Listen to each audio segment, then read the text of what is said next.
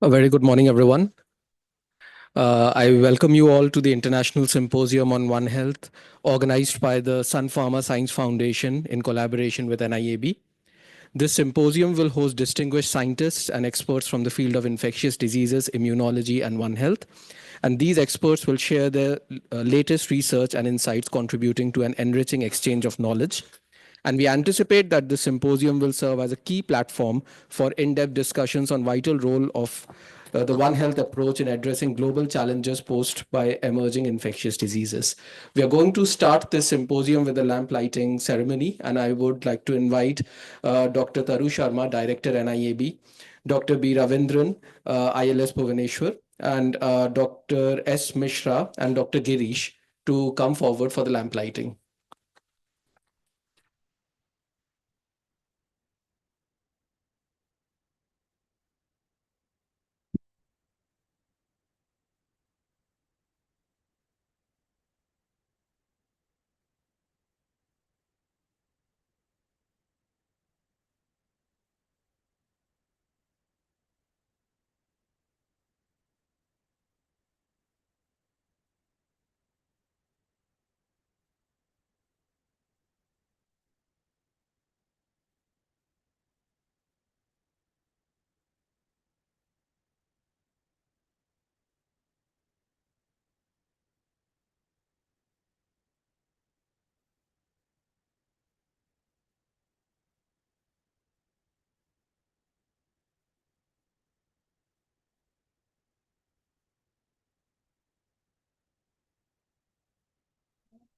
You are the one who will start the meeting with your lecture.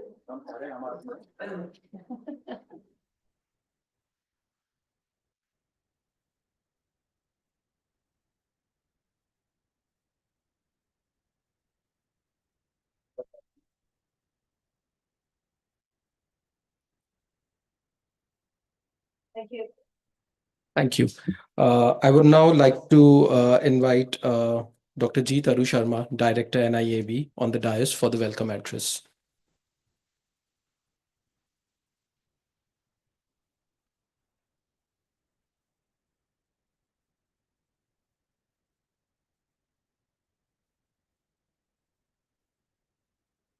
Thank you, Shavik.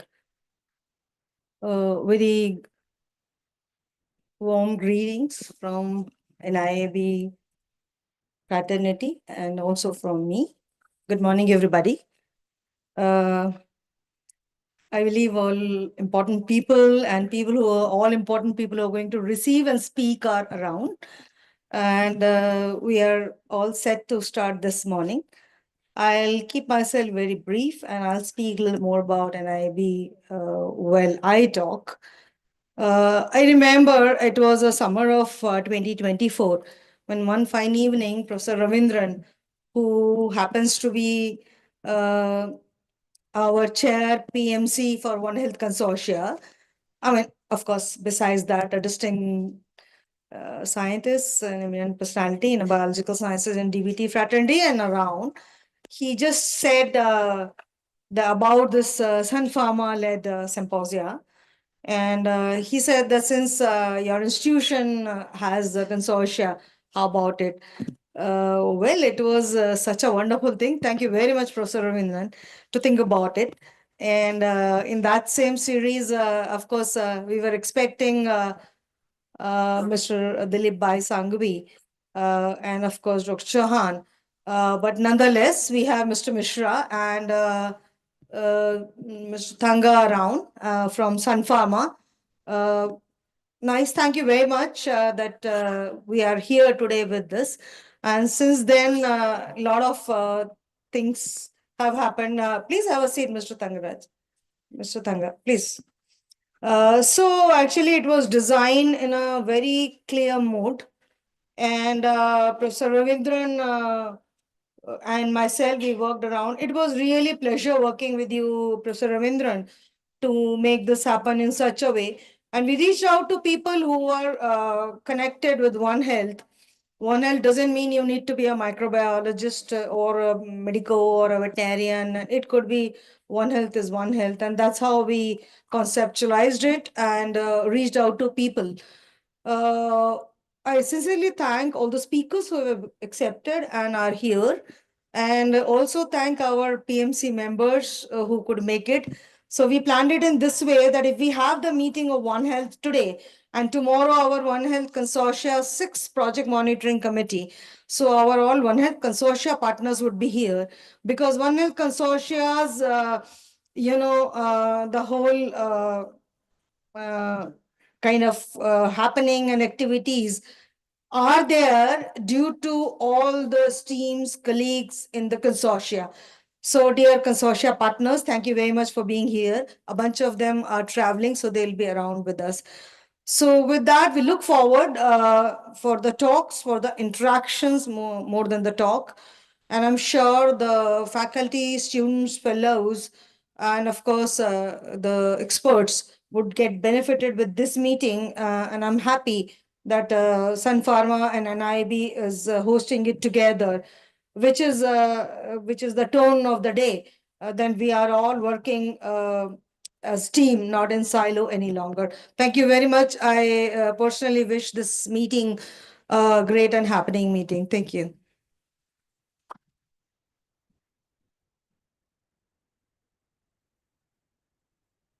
Thank you, ma'am. I would now like to invite Dr. B. Ravindran from ILS Bhubaneswar to talk about the symposium.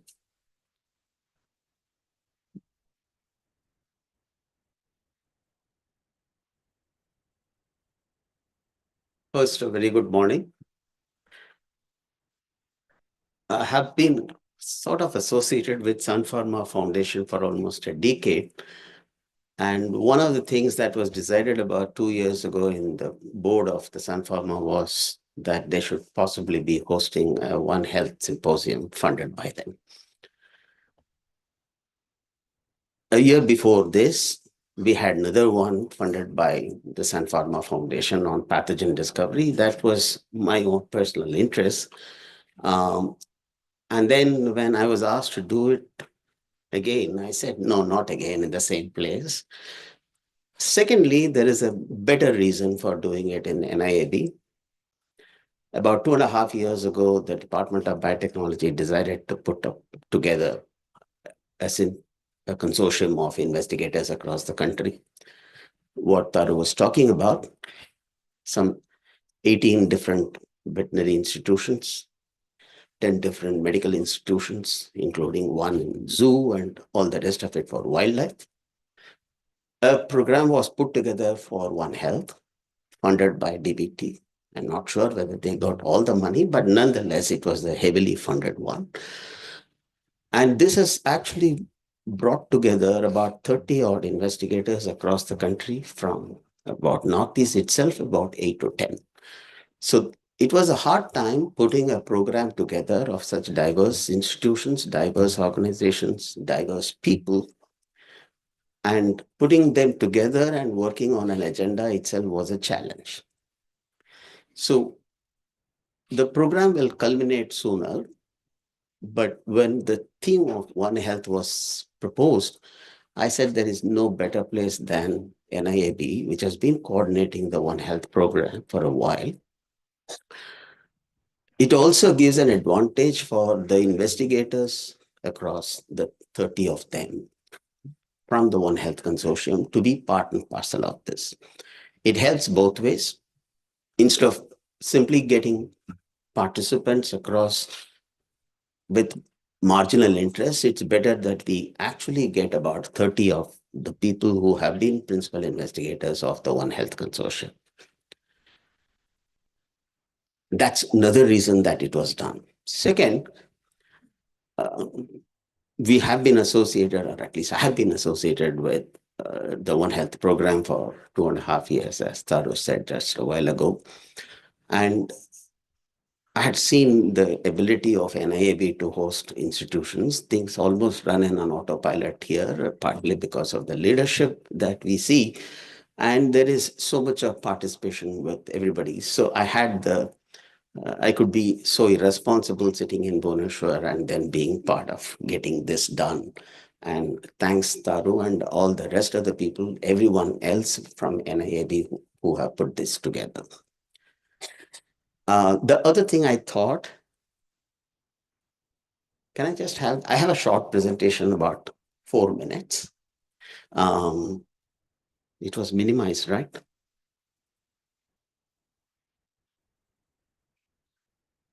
So something about One Health. Some years ago, when it was decided to have a program on One Health, um, different people had different notions about what One Health is. And we do have students here, and many more are coming. And I thought I'll pitch it to them what currently the One Health stands for.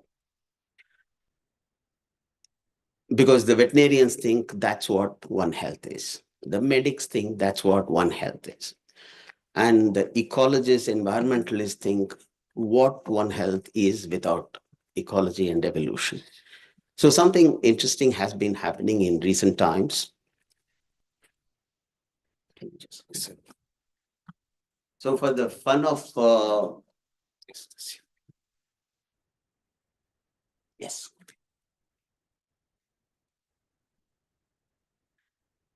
So DeepSeek is something that we have been discussing over the last 1 week, how much the Chinese have disrupted. Oh, no, not this.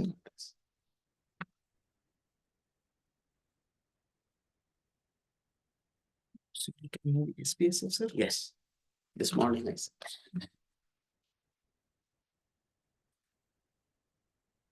In fact, I'll end this presentation shorter than the time it takes to locate it.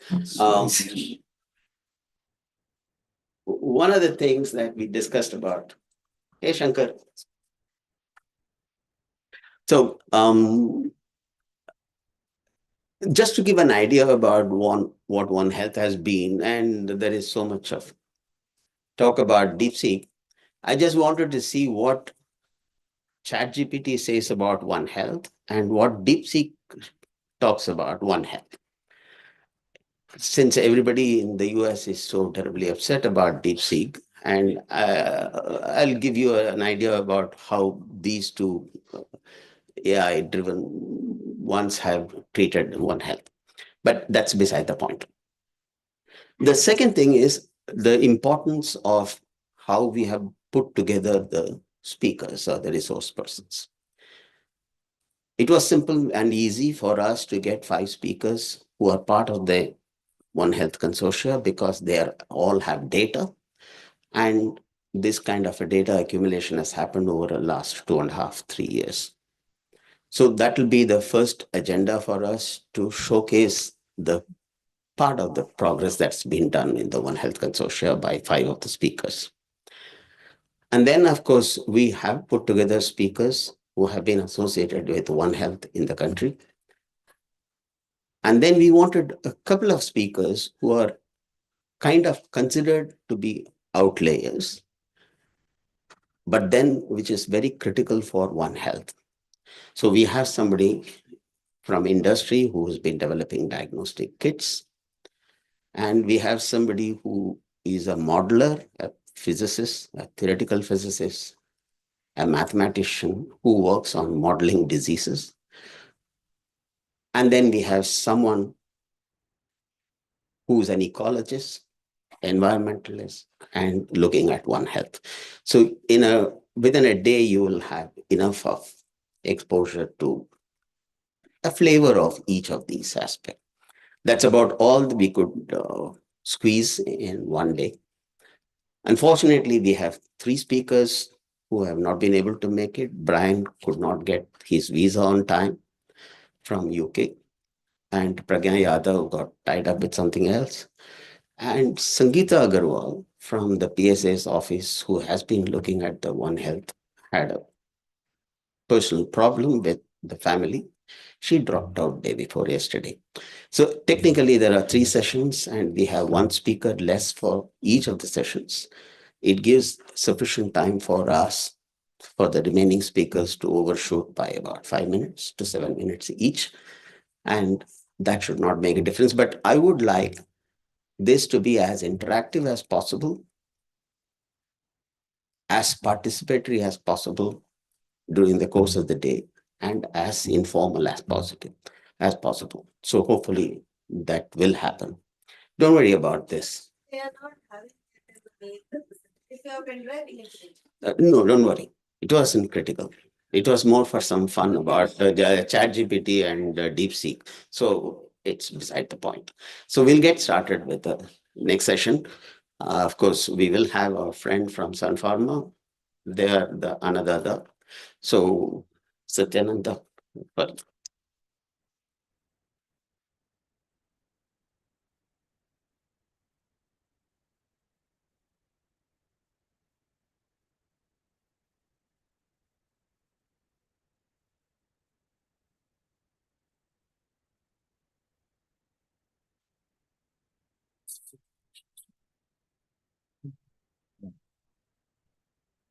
presentation?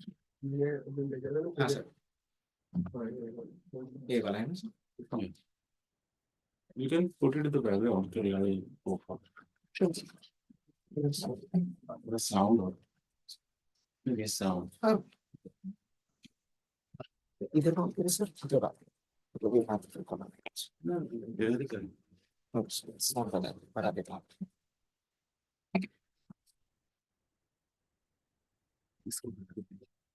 You,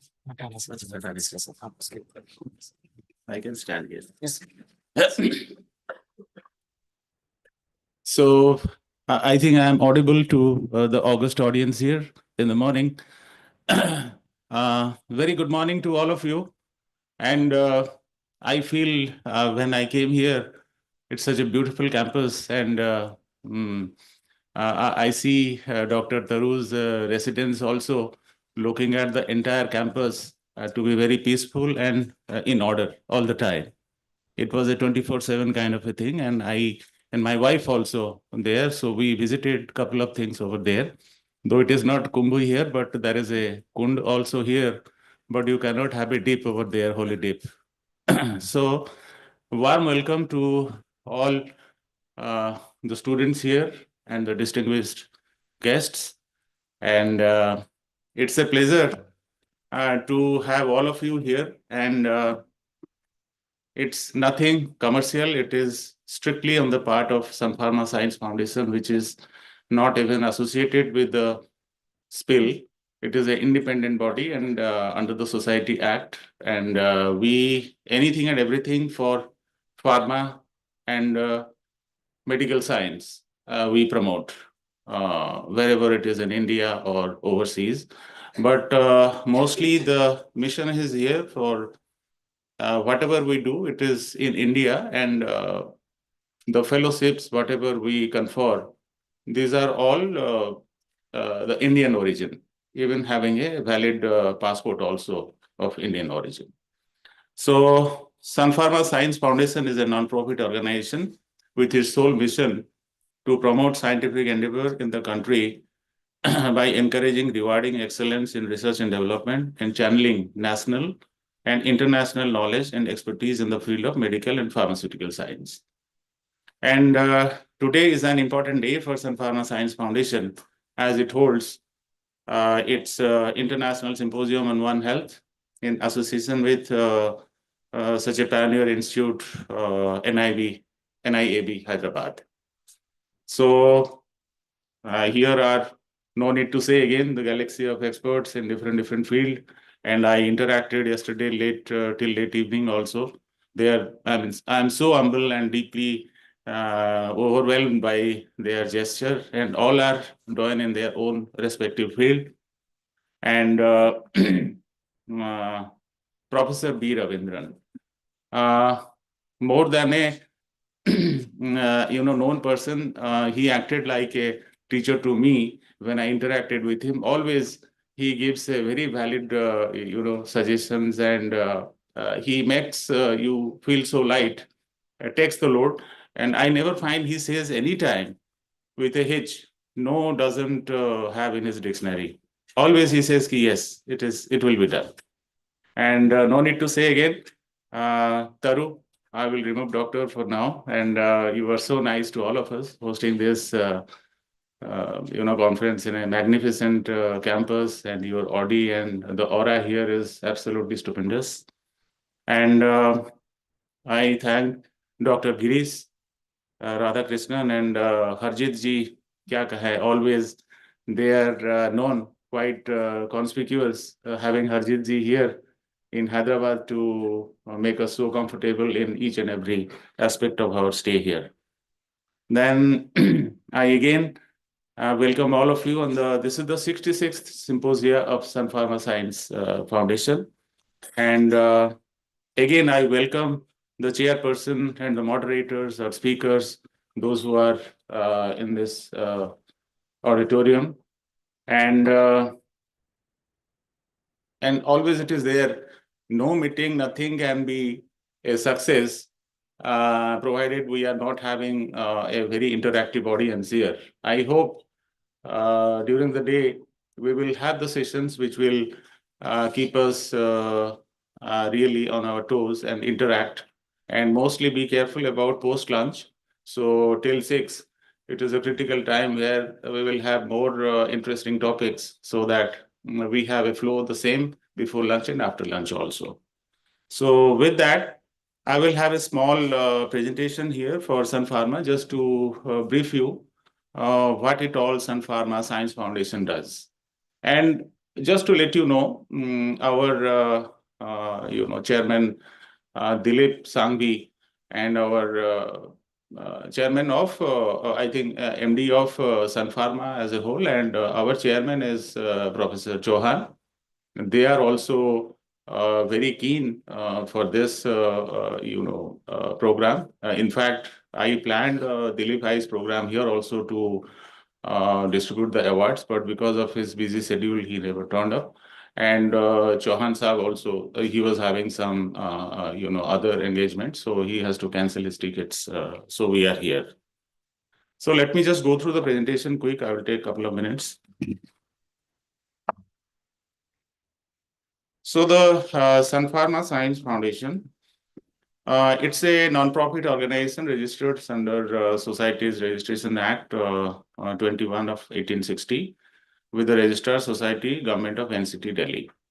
And the mission and objective, again, I reiterate, to promote the medical and pharmaceutical research in India by rewarding excellence in identifying sources of knowledge and expertise. Here, I will take a 1 or 2 minutes more, because here also yesterday I requested Taru and the entire speakers and those who are here, please, because now we have the data bank of NIAB here, so we will try to include all of you from our 1st of April to apply for these fellowships.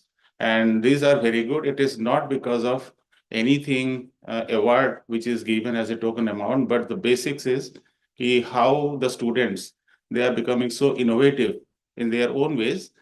And whatever, I worked in Ranbaxy for 33 years. Whatever failure we had to succeed in a generic medicine, once you get a success, it gives you like a kind of a eureka for all of us. So that is the point which I bring in here, as all the students are here. Never look at what's the next door, what the next guy is doing. Whatever it comes to the mind, put it in your notebooks or anywhere. Because in US, the challenges when we challenge are taken in the court of law, they see the proof when the concept, where it was written. So that is the proof they carry. Even on a plain paper, something is written somewhere maybe 10 years back. So those are also things which is will lead for a success to have your own patents and invention also. So that kind of a thing. So the next one is who we are. The Sun Pharma Science Foundation was formed in 1985, managed by the Autonomous Governing Council. At that time, it was Ranbaxy as a company. You may be knowing that was a company, it existed till 2015. That it initiated a research fellowship in 1985, science scholar fellowship is 2007, and with clinical research fellowship, that is in 2023. It is recent, 2 years back. And our chairperson is, as I told you, Professor B.S. Chauhan. He is an accolade in the field of biotechnology and biomedical sciences. I think many of you know about him. Then the key initiative, research fellowship for outstanding research work in medical and pharmaceutical science, science scholar fellowship for young scientists pursuing PhD and MD, clinical research fellowship for young clinicians, where it has not been very thorough in India. The perception of having the clinical research is still at a very early stage. Symposiums like this, one of it, focused on public health challenges and concern. Hands-on training workshop for young researchers, special awards in public health as well. Then this is the research fellowship, started in 1985 to recognize, reward, and work done by the Indian scientists. 3 fellowships are given in this category, 2 in medical science, 1 in pharmaceutical science, carrying a trophy and the citation and the token amount of 5 lakhs each for all 3 categories. And so far, we have given 179 scientists. And this year onwards, we have doubled that token amount, which is given to the individual scientists, to those who got selected. And Science Scholar Fellowship, instituted in 2007 to discover young talents. We have an age gap of 30 years of age. 4 fellowships are given, 2 in biomedical science, 2 in pharmaceutical science, carrying a citation award of 2 lakhs each. And 74 scientists have been given so far on this. Clinical research, which first year we had a very less in number of application, and last year I made it in all Instagram and other places where we had a candidature of around 35, out of which 15 or 20 they got disqualified, and net we had around 17 candidates, and we are going to publish the results on 7th. The assessment has already been done.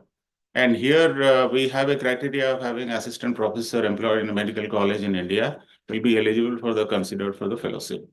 And even if I'm telling you, I will talk to again the same thing with people like Taru and other people, Professor Ravindran and the honorable guests. You can also suggest what criteria to be fixed for a selection also, because assistant professor means you are putting a cap to a senior person. Even at the young stage also, people are doing a very fabulous job, young students in the clinical research. And this is also a national, international symposia which we do. And this is one of the hands-on workshop which was done in the month of August, maybe in Kolkata last year. And during that KG Kar incident, still then the attendance was almost full, 50 out of 50. And Professor Partha Majumdar was the convener, and he carried out all this in a very nice way over there. And we also give awards in public health. And when we talk about public health, it is a topic where you have to be very conscious to whom you are selecting and what is the background, what the connection is there with the individual. So it is not given every year. So far we have given to 4 persons. One is Mr. S.R. Rao, Justice K. Narayan Kuru, and Srinath Reddy, and M.R. Rajgopal, Chairman. So that's all from Sun Pharma Science Foundation. Again, I welcome all of you from bottom of my heart, and I represent Sun Pharma Science Foundation, and the message will definitely go to Dilip Bhai and Chairman Dr. Professor Chauhan. And last but not the least, everybody should appreciate Mr. Thangachan, who is with me. He is anything and everything for all of us. And like in Kaun Banega Crorepati, he just took up a phone and phone a friend. You anytime 24/7 phone him, you have an answer. So please have an applause for him also. So thank you again. If I think this is the information mostly, normally I run away from the query Q&A because I am not a good speaker where I can clarify your basics. But still then, if anything is there, I can. Thank you again.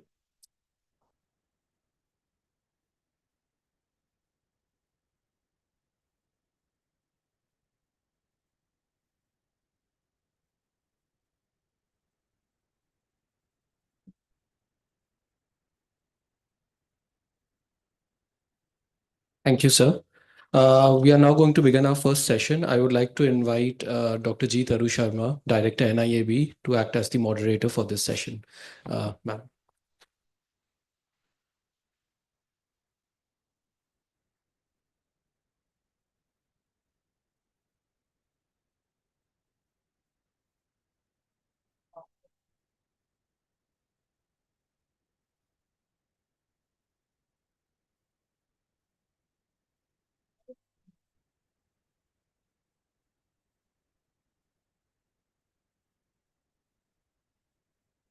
Thank you, Shovik. So we start the business. And as the first session, actually Brian was supposed to do it. So as Professor Ravindran has informed, three very important people we really were expecting. One or the other thing happened, I think, when it was told in UK due to some cyber security reasons, his phones are choked and passport, there's some issue. And another, we really wanted Dr. Sangeeta from PSA's office. So day before yesterday, it was very unavoidable. Her son fell and broke wrist and all. So naturally, how could she be here?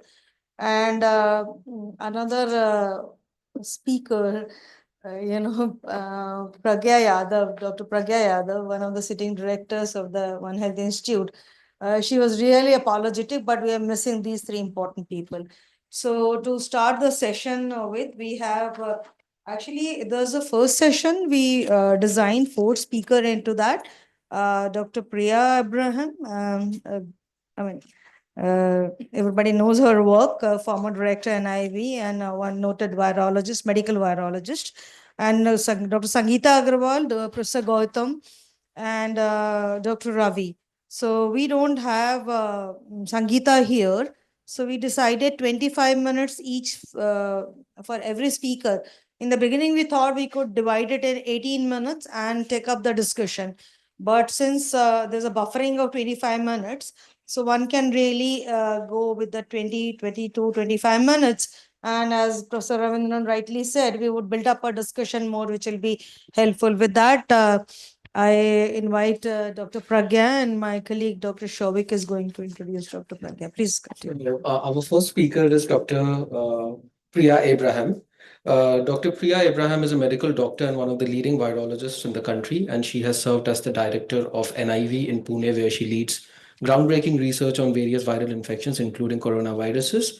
And under her leadership, the NIAV has made important strides, especially during the COVID-19 pandemic. And beyond her scientific work, Dr. Abraham's efforts extend to shaping public health policies. Her dedication to vaccine programs and infectious disease control has been crucial in improving health outcomes, especially in the fight against antimicrobial resistance and emerging infectious diseases. Today, Madam is going to talk about One Health in India work in progress. I would like to welcome you on the dais, ma'am.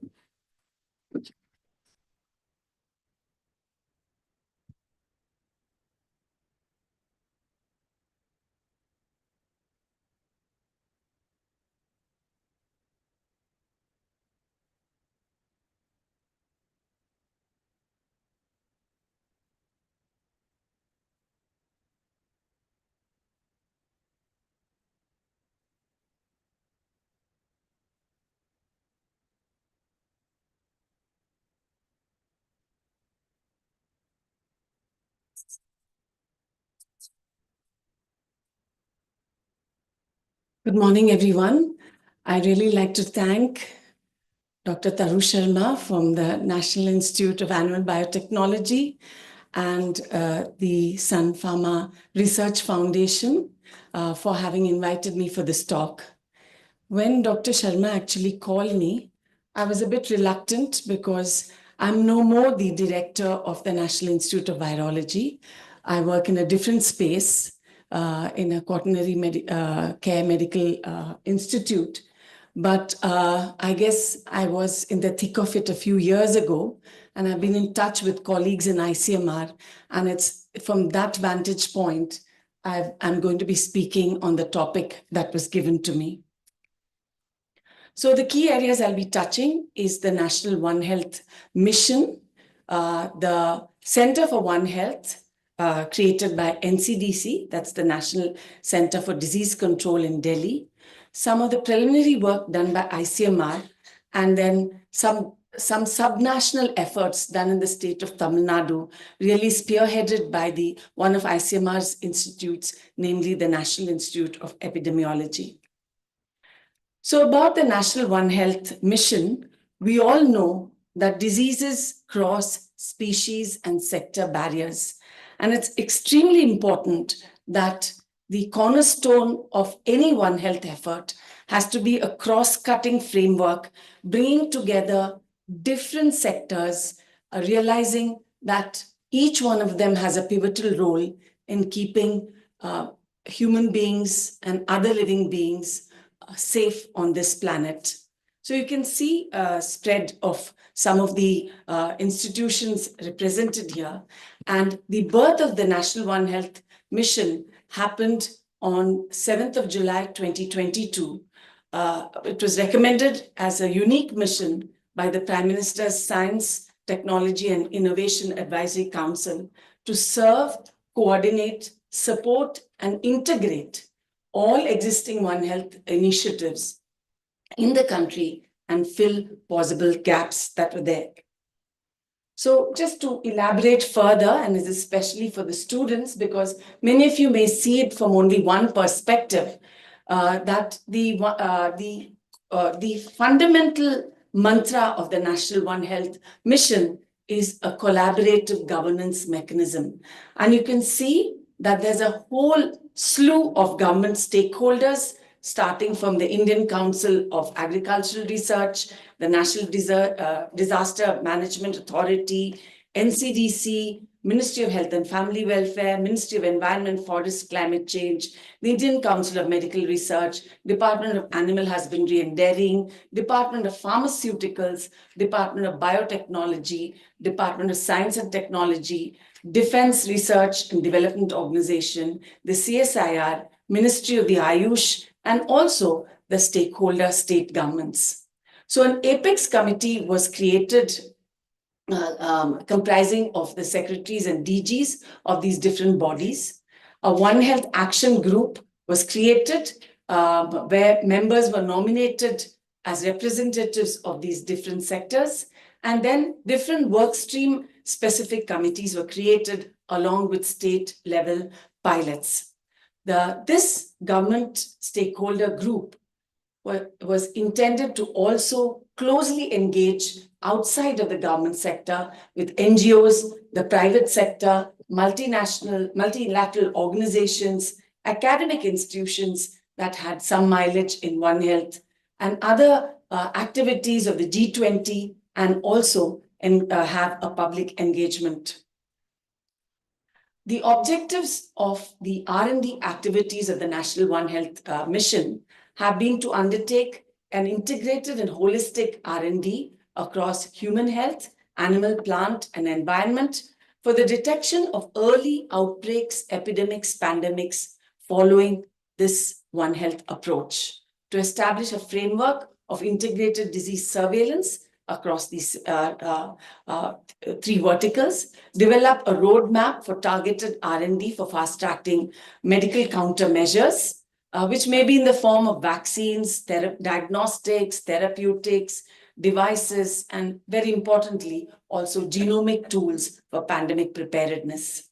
Also coordinate research, data, and information systems for current, emerging, re-emerging diseases for evidence-based decision-making, create a cadre of trained professionals for R&D, a joint outbreak response, because we can only work as a team, and have an integrated surveillance and analytics across sectors, and foster linkages not only with those verticals within our country, but with the other global efforts happening in other countries with the established organizations.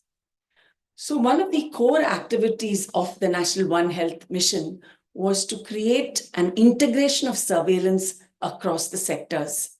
So if you look at the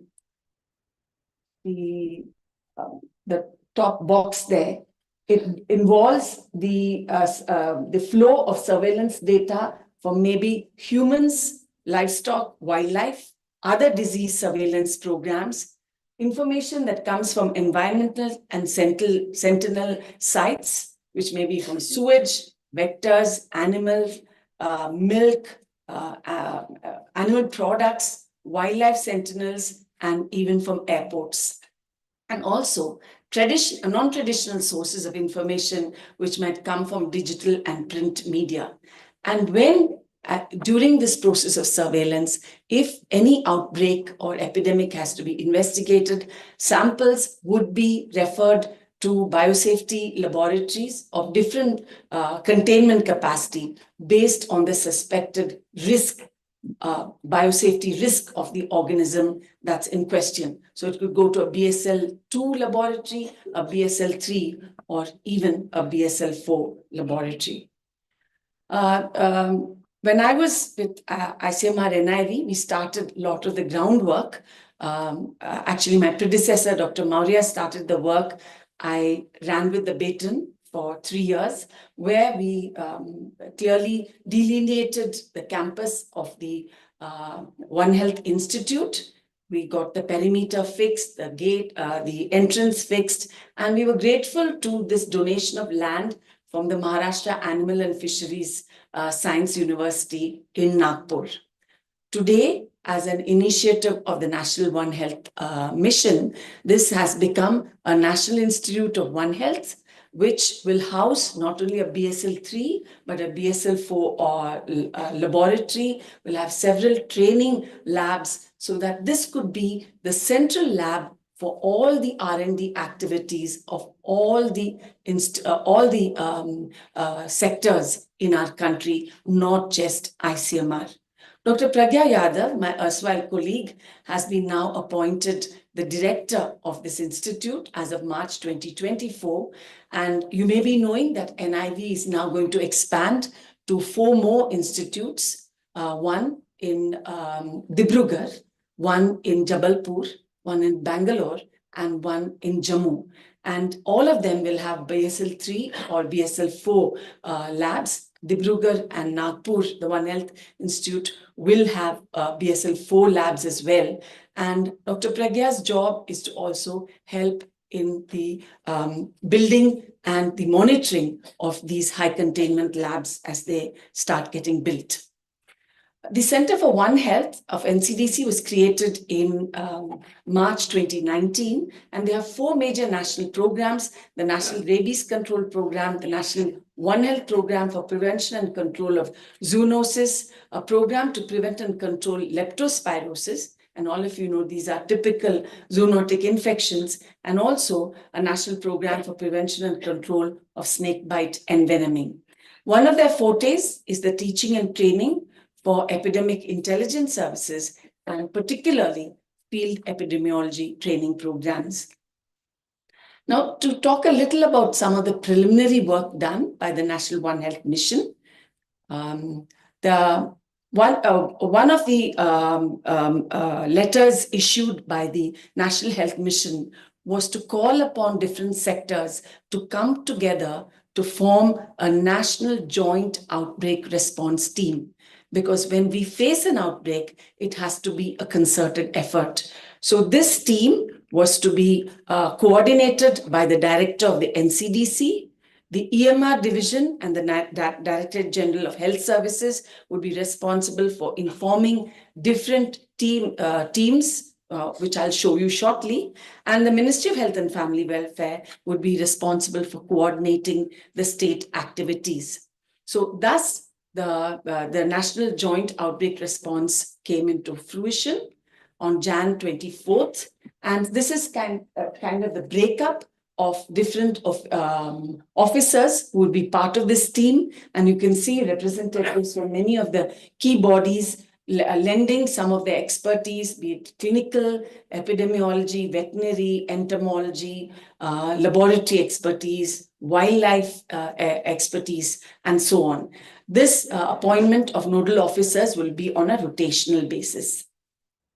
They will undertake clinical and epidemiological investigations with ecological and environmental coordinates, immediately move to the outbreak site as a national central team for outbreak investigation, coordinate with state joint rapid outbreak investigative teams to look at the outbreak and collect preliminary data, formulate comprehensive outbreak investigation report, and they would report to the relevant state and central authorities. And finally, there was a publication after appropriate approval from the concerned ministry or department that hopefully would see the light of day in real time.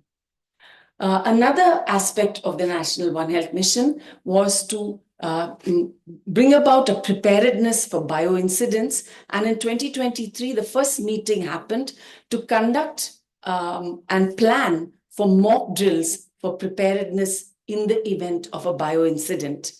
That was the first meeting. And then the National Institute of Virology was mandated to put together a BSL 3-4 network, national network, which would do mock drills and formulate SOPs. And this group would be making the SOPs. And this working group was created in 2024. And you can see that they have involved a good number of the stakeholders.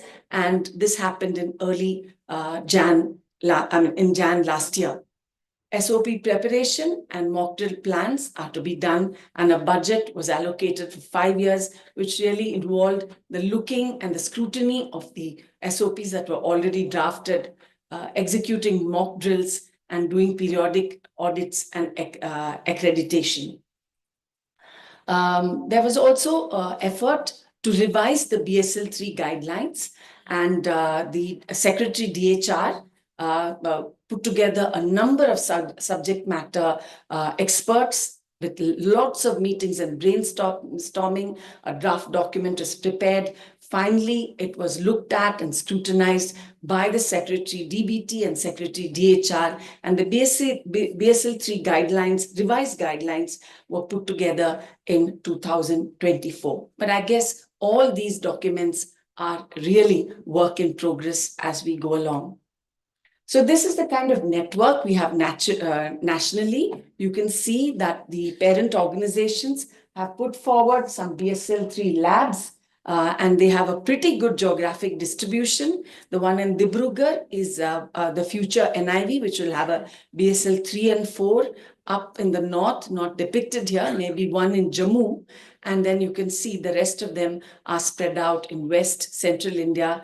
And in fact, the National One Health Institute also needs to be depicted here. And it goes down right down to Thiruvananthapuram. And you can see the different icons showing which organization has provided this BSL-3 network.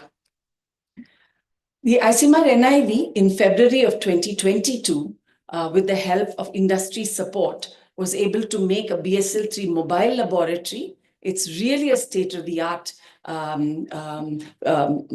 mobile lab.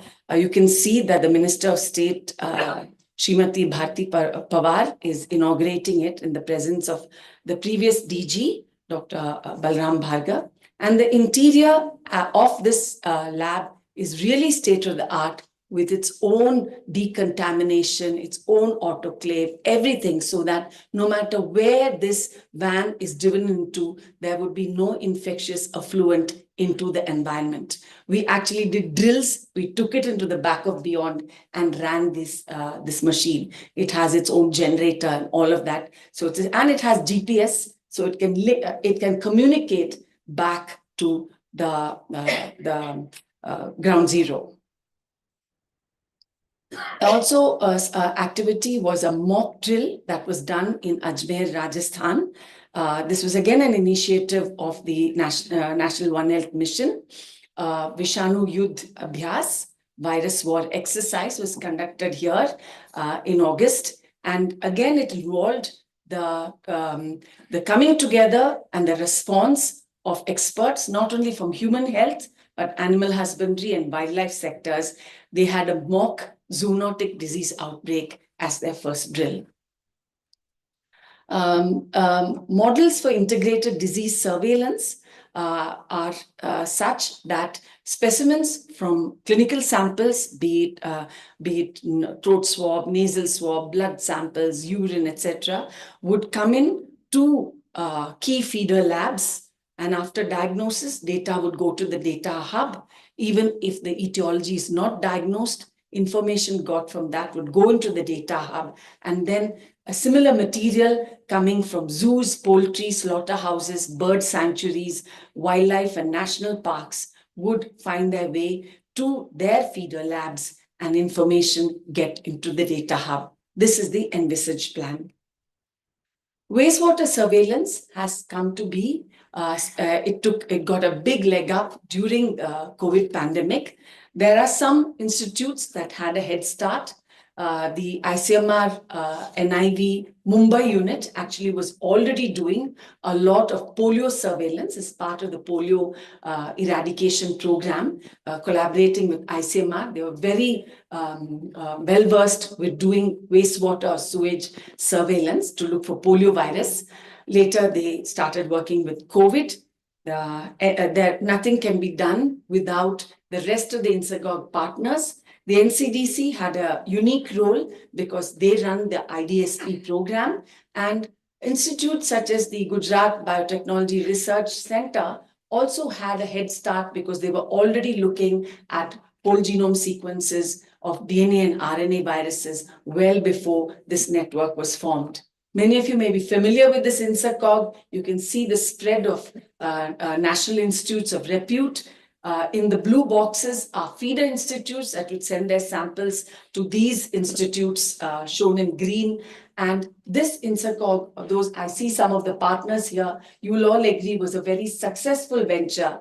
And some of these labs have gone on to look at wastewater surveillance, particularly for antimicrobial resistance. Also, there are private collaborators, Precision Health Bangalore.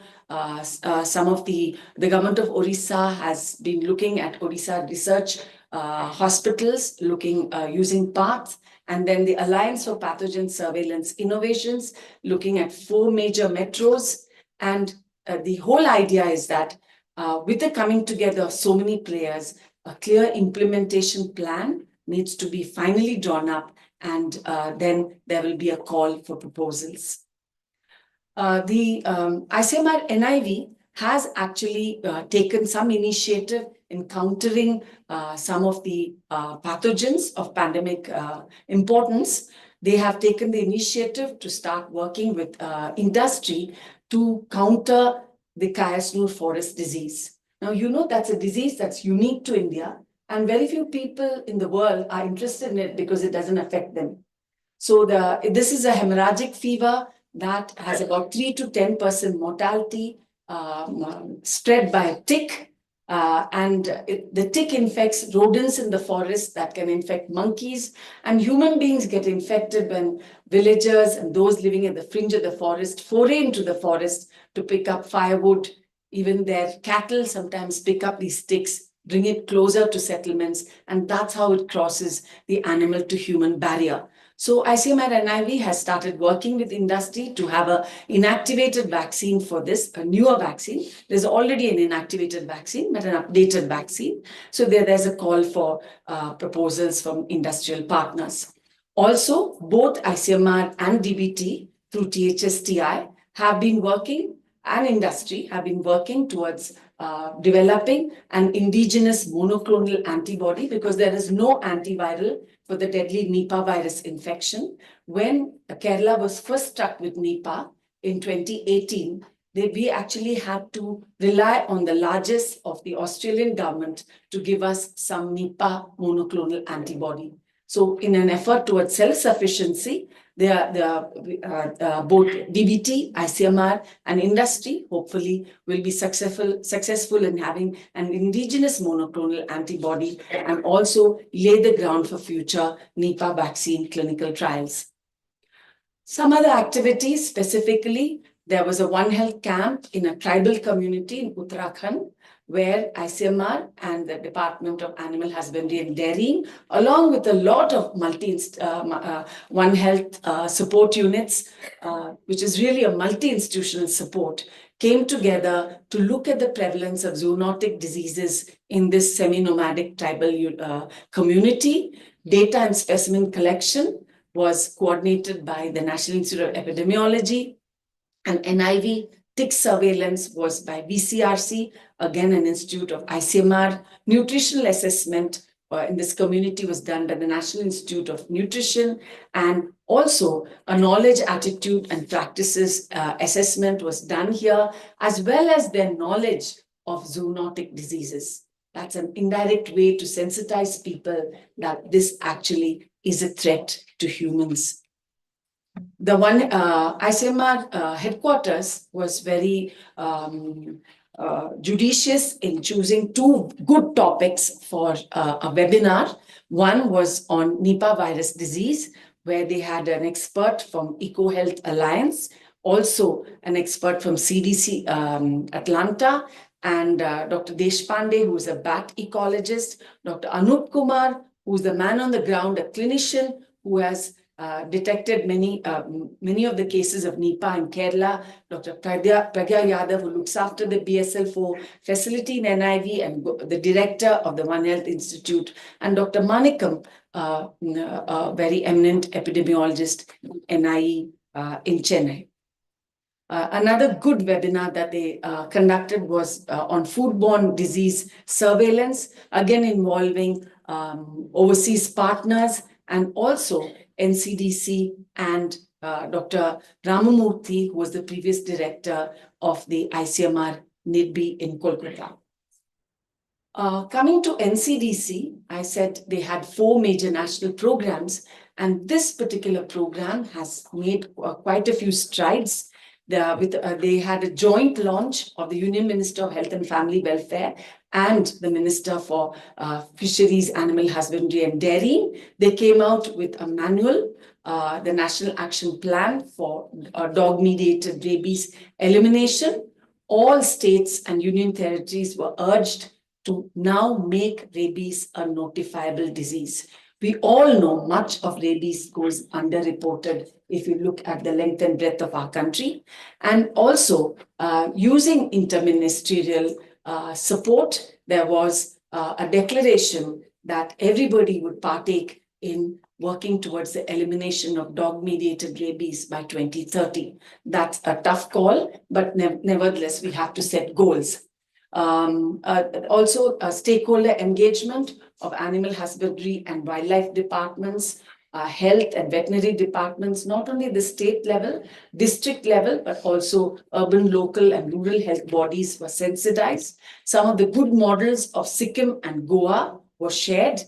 A regional workshop involving 14 states, all the northeastern states, New Delhi and the southern states was conducted by NCDC.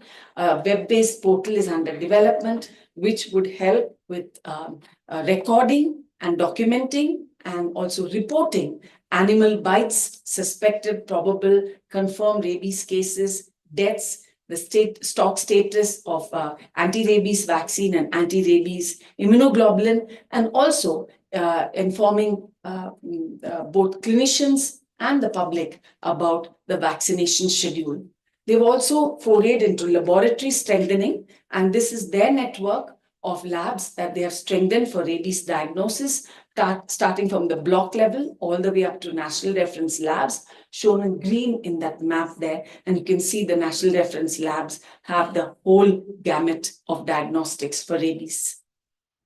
Some of the completed activities, and now I'm coming to the subnational level in the state of Tamil Nadu, where they have, in Tiruvallur, they actually did, they strengthened the public health workforce capacity by looking at facility-based surveillance, event-based surveillance, and mass gathering sensitization.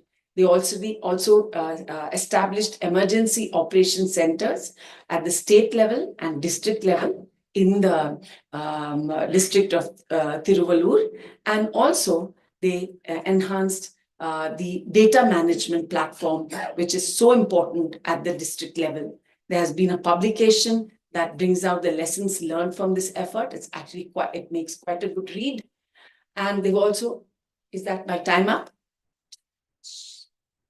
2 minutes, okay. They've also done field epidemiology training programs for veterinarians involving departments of animal husbandry and dairying. Tanuas and MAFSU have had a key role and also involve the state directorates. It was both basic and advanced training.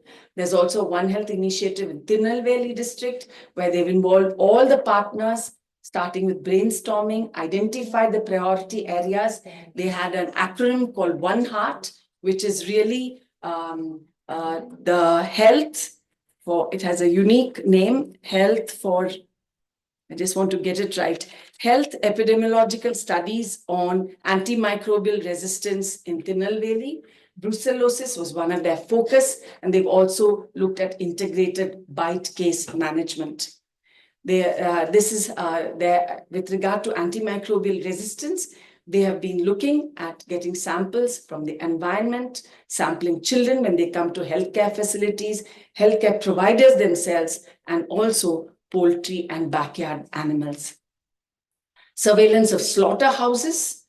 They have uniquely tried to pair up both the virus research diagnostic labs that take clinical data from humans and veterinary colleges in 3 geographic regions in Punjab, Northeast, and Telangana.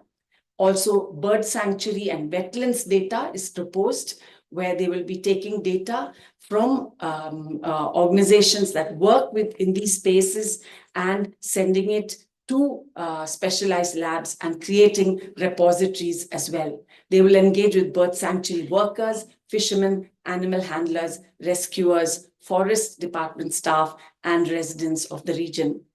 The national level One Health zoonotic disease prioritization, phase 1, again spearheaded by NCDC. They conducted a very good workshop in Jaipur, identifying the zoonotic disease of national concern, identifying at least the top 40 diseases involving at least 50 experts from different verticals. Phase 2 is yet to happen, where they will go regional and have subnational workshops in different regions.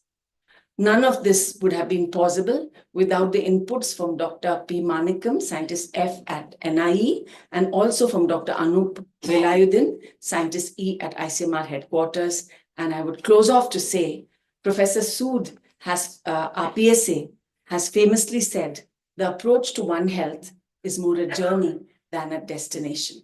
Thank you for your patient listening. Thank you, Priya, for a wonderful information. We'll keep it open for discussion. Any questions to Dr. Priya? So, Priya, is there a mechanism in place for the data availability of the One Health mission? I know it is only about a year since it kickstarted. That is still, I think, being fine-tuned. I had showed a kind of an algorithm where from the, the animal and wildlife space, as well as clinical material, would come into laboratories, and then that is, a bit like the IDSP, akin to IDSP. Right. But Because it would be much there are more. far many government departments and institutions involved. Yes. And there has to be a central mechanism for ensuring the availability of data, if not to outsiders, to themselves. I think, There could be some kind of a filter, I understand, at some point, but between themselves, they should know what others are doing. This is something which has to be put in place I think for the it to design be is very beneficial good. at some point. Absolutely. The effort to put together is fine. Of But course, it it's has to necessary. actually kick in. Yes. It's more complex than meets the eye. I know, I understand. Because, I completely everybody understand. is an expert. Yes. Multiple experts. Yes. And to put that all together and then make something out of that. And make it We are- available to themselves first Yes. and to others, even if it is sanitized And data. to make sense of it in real time. It Correct. just doesn't go into a central hub. Yes. But to facilitate outbreak response, that has to be put together and interpreted in real time. So this is what happened with the sewage monitoring during COVID. In Chicago, individuals were doing, and everything was getting reported. Many of the central data was not available for everyone to see. And I wasn't sure whether they themselves were taking a close look at the progress of it. So I think one issue that we need to, thrash out is what I could get because we were part of the INSICOM. Many people feel they will lose privacy on that data. I understand. Everyone is possessive of their data, but then there is no point collecting if each one is possessive of it, which is what my concern about each of the ministries individually collecting data of well and good.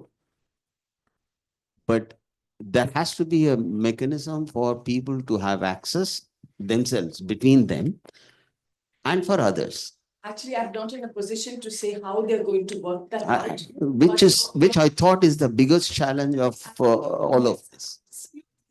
They themselves should have access to Which is which did not happen with INSACOG. INSACOG, we did actually meet twice a week and we were looking at the data, but it never came up on the. Each one was talking about his data or her data. So data exactly. after a lab period, Right. which is not access. Right. Particularly for surveillance, which has to be in real time. I completely agree. And So someone has to ensure that the agree. access is made available on real term for everybody all the time. But It's I think not everybody has to take it as a mandate to upload on a regular basis, not have video conferences because you're busy for that 1 hour. So But I think that's got to be done. I think that's what my my title was very rightly Yeah. labeled by Dr. Tahu, work in progress. I know. Yeah. Most of the INSACOG data is available in JISET. Almost all the viral genomics data is available in JISET and also in the IBDC portal. Now anyone can access based on the request. The time lag from the time you collect to the time data is accessible is very critical. Sir, JISET data was almost real time and DBT institution data in the IBDC portal was also in the real time. Integrating data from different stakeholders was challenging, but now things are in place.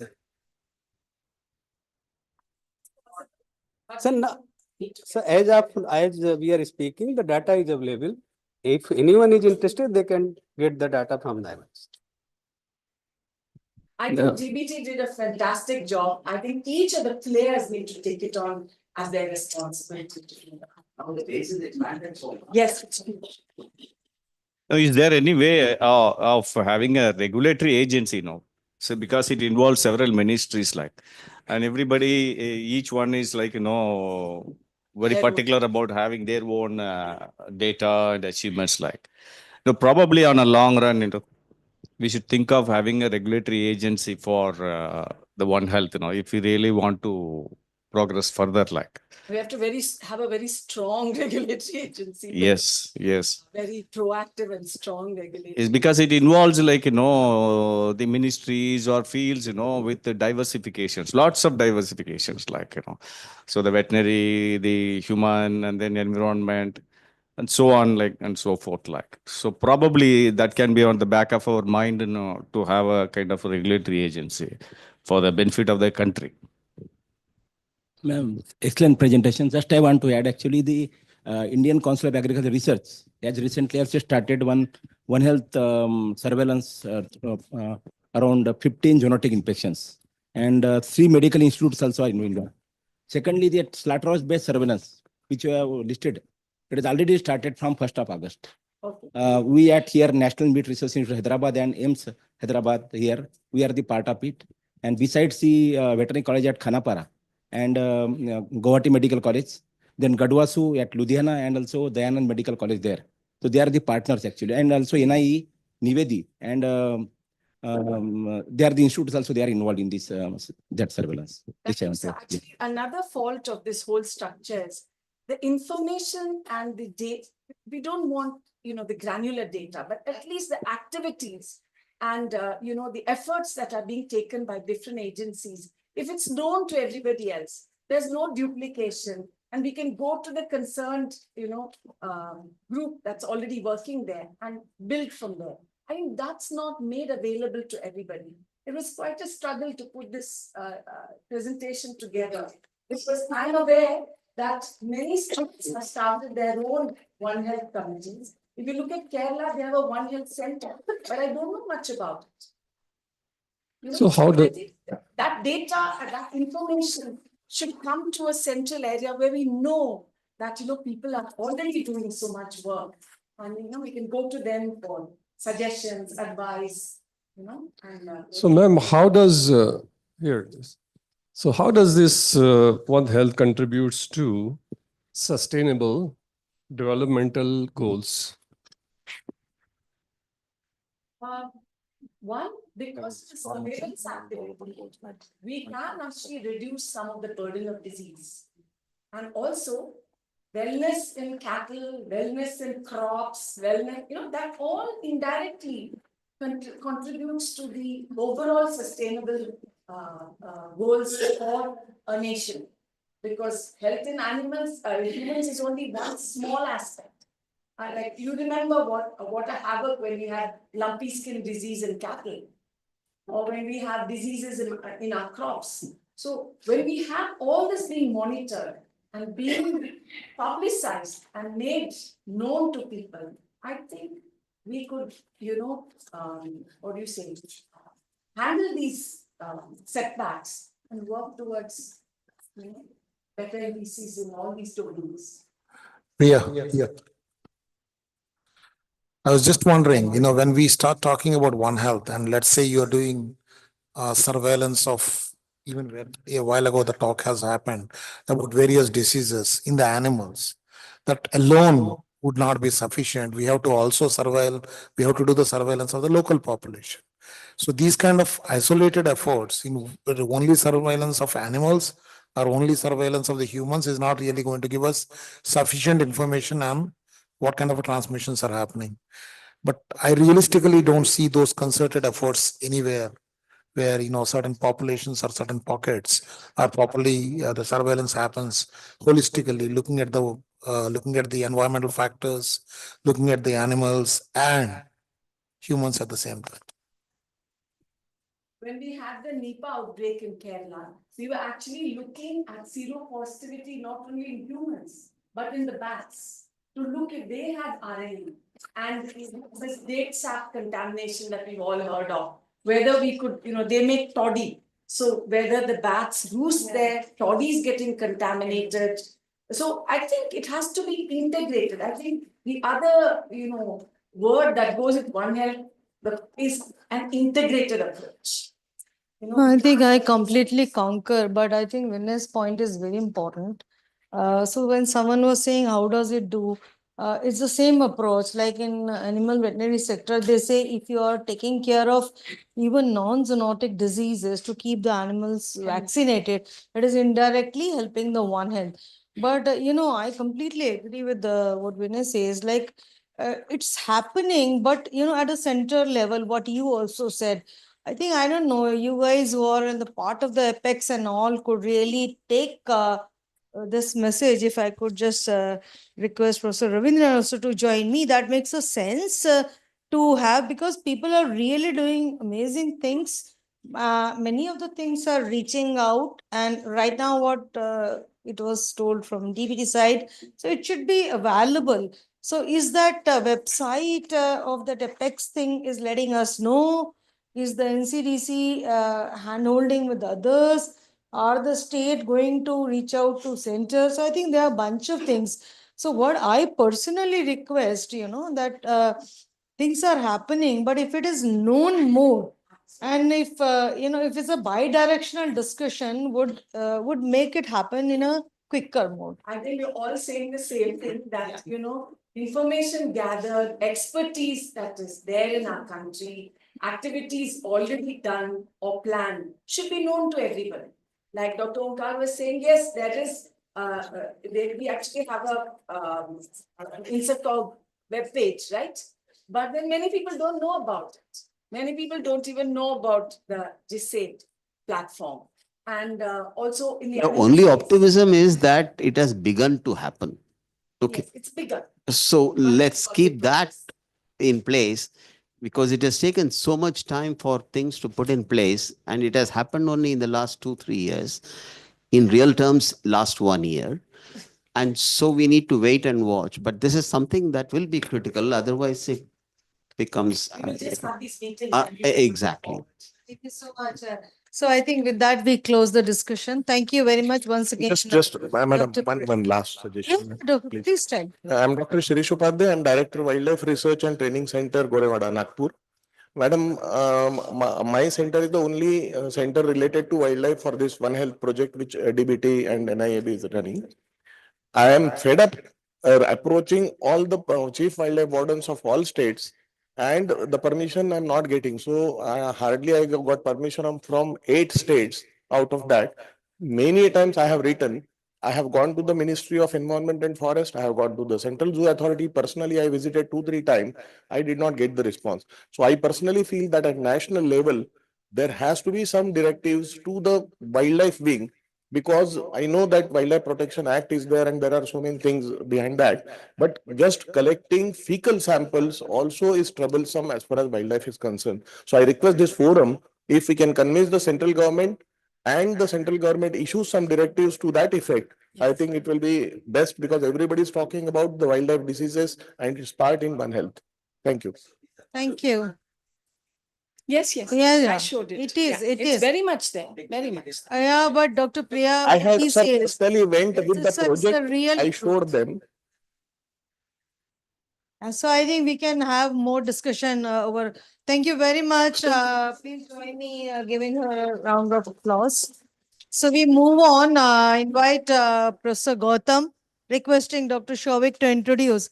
And I'm sure majority of us have kept our phones in switch off mode. And the pin drop silence is really appreciated. We thank.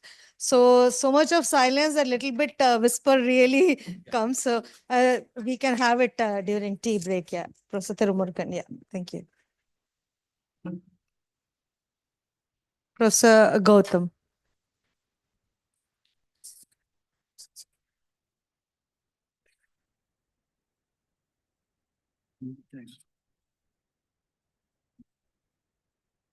So our next speaker for this session is Professor Gautam Menon. So Professor Menon is a distinguished physicist and researcher currently serving as the Dean of Research at Ashoka University, where he also leads the Center for Climate Change and Sustainability. Dr. Menon's work exemplifies the intersection of physics, computational biology, and epidemiology, with a focus on modeling infectious diseases and addressing biophysical challenges. Professor Menon is the recipient of several prestigious honors and is a member of the National Academy of Sciences, reflecting his outstanding contributions to science. And Professor Menon's interdisciplinary research, leadership, and advisory roles continue to shape policy and advance science in addressing global challenges like pandemic and climate change. I welcome you, sir, on the dais.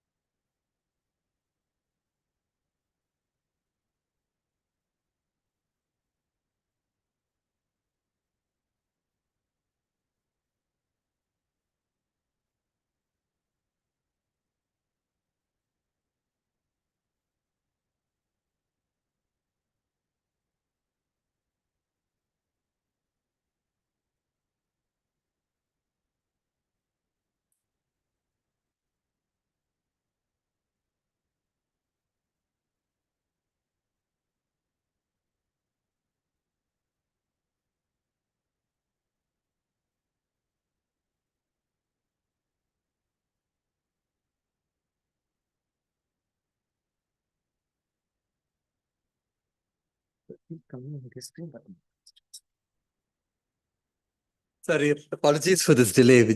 I'm using my laptop, so it needs a little bit of connection. Just 2 minutes and we should solve this.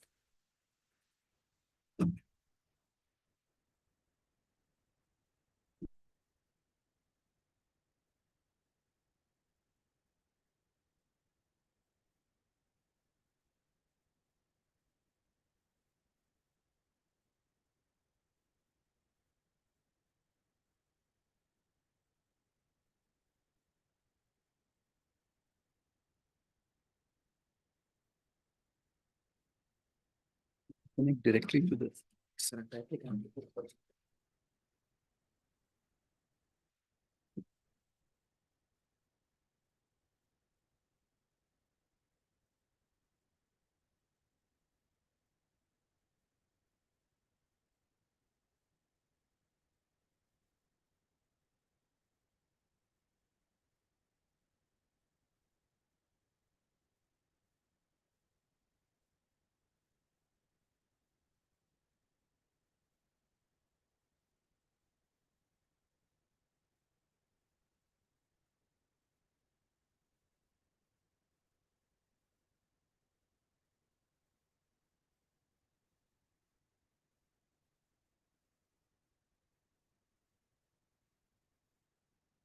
This is the keynote presentation. I can make it a PDF and then transfer it. Yeah, so I have this dual.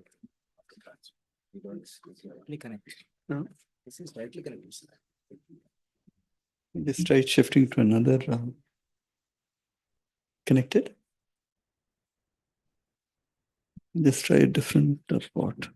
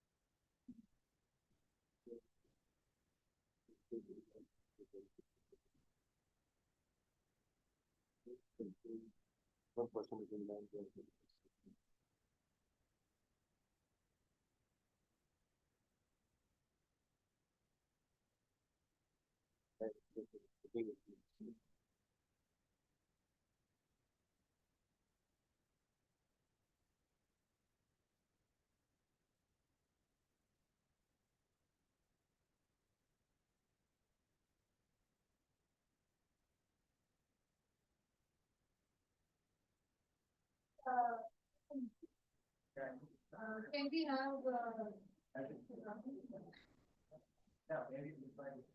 Yeah. Can we? If you are okay, Professor Gautam, for the sake of time, can we have Dr. Ravi first? Oh, fine, fine. Oh, that's fine. That's fine.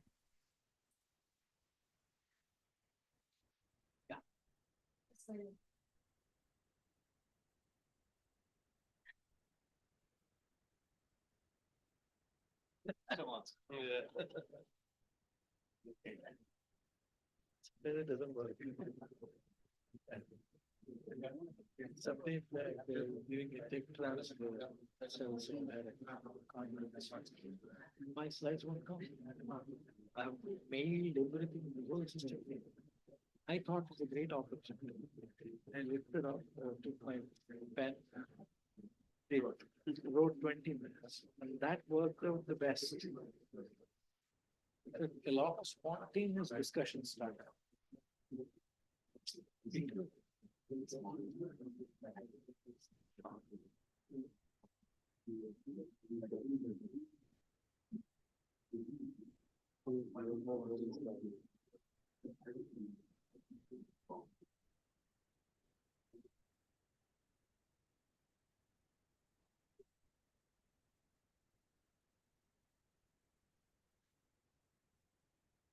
Yeah, that's nice to see.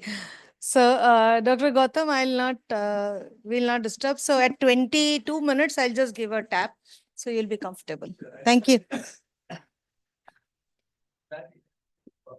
Yeah. Yeah, sure. So that you can take questions. Thank you.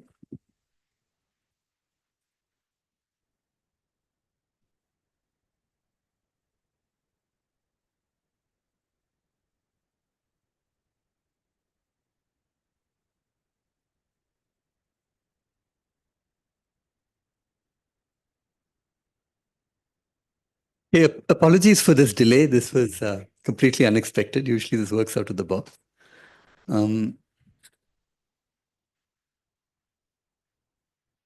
What I want to talk about is modeling for public health decisions. Next slide. And let me thank Dr. Sharma, Dr. Ravindran for this invitation and Sun Pharma for hosting this exciting meeting. There are many different meanings of One Health, and all of this depends on who you're actually speaking to. And there are different communities identified with One Health, ecological health, environmental health, global health, planetary health, and all of them have different meanings to the word they assign to health in that particular context.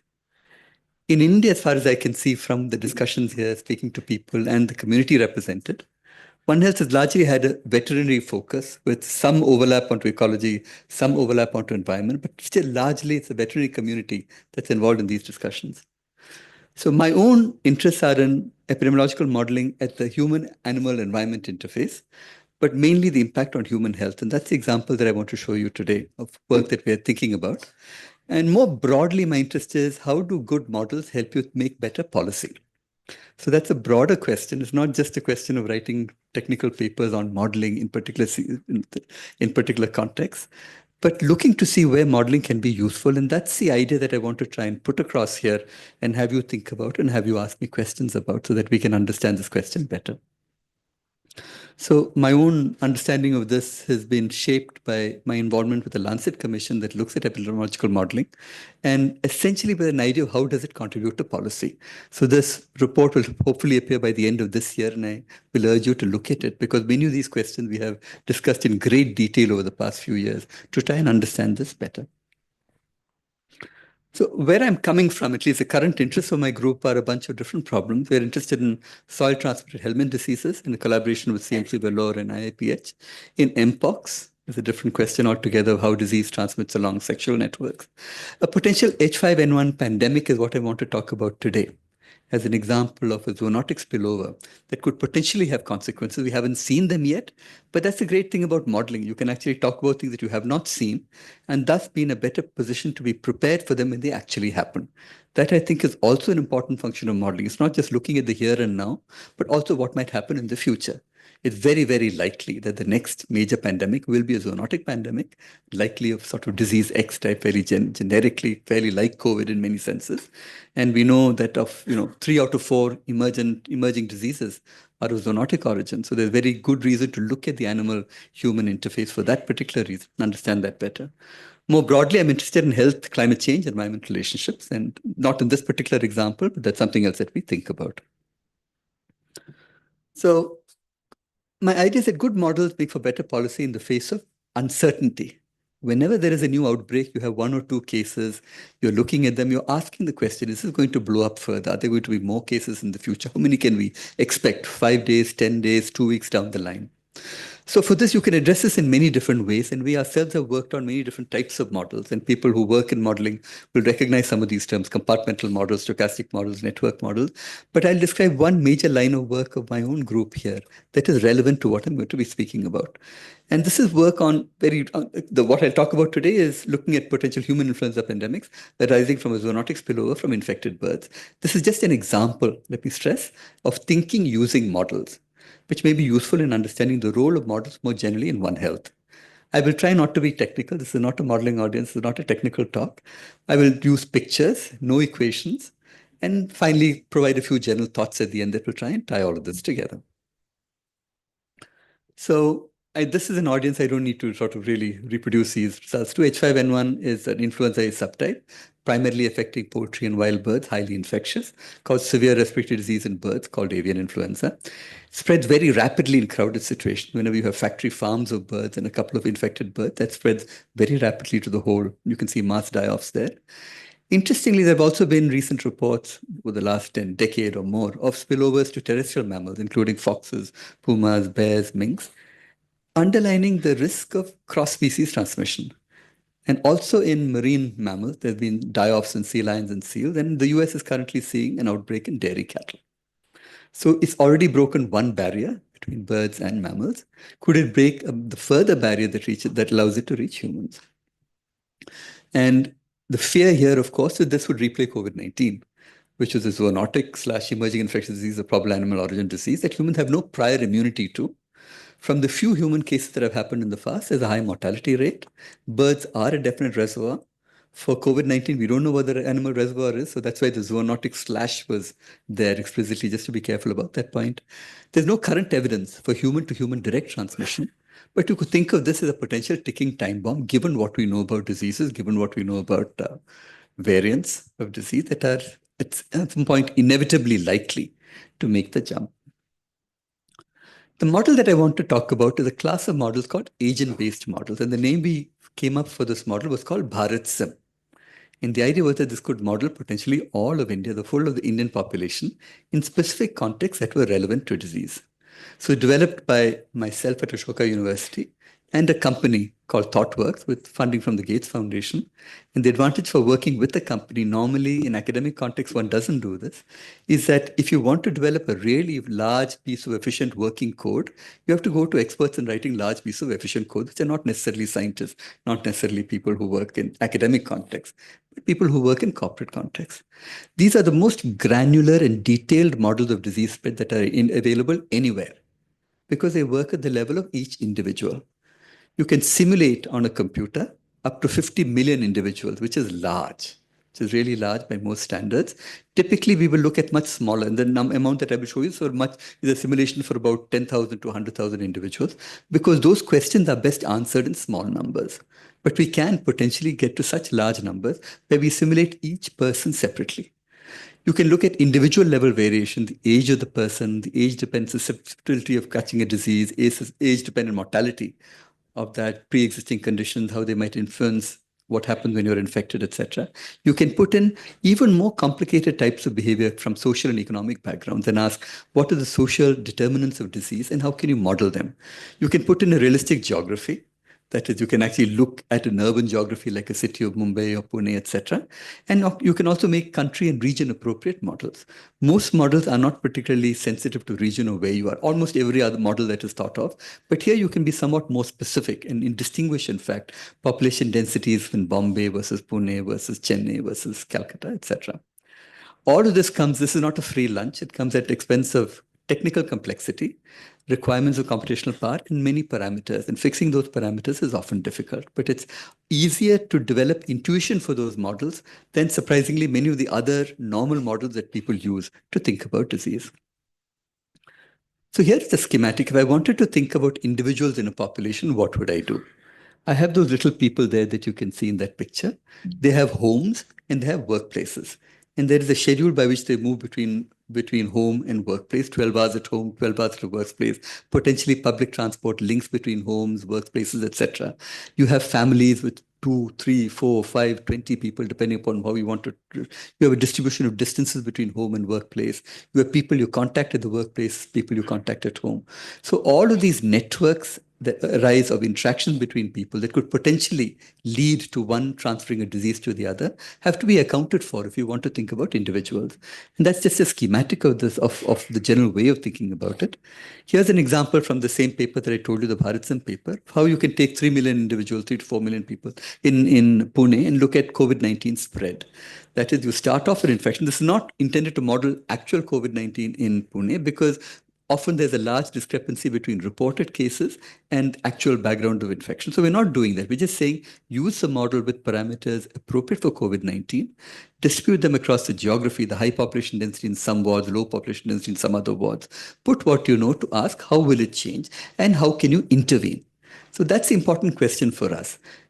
If you want to do good policy, you have to decide what is an intervention and when should you make that particular intervention. Should you shut down schools? Should you vaccinate people? Should you have a booster dose, etc.?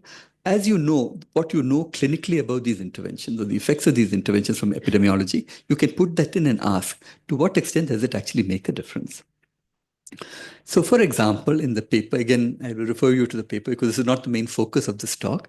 You can look at hybrid immunity if you have a prior infection and then that protects you to some extent against a second infection, what happened. You can look at different dates of putting a vaccination program of 10 days, start of the epidemic, 10 days into it, 150 days into it, etc., and look at the consequent effects on the second variant that actually comes in. So you can see that there's a fair amount of detail that you can put into this way of thinking about it. That's not possible in any other type of modeling approach. So this is the advantage with thinking about this. As I said, there are disadvantages. Nothing is free. It takes a lot of computation. It takes a lot of thought to set it up. It's a lot of work. But once it is, it gets a resource for anybody to use at any time that they want. And we can try out many scenarios that are relevant to policy. Okay, so now that's having given you that background, let me tell you about the problem that I'm interested in, which is the sort of One Health problem of my immediate interest. And that, you may have seen this newspaper item on Maharashtra, 3 tigers, 1 leopard died of H1N1 flu in Nagpur Zoo, leaving authorities alarmed. So here you could ask the question, given a history of initial cases in humans following an outbreak in birds, how fast can the disease spread in humans? How can you infer other properties of the disease, incubation period, serial interval, secondary attack rate, from the very, very limited data that you have right at the beginning of an outbreak? So this is really outbreak investigations aided by models. How do you combine this with other methods? For example, serology, if you want to detect find an undetected background of infection.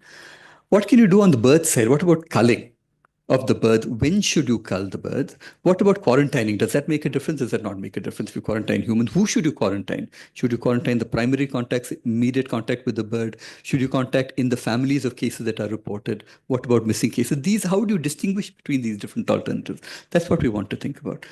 Also, as I pointed out, this is a counterfactual. This has not happened at all. But you can ask what would happen if it did. And that really is a question of how to prepare for the future in an appropriate manner. So here is the context. Imagine that you seed from within a farm. There are birds in that farm, and there are people in contact with those birds, which I will call primary contacts. These people come, work there, and then go back home. So what is at home is a secondary contact. And so the primary and secondary contacts reflect 2 different ways in which the infection can be passed. You can go from bird to human and then from human to human again. And the secondary contacts go to work in other places, interact with other people. So then that's how the pandemic can actually spread from that point on.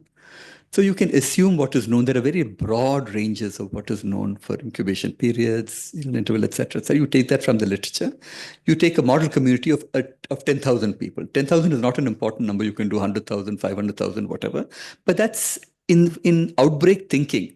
That's usually by the time you get to 30 to 40 to 50 cases, you should have a very good idea of how to proceed somehow. Because that's the point at which beyond that, it spreads into the community and becomes much more harder to actually address. So that's why for that 1,000 is enough. You look at network structures, you take what is known about the family sizes in India. India tends to have large multi-generational families. You have to put that information in, distribution of ages, etc. All of this is taken from our earlier very careful work on this subject. There are 2 important quantities, the rate at which a bird might infect a human and the rate at which humans infect other humans. So that's beta bird human. human, BH, and beta human, human. These are the only two quantities that we really vary, taking the other things from broadly known distributions. And birds are modeled via what's called an SIR model and a force of infection, and the humans use an SCIR model. So here's the picture. And for those who know epidemiological modeling or have seen these pictures before will recognize them for what they are. In birds, infections spread very fast, so there's no need to have an exposed compartment. They go from susceptible to infectious to recovered. Because infection spreads fast and is sort of ends after a while with the birds dying, you can think of this as creating what's called a force of infection for the human beings, which rises and comes down. The peak of the force of infection is when most birds are infected. It comes down on either end when very few are infected or when everyone has died, all the birds have died out. So there's a critical window there for the infection to be passed on to a human being, and that's called the force of infection. And the force of infection determines when, if at all, a human can get infected. If a human gets infected, they transfer between susceptible, exposed, infectious, and recovered. And there are distributions of times, log normal distributions, as they're technically called, that you can spend in each of these compartments. Nothing here is particularly unusual from the modeling point of view. This is standard. It's just that writing it in the form of an agent-based model is somewhat different and enables us to ask different sets of questions that are more appropriate to the beginning of a potential pandemic. Here's one, just a picture, a small chunk of the network where you have primary contacts, secondary contacts, household contacts, etc., etc. Because we have created this network, we know exactly who is where, who infected who. So the whole question of who acquired infection from whom, which is a very standard question in epidemiology, can be answered exactly because we know exactly the sequence of infection. And we can replay this on the computer many, many times to look at all possibilities of infection that we can actually see. And again, we have worked on this question of what are realistic models for the Indian population of contacts, looking at what are called contact matrices. This is work done with a group at AIMS, where we looked at their beloved cohort, which is a large cohort, so which gives us some idea of data that is not available from India so far, which is how do Indians contact each other in different age groups? Is it more likely for an 80-year-old to contact a 20-year-old than an 80-year-old to contact a 60-year-old? This is the information that goes into the model. Here is, had this thing worked, my computer worked, you would have seen a spread on that particular network. This is a PDF, unfortunately, so can't show you that. But you could have seen how on this initial network here, you could have seen a little bit of spread, someone getting infected, a secondary person getting infected within that household. And from this, you can back out information that you actually need. So here's one question that you can ask. What is the impact of culling? So as I said, you have a force of infection that goes up and comes down that reflects the amount of infection in birds. So that picture at the top reflects culling at an early date, but near the peak of that, before the peak, where you just cut it short. And the picture to the right is the distribution of primary cases. You have 0 cases, 1 cases, 2 cases, 3 cases in the primary set of contacts in closest contact with the birds. So you can see, this is for 3 values of the bird-human interaction. And you can see as you hike that up, the distribution shifts to having more and more infections among those primary contacts. You can ask how these are affected by the culling. If you cull on day 0, cull on day 10, cull on day 20, etc., you can ask how these distributions actually shift. And that's what's shown over here for these different values of. You can ask the standard questions that epidemiologists ask. What's the reproductive ratio? What is the household attack risk? And you can compute all of this. And you can see that for human transmission below a certain value, the reproductive ratio is less than 1. So if you're there, even if you are able to infect humans, that infection will not spread. It will not spread in pandemic manner. It's only if you increase beyond a certain threshold that you're likely to get into pandemic mode. And one way of assessing that is to ask about household attack risk. If you have a primary individual coming back to a home with 2, 3, 4, 5, 6 people, what is the fraction of people at that home who are actually infected as a consequence? That's called the household attack risk. The secondary cases belonging to a household. Once you know what that number is, you can then ask what's the reproductive ratio that corresponds to, and therefore assess the likelihood of this infection becoming a pandemic. So let me just summarize what we have. I just showed you a quick glimpse of the results that we've been working on. There are 2 bottlenecks. The first bottleneck is the bird-to-human bottleneck. It may be possible for the bird-to-human transmission never to happen, in which case we would be fine. The second bottleneck is the human-to-human transmission. Even if bird-human happens, human-to-human need not happen. What we can do is vary these things and ask where are we likely to be in the event of a potential pandemic. You can estimate the intensity of bird-human transmission by counting the number of primary infections. How many people are directly infected by the birds, and then ask that question. You can look at the household attack rate, number of people in a household where there's an infected person in direct contact with the bird. How can you, from that, you can ask what is the intensity of the human to human transmission. You can use culling to reduce the number of primary infections. You can look at multiple strategies for control. But it's important in this case to actually know the networks. We said here is a hypothetical network as close as we can make it to Indian networks, but that may not be the actual network prevalent in the farm, in the village where these cases actually happen. So it would be good, and that's the role of shoe-leather epidemiology. Who is contacting who? Where are the families? How many people are there in the families? And this is often done in the context of an initial outbreak. And that's the information that could feed into these models.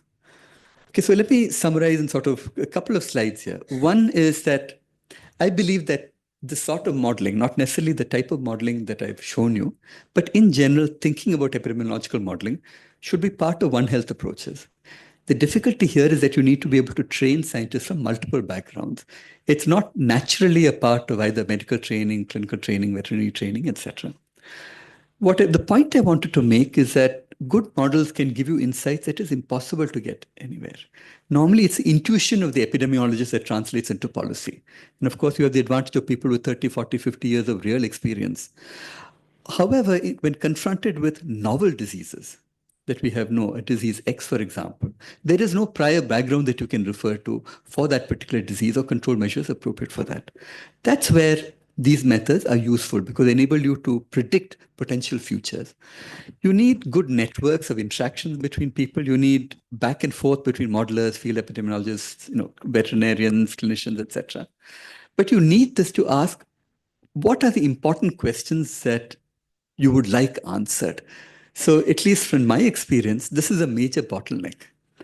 And you would think it's a ridiculous bottleneck, but it's actually true. What a modeler trained in modeling might think is easy to calculate, looks nice on a paper, etc., is not the relevant question that a veterinarian confronted with an outbreak or someone thinking about these questions might naturally ask. So I think a large part of the discussion should be focused on figuring out what is the right question that you can together collaborate on. Data availability, we've heard about that. I'll tell you a little bit more. But again, formats of data. For example, it's pretty much useless if you put up data in the form of a PDF file. This is unfortunately what ICMR and a host of other places actually do, and the ridiculousness of this cannot be overstated. It's trivial to put it up as an Excel file where you can extract those numbers, but otherwise you have to do complicated downloading, character extraction, etc. This is one absolutely trivial thing that can be done that will vastly improve the nature of data availability. But apart from that, we should also talk about the philosophy of data availability, and we've discussed that very briefly here. I tend to be sort of very strongly on one side in this matter. I think all data collected with public money should be publicly available. That, in a sense, is my true philosophy of this. And we can discuss this further because I know there are many alternative approaches to this and say that, look, you tend to have an ownership of your data. You don't want anyone misusing it. But I think that has to change because data that is concealed, available only to a private set of people, is not made available to the expertise that is in the broader community. And that's an expertise that is important in the future. And for example, here's the CDC data, and CDC monitoring influenza data among people to understand the current H5N1 avian thing. So you're actually looking in the background to say, are there unusual signals in human influenza that might relate to the H5N1? And of course, here's where politics also enters. If you look at the little band right at the top, it's a CDC's website is being modified to comply with President Trump's executive orders. And so those of you who've read the news over the last few days will know where that particular statement comes from. So politics to some extent is unavoidable. But as scientists interested in a sense, furthering the cause of Indian health, we should be aware of where it is that we could potentially draw the line, where the advantages lie of data sharing, or where the advantages lie in having many people look at data. So the actual work was done, of course, by this gentleman shown there, who's my student, Philip Cherian. And there's a bunch of funding from Bharatam Development, Emphasis, et cetera, and the National Disease Modeling Consortium, which I must thank. And I will go back to my previous slide if I can. We can just sort of stop there. And thank you very much. Thank you very much. Precisely being on time. We can, it's open for discussion. Thank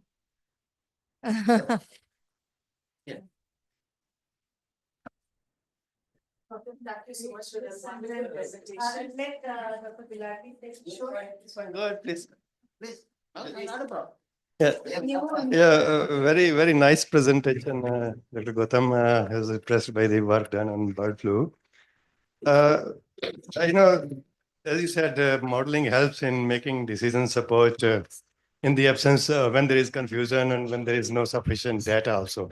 In that scenario, also modeling is helping. But sometimes we get the decisions through modeling with the kind of inputs we have. How much that we can be considered when we look at, you said bird culling we are doing regularly. Whenever there is bird flu, start bird culling. So how much, as you said, force of infection might be very, very low of transmission from bird to human and very negligible from human to human.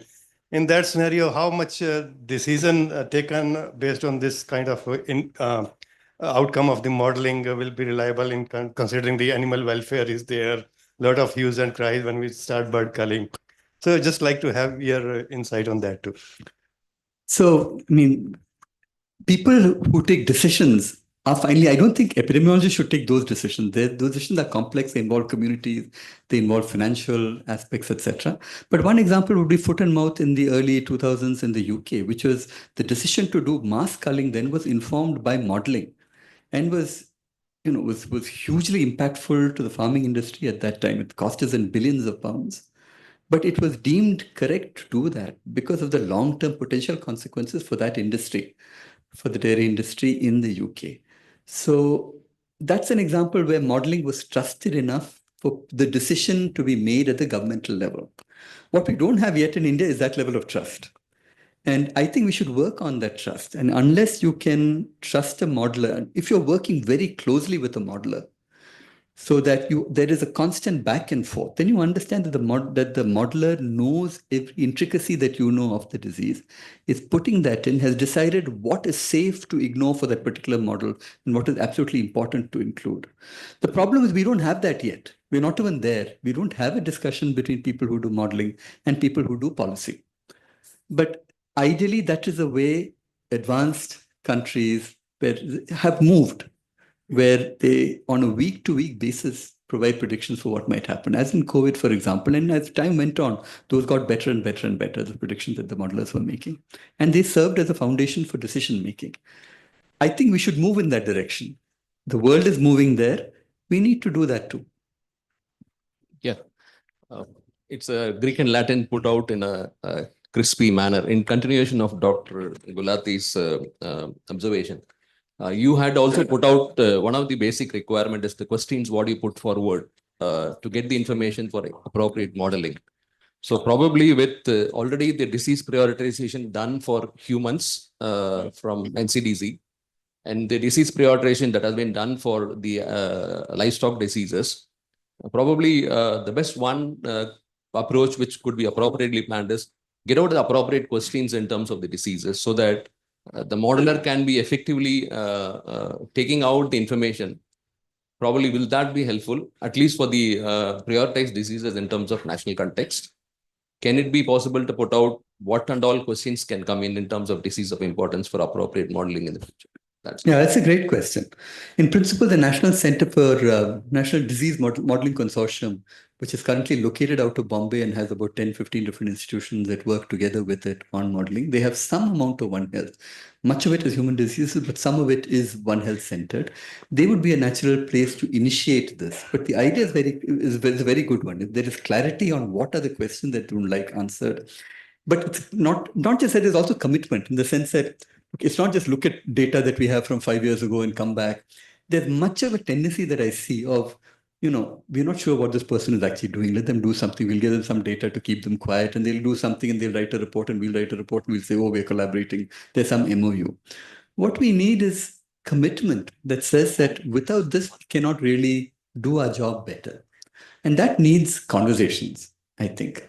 So how to start these conversations off is something that as all of you will have thought about. I hope Absolutely. you will think about, and I think that's important. This is again related to bird flu. Incubation periods could vary with bird handlers and cullers. So when you model, like, when they are culling, you would actually, take their blood samples or based on clinical presentation, you would make a judgment. But that incubation period can vary. So do you factor for that in your modeling? So we have a broad distribution of incubation periods because it's a log normal. It's not a precise number. There's a distribution for both from short times and long times. We scoured the literature and found that these are actually very broad. Yes. So we made specific choices to do in order to do the calculation. We could do it with other choices as well as these numbers become known. But that's of course the problem with any new outbreak. But we do have those distributions. There's both. You can have a short incubation period as well as long incubation periods. Thank you. So this is again going back to the animal culling part of the thing. You may correct me if I'm wrong, but the example that you spoke about the foot and mouth actually makes a point which I wanted to say. There are reasons for culling there which are not completely related to animal to human transmission. It is really preventing massive spread amongst animals. Yes. I think that is true for flu as well. And in the case of foot and mouth, it was also because of EU regulations that prevented import of beef and meat from the UK into the thing. So there are very financial reasons. It's not very clear to me that culling is important. Animal culling is important for preventing spread into humans. No, that's absolutely right. I'm sorry. That's a completely correct statement. I'm sorry if I implied that was the argument that I wanted to make was what modeling provided you then was what is the range of an infected farm that you should cull within. I think that was 60 kilometers, and also it depended a little bit on the connectivity of the farms. And that could only come from a model. I mean, you could cull every beast in the UK, but that wasn't what was recommended. So what was recommended on the basis of model was a certain amount that turned out to be a large amount in absolute terms, but it was not every animal.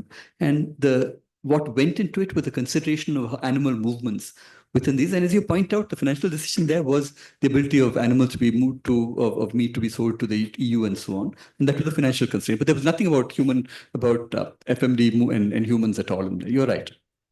I didn't want to convey that much. So Gautam, you did some validation for your Bharat Sim with the data that you had from outside Delhi.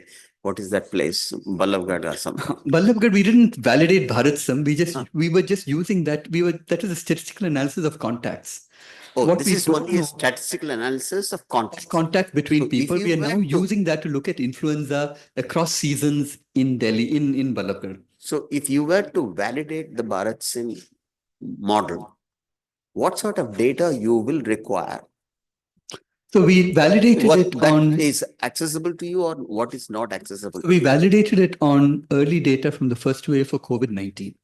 No. I'm talking about the bird flu itself. Data for bird flu spread is available. Is that available for you directly to validate the model at the moment? That's a good question. The data that we took for spread came from America, not from Indian data. And of course, we don't have any numbers for human because that hasn't happened as far as we know. No, at least bird to human. In bird to human, we have very, very limited data because the number of cases are not that large for us to be able to have an accurate fix on that. And also the nature of contacts is often not clear. There was one child in Los Angeles about a few months ago who came down with bird flu, and it wasn't clear how that child contacted the infection. Because the model has multiple assumptions, yes. And the assumptions, obviously, many of them are never right. Fair enough. But to correct them, you require some data, good, bad, ugly, some data for you to remodel it. So what we're suggesting is that for the important question that you might want to ask is what is the reproductive ratio and the level of potential of spread? Limited data at the source of the outbreak is sufficient. How many people are contacted within the first wave, the primary cases? Correct. What fraction of the total number of people who could have been infected is actually infected? And what is the household attack rate? The first set of cases in households coming from a primary contact will enable you to fix these numbers and the potential for spread to some extent. Is that data possible to get? Yes. That data, even in India, I mean, we have outstanding epidemiologists who could do that. Correct. Especially so, the moment there is an outbreak, find out this is standard epidemiological procedures in field epidemiology. So we could get that. What we need is a pipeline from there onto the modeler who's looking at the data. No, I understand. So basically, a modeler needs to be consulted before you start a consortium. Is that a right way of saying it, or? Ideally, the modeler should also be part of the consortium. I mean, every successful consortium that I've seen on this, there is modeling presence. So a question to Priya. How many modelers are currently involved in the One Health consortium? The One Health, no? So that's one takeaway before we break for tea. Yeah. No, I understand. Yeah. It's likely no one has an idea. Yeah, actually, we can break for tea, so please interact during tea. And Professor Ravi has agreed to have the talk after that. And we'll have you and Professor Javed both. So maybe we can assemble back by 12 noon. Is that good? Professor Kumnan, we can just, thank you. Thank you very much. Thank you, Professor Gautam. Thank you for a nice talk.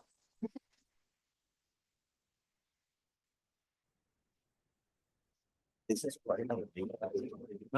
It's quite a wonderful. Actually, I have not.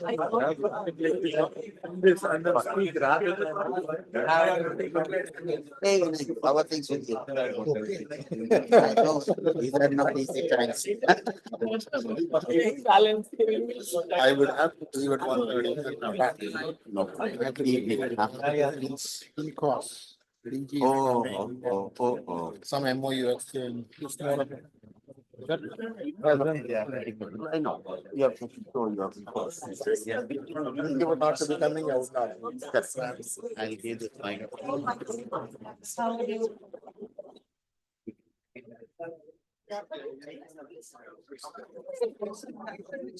आप लोग यहाँ खड़े होकर बात कैसे कर रहे हो?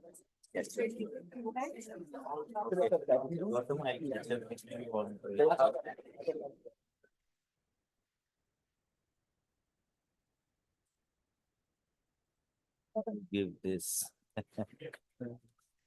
This following. I'll just.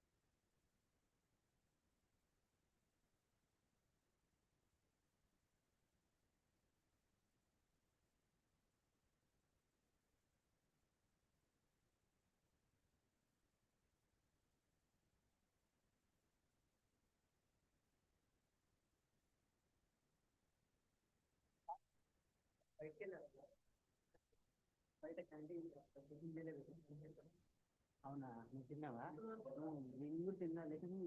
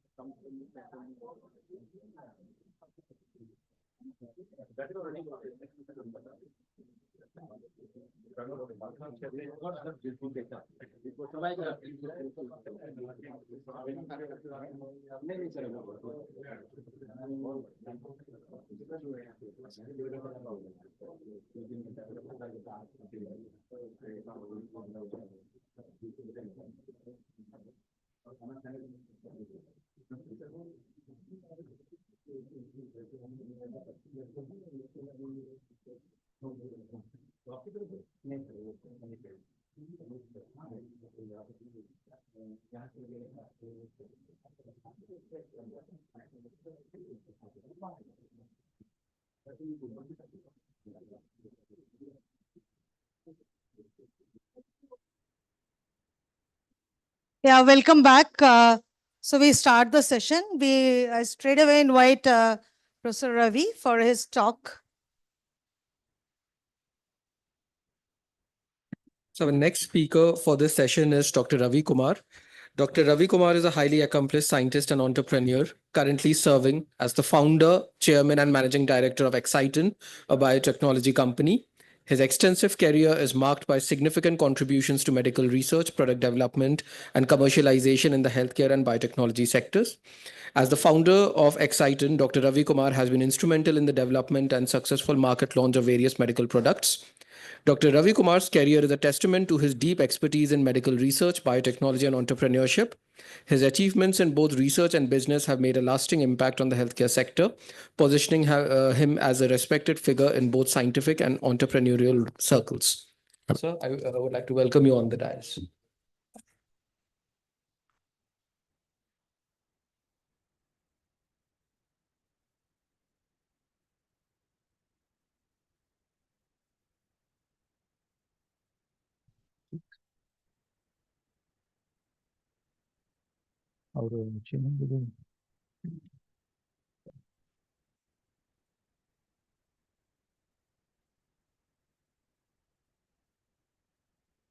Good afternoon. In fact, I'm very glad that I wasn't speaking when you were all suffering from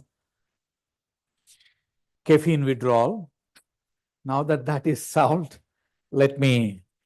I thank at the very outset all the organizers, especially Sun Pharma Foundation, NIAB, and above all, I think Dr. Ravindran, who induced me to come here. 3 months ago, when he told me, I said, I have nothing to do with One Health. I'm a pure diagnostic guy in the human space. He said, if you have common sense, you will be a part of NIAB. I mean, in that meeting, that's all that is required for you to understand One Health. Then, of course, I thought through that. I think my only connection with this starts, the very first diagnostic test that I developed soon after my PhD was for neurocysticercosis. It's based on CSF diagnosis in ELISA. It was transferred to Genzyme Corporation at that time in Boston. They later on went and marketed it in the whole of South America. When in 2003, when Genzyme Corporation changed hands, they shelved their diagnostic division. I don't know with whom it is, but then patent rights came back to me, and I also do that. So that's my first brush with zoonotic diseases and how environmental interactions cause the diseases. But what I currently do is what Ravindran said, I need to speak to you all, thinking that something will emerge out of a discussion of that. What we currently do is diagnosis of critical infections. What do I mean by critical infections? Infections which kill very fast, or people who survive those infections suffer from permanent damage to the body. Examples are meningitis, sepsis, encephalitis, febrile neutropenia. That means the infections of the people who are treated for cancer with cancer chemotherapy, especially leukemics, or people who had transplants, renal, liver, heart, lung, all these transplants, because they are all immunosuppressed, they go through a lot of diseases. And similarly, a whole lot of other immunosuppressions, including chronic asthma, which is treated with steroids for long periods of time in this country. So for all of them, we thought we will make, and it's critical, make the whole story short, it's critical. And there is most of them come to the hospital and it becomes a medical emergency after they just get admission into the hospital. And so you require a very quick diagnosis. There is no time for sequentially looking for pathogen after pathogen. You better look for whatever is possible in one shot so that you can make a difference to mortality and actual morbidity. Is this? Oh, sorry. So I just will take you where to give you the context. All of us get infections. All of us get, let's say we get a respiratory infection or a urinary tract infection. We go to the doctor, we go to the nearest doctor. He doesn't investigate generally the pathogen. If it is especially respiration, if he is reasonably convinced that you have a bacterial infection, he'll give you an antibiotic. Luckily, 90% of us get cured, 10% of us don't. And that's where the problem starts. They go to the hospital again for either it is worsening or actually it precipitated a crisis. If it is a crisis, then you go into ICU. At ICU, as soon as you join, you are admitted. First thing is they will take whatever is possible body fluid that is there, they will take it for culture, like bronchoalveolar lavage, if there is a pulmonologist available and they have a respiratory infection, blood, sputum, urine, whole lot of cultures are sent immediately, and they start an empirical antibiotic based on their experience. And this empirical antibiotic is just different from what he received in the OPD level. Now, the problem here is because of previous antibiotic, quite often we don't get cultures positive. About 15%, I'm being very generous, and the 15% of them come positive, 85% remain negative. Now, this 15%, people don't rely on it. Why? Because the commensals from the skin come up, and hospital-acquired infections are detected, but not community-acquired. For the first thing, community-acquired infection that brought him to the hospital, we will never know that quite often. And unless there is a high bacterial load, it is not coming up, and definitely not polymicrobial. If somebody is infected with 2 bugs, definitely not being diagnosed by culture. Now, even because of these reasons, even these people don't get a targeted therapy. They still get empirical therapy. and they continue with empirical therapy. Only clinically decisions are taken. In fact, a negative culture means nothing. Everybody is continuing antibiotics. And quite often, what is missed is fungal infections, which are fastidious. And what we believe is you are choosing antibiotics without knowing the bugs and their resistance pattern is like tossing a coin. Why is this example being given? Because the deaths in ICUs in India is 50%, nearly 50%. 48 point some percentage of the deaths occur in sepsis, which means nearly you're tossing a coin.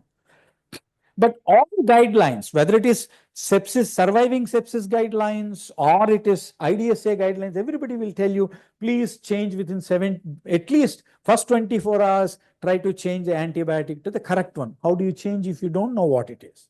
That is the question. Some of them say, resort to molecular diagnostics without culturing. And that's, of course, is what is done. But what happens during this empirical therapy is each one will have a protocol. Somebody starts peptaz amikacin, there's piperacillin, tazobactam amikacin, or ceftriaxone amikacin, according to the hospital protocol. Next day, he's still not improving. They will put vancomycin, thinking they are missing some gram positive. Then next day, it is escalated to meropenem. Some of the hospitals start with this. That's also there. And if that is not working, then colistin, tigecycline, anyway, by fourth day, antifungals are started. And then beyond that, if the patient is not responding, we resort to two things. We call it refractory. We don't know what it is and must be a very resistant bug. And second thing that we resort to is prayer. What is required here is a lot of people come up with antibiotic stewardship.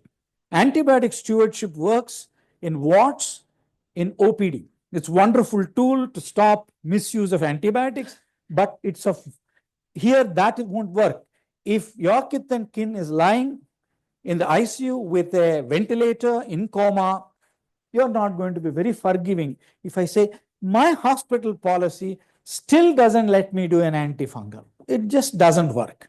There will be too many disputes, and disputes have come up where people have strictly enforced. And what we require is diagnostic stewardship to prevent misuse of antibiotics. This is what we thought. Sorry.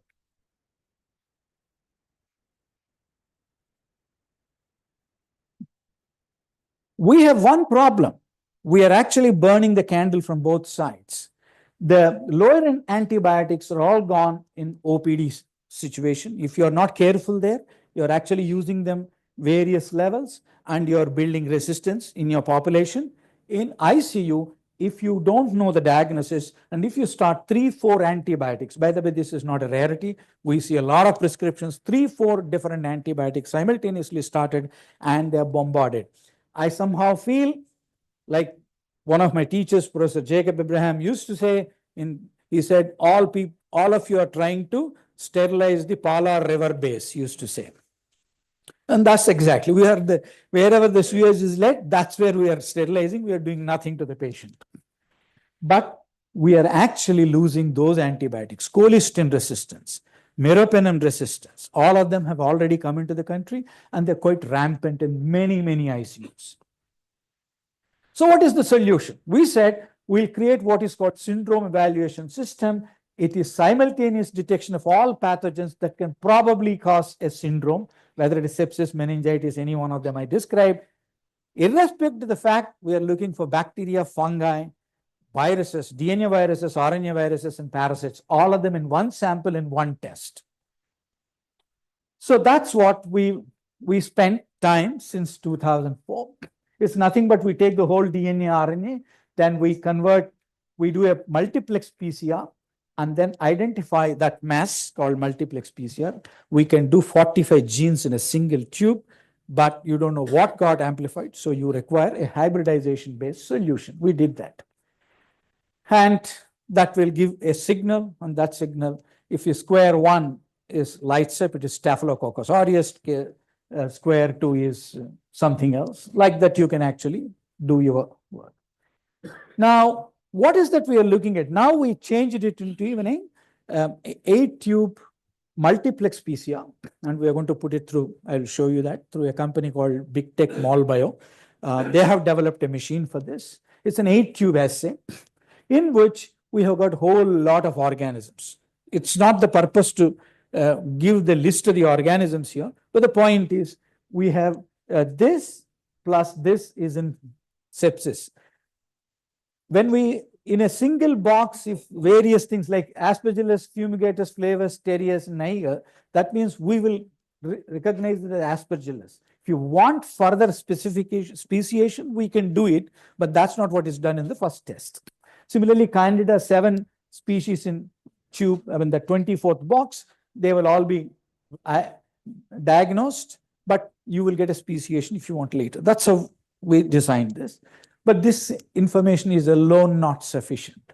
We require a whole lot of antibiotic resistance markers, which are again genetic markers. These are not phenotypic tests. So we are inferring if this resistance marker is present, that antibiotic is not going to work. That's how we are going to conclude.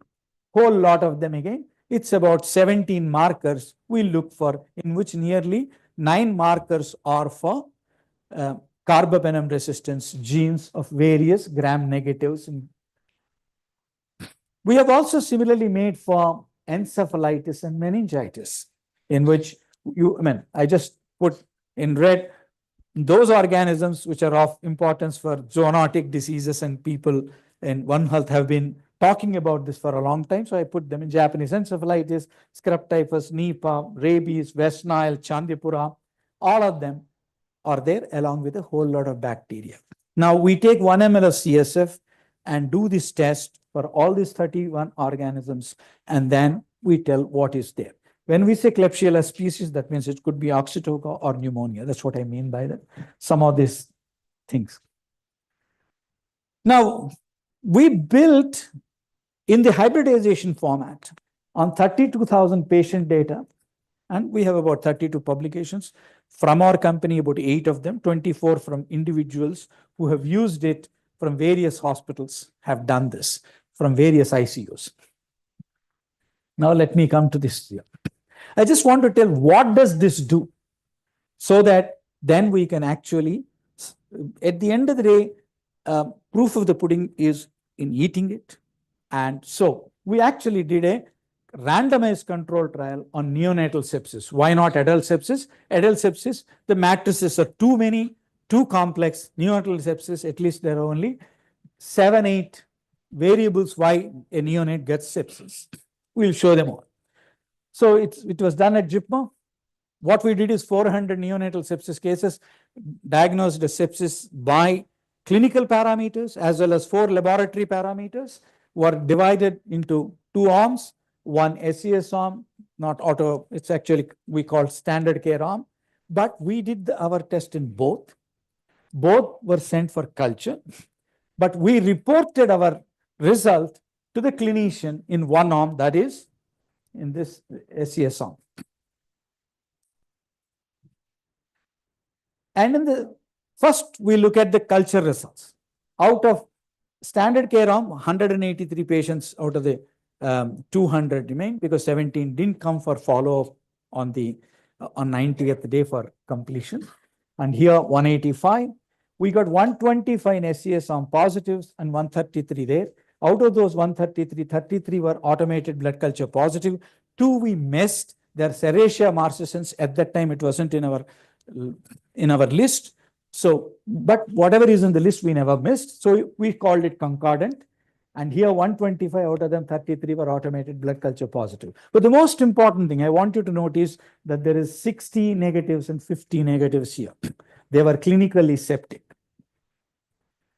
Now, concordance in 100%. Most important thing is we got fungus detection by SES was phenomenal, 48 cases, while only 5 cases were detected out of that by culture.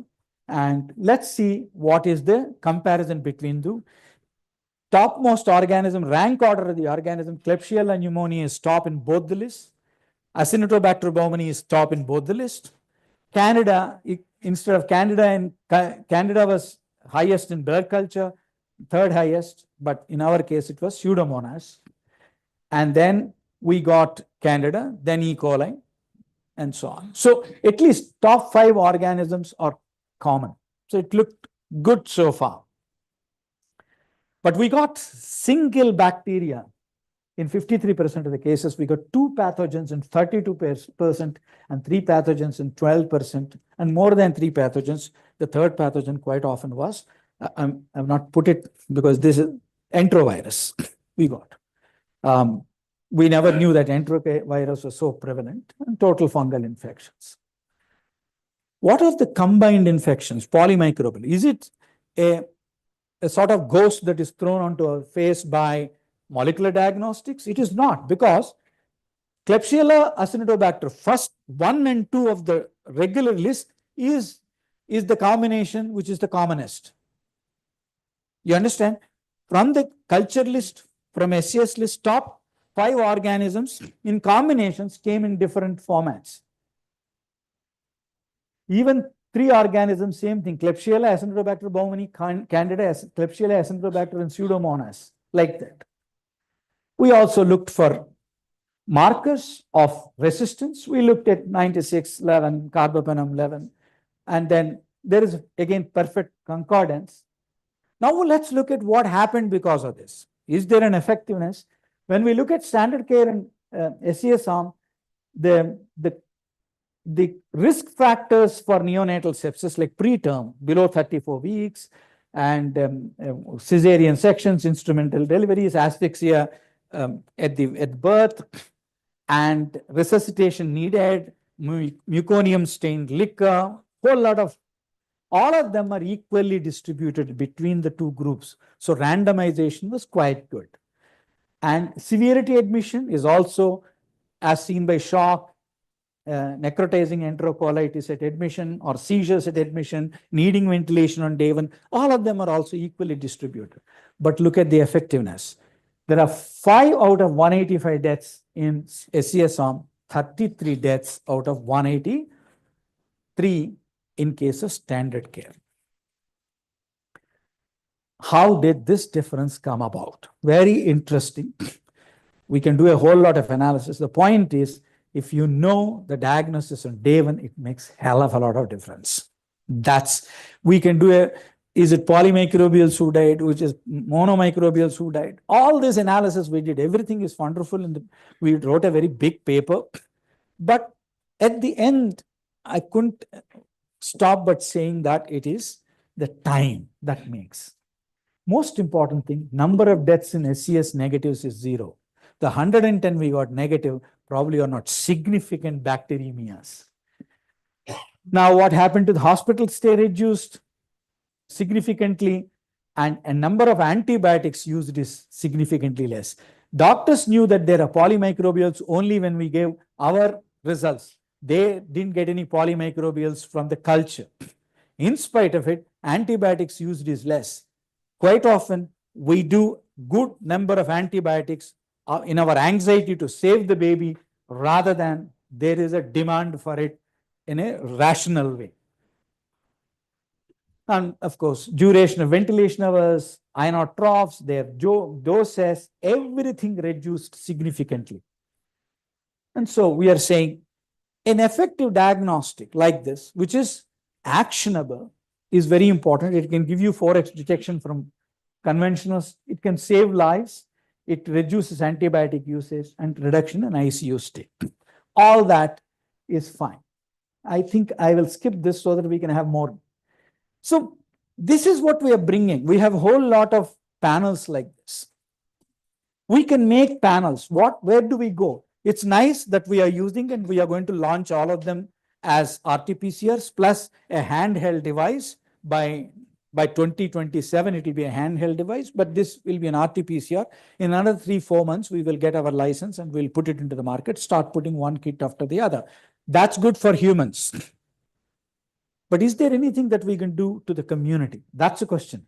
Is the diagnostics for human use, molecular diagnostics in multiplexes, reagents are stable for 4 4 degrees for 2 years. And DNA RNA preparation is automated. Pipetting tool to place DNA RNA into number of tubes. Devices can work on battery. Currently meant for ICU, not central lab. Why not we make it more peripheral?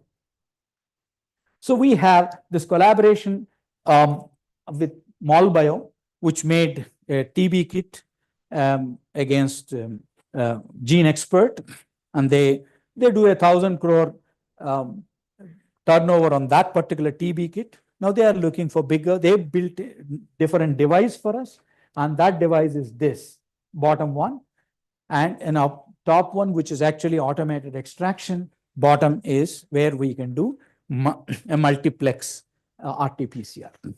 In 60 minutes, we are able to do. Earlier, we were taking 5 hours. Now it is 60 minutes to 70 minutes maximum. Now, question that I wanted to leave everybody with, are these tools useful to monitor pathogens in animals? I don't think they are. You need to modify them. You need to tune them. Useful for monitoring vectors? I don't know. To predict epidemics and initiate vector control mechanisms, to monitor environment, Professor Priya has told us about monitoring. COVID was successful. They could even predict waves, right? I mean, that I don't think that perfect will occur in every disease. But what are those diseases? We don't even know what diseases can we do this kind of surveillance and take it forward. That's what I am saying. Can we do that? Now, it's not easy because it has to be adopted. Our actual target product profiles will change. I'll just give you an example. We're looking at brucellosis detection kit in human to detect brucellosis in humans, to detect brucellosis in cattle, sheep, and goats. Target users are healthcare professionals, here veterinarians, farmers, and everything. But the most important thing, specimen tested is entirely different here.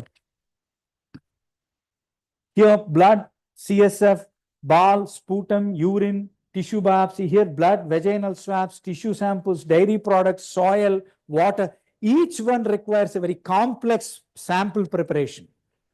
We are prepared to do the journey. I'm quite excited if we can do that impact on the society and make ICUs less profitable. I am for it.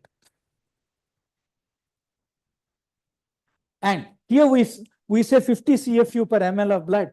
What is required for One Health? I don't know. Sensitivity, what is required? Specificity, it should be not clinically relevant pathogens. It should be specific against environmentally available soil bacteria. So it's a very different way of testing. It's a different level of validation. It's a skill. We can have a skilled technician in the ICU, but you cannot have here. And of course, automation not necessary there. It is necessary here. And probably we need 2 years at greater than 10 degrees. That's when it will work. So this is what I'm saying. My call is One Health, one team, one goal. People talked about some time back. Sorry, I'm taking an extra minute. People are collecting data. They're putting together, but they're not talking to each other because they're groups. They're not teams. Can we stop forming groups, expert groups coming together and form a single team which has only one goal, that somehow protect ourselves and our country and our people from a whole lot of epidemics? So that means medical, veterinary, environmental ecologists, mathematical biologists. We are looking at a whole lot of them to come together and make this football team. Thank you. Thank you so much for this important talk. And it leaves. Yes. Yes. Yeah. I was very curious when you made a comparative table. Can we take it ahead for the veterinary samples? So I think that question has to be opened up, and that we have to. So Ravi, it's quite enlightening and very informative, which you have put in here. Let me talk the human factor first, then I will come on to the animal, which is a dotted line as on date on your part. So for the human, whatever you have the company that is Molbio. Okay, so these peptides of maybe 20, 30, 40. What is your standardizing procedure, whether you have validated, and what is the precision level of accuracy of the data? Let me put it this way. They're all characterized by LOD. Then we know precision. That means in different technicians' hands, different machines, how many for 10 days continuously, somebody does he get the same result on the same sample? That kind of thing. Right now, we generated a 33,000 tube RT-PCR data. That is 33,000 gaps. We went to MDSAP, that is an agency which gives single window clearance for US, Canada, Japan, Australia, and Brazil. They suddenly multiplied it by 8. So now we have to complete 2 lakh, another 10,000 assays, which we will do in next 3-4 months. We're putting that. I hope all of you understand. People think diagnostics is a very easy business because money required is not too much. Today, that costs us about 3 crores on reagents. By the way, that whole thing is costing us 3 crores on reagents. So, we're doing that. So that is the level of what we are looking for is MDSAP and CE-IVDR clearance for this. So it is yet to be taken an approval from the regulatory. By November, we'll have both the approvals in our hands. Okay. So, and next one is very interesting. Sorry, I am taking another question. Like when you have given that sequential, this ICUs. I think that is typically what you have told. Come what may, I will purposefully defeat the ICU where all the companies, they have a maximum profit with a maximum mortality rate from that ICU. It is not a cure, it's a killing device or a chamber where people get the infections more and more. So the entire medical fraternity, are you in jail with those people where it should start immediate? I think whatever we are losing our life in the ICU. So this is something absolutely beneficial for the human race. And coming on to the animal one, it is a different environment where you have to pick the samples. Exactly. That is the point where I think it needs a procedure to be standardized, and the doyens are all here. They can also help you. Sample preparation itself. Plus, probably we might have to resort to other genes, other reagents. We might have to tone down sensitivity or increase sensitivity, whatever is required in that situation. I don't think if we are testing milk, it is not as simple as blood. It's huge. A liter of milk to be tested for Brucella is not a joke. So absolutely, it's fantastic. The only thing is the silos to be broken to become a team rather than individual groups. Exactly. Thank you so much. So Ravi, one comment and one question. I'll reserve the question later.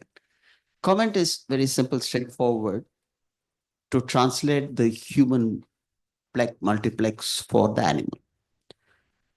The other thing easily doable is syndrome-based analysis was done for human diseases as a part of this program.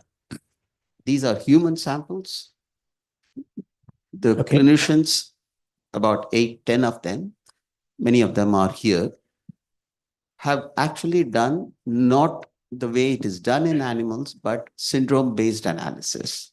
So there are 4 broad syndromes were taken, and these 4 broad syndromes, the analysis was done, diagnosis was done, laboratory diagnosis was done using the old-fashioned individual assays. So you do have a challenge to develop or to modify the multiplex that you currently have for validating the samples that are already available. I'm talking about only human. Obviously, there are no CSF, but the other samples. Sure. The question I'm asking is the 183 culture positive cases that you have neonatal sepsis. 33 in each. 33 in each. So the total is 183. Total is 400. It will come It to had two groups. 368. Right. So it doesn't factor in the culture negative cases of neonatal sepsis. That's what we see. No, how many of, maybe I missed. Yeah, okay. How Yeah. many of the culture negative ones were picked up by your multiplex? That is, I didn't stress on it. How do you go back? This is going back. Yeah. Because about 30 to 40% of the neonatal sepsis are nothing but culture negative. You have 33 which are concordant. So another 100 are picked up here. Here, another 92 are picked up here. No, I'm looking for differences where culture negative, but your SES positive. Here 92, here 100. You can, the differential between the two. So you're not really picking a much large number of culture negative. You're picking some. Yeah, we are picking up 4 times. We leveled off at 72% in this, roughly. Fine. But so, one thing, these are one of the reasons of getting you for this program. That's been picked up. Sorry? Yeah, it's a very large. Very large. See, it's only less than 20% are being picked up by blood culture. 70% are being picked up by the. Okay. That's actually a very large one, Shankar. Thanks. Yeah. So you have actually picked up 50% of culture negative ones. And there is no way you can validate other than the assay per cell. Interesting. We had a long struggle way back when we were doing this study because we tried NGS, but NGS is much less sensitive. You require a lot more DNA and a lot more. Right, with a neonatal sample, 150 microliters, we did this, and another 50 microliters left. It was not useful for NGS. Where we tried, 16S amplification and tried to put it. All circus led to a lot of contaminants, but not any true picture. So we couldn't do that. But we did that in a study in NIMHANS, where we have looked at CSF samples which are negative by conventional tests. 41 tests were done, and positive by us. We took it to what we did is we actually cloned the PCR product from the remaining CSF and completely sequenced that to find that where we got, in fact, we started with polymicrobials, where we got strep pneumonia plus HSV in 4 cases. The doctor suspected it, Dr. Satish Chandra, but when we got that, it was quite good. And then we did another 17 samples, and then we said, we stop at this because that is proof enough that 83 which we picked up as non-conventional conventional test negatives which we picked up, we said we can extrapolate it. This 17 will be extrapolated to the 83 because we also didn't have enough CSF. But that study, we collected 8 ml of CSF. If somebody could not collect 8 ml of CSF, that was removed from the study. It was really cruel study. But sometimes I feel we really did a cruel thing. But that was required for validation. I'm just curious from your results. Based on the direction of the pathogen by the genome, and then trying to look at the resistance markers. So what is your take home in terms of correlation to the phenotypic features in terms of the resistance? See, if you really see, among the culture positives, let's forget about identification of the bug alone. That's one perfect coordination.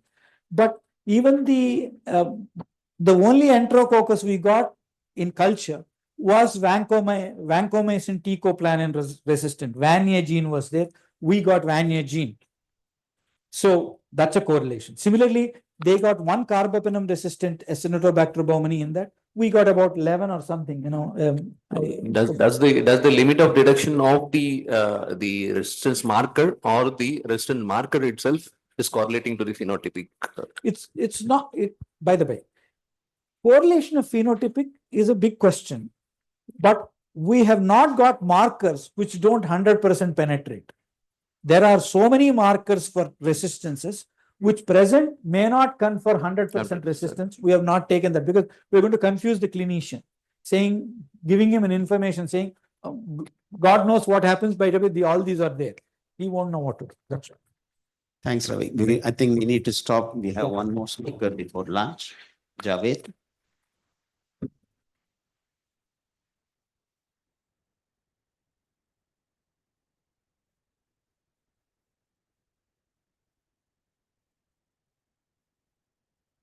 The next speaker for this session is Dr. Javed Akrewala. Dr. Akrewala is a distinguished immunologist and a pioneering researcher whose work has significantly advanced our understanding of the immune system regulation and therapeutic interventions. His group has made groundbreaking discoveries in the field of co-stimulatory molecules and pathogen-regulated receptors. And Dr. Akrewala has also explored the potential of environmental and gut microbes for human welfare. Dr. Akrewala's extensive contributions include numerous research grants, patents, and impactful publications. He is the recipient of prestigious awards such as the Shanti Swarup Bhatnagar Award, J.C. Bose Fellowship, and others. And he's a fellow of all three major Indian science academies, and he has also been recognized internationally for his transformative research in immunology, vaccines, and microbiome science. Sir, I welcome you on the dais.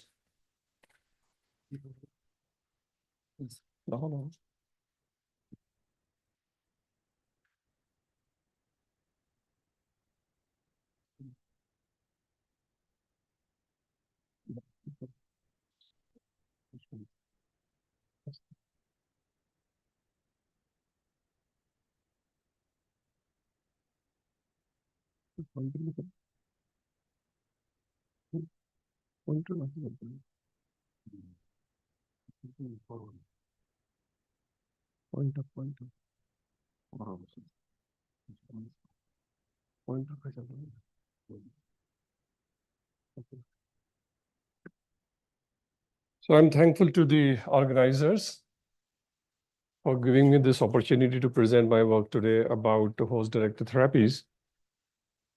And this is something unique, therapies which are currently gain a lot of impetus, following the observation that if you modulate host immunosuppressive molecules like PD-1, CTLA-4, it gives a significant solution for treating cancer patients. And it can cure cancer patients. And even, two people got Nobel Prize on this as well, Jim Allison and Honjo. So we've been working on these aspects to see that how host-directed therapies, they can be a solution for global health challenges, especially for One Health as well. So in this case, instead of targeting the pathogens, we target the immune system of the host molecules. And the advantage over here is, if you look into the natural scenario, that we regularly breathe many pathogens. And we are immune to it. We are protected to it. Even in case of pandemics or epidemics, majority of the population, they come in contact with these pathogens, they are protected. Only a very teeny tiny percent populations, they are infected. And out of these people who are infected, some are only few of them, they develop chronic disease or they die. But majority of the population, significantly high level of population, it gets protected after exposure to any type of pathogens, indicating that our immune system is good enough to take care of many pathogens. So taking to this concern, first of all, I would like to thank my team whose work I'm going to present today, and also funding from CSIR, DBT, and ICMR. So this study, as I told you, it focuses to deliver signal through molecules which are upregulated in diseases. So whether it's a cancer or in case when any cells get infected, what we observed that many molecules, they get upregulated. So since these molecules, they get upregulated, so this is easy to target those infected cells. So it's like a host-directed therapy. And in this case, we spare normal or the cells which are uninfected. So normal cells, they are not affected, and there is no immunosuppression through this therapy. Another important thing is that such therapy can take care of multiple infections, including it can take care of drug resistance bacteria. Plus, since we are using we are targeting host immune system, modulating host immune system, so there are very rare chances of developing drug resistant strains of the pathogens. So this was the first thing what we observed, that while we were working on, we were working on B cells, and what we observed that when we take a B cell lymphoma, we observed that particularly there were two molecules, which is CD80, 86, they were highly upregulated on the surface of lymphoma. And this lymphoma, if you deliver these signaling, they underwent death or they underwent apoptosis.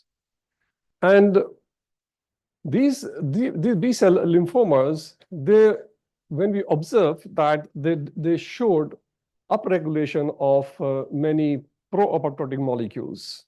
For example, we observed that if there's a high upregulation of BAX, FAS ligand, and majority of these pro-apoptotic molecules, they were highly upregulated.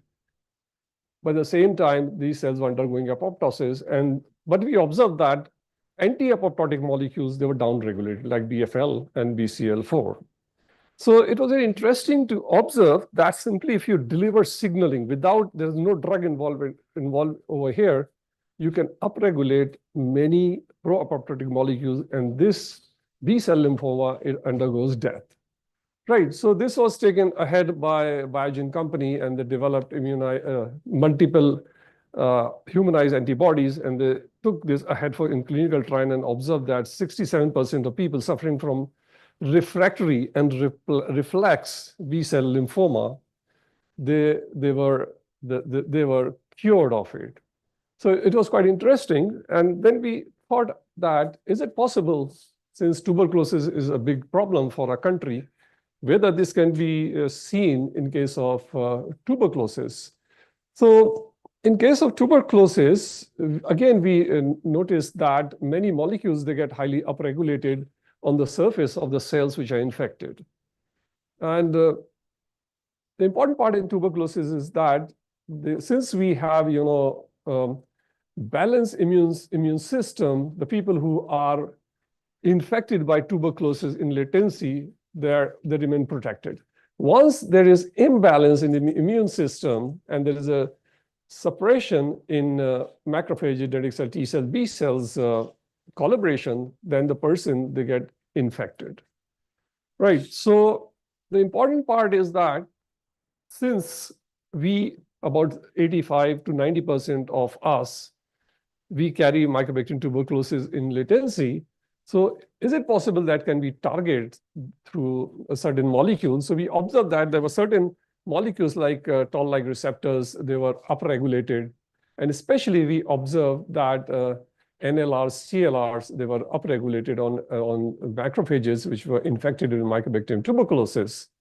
And we thought, is it possible that we can target these molecules and see what is the impact on the Mycobacterium tuberculosis? And interesting part is these are molecules of innate immunity, so you don't have to you don't have to disturb the cells of the adaptive immunity. And usually if you target T cells or B cells, there's a general suppression of immunity. But if you target macrophages or dendritic cells, it does not induce general suppression of immunity.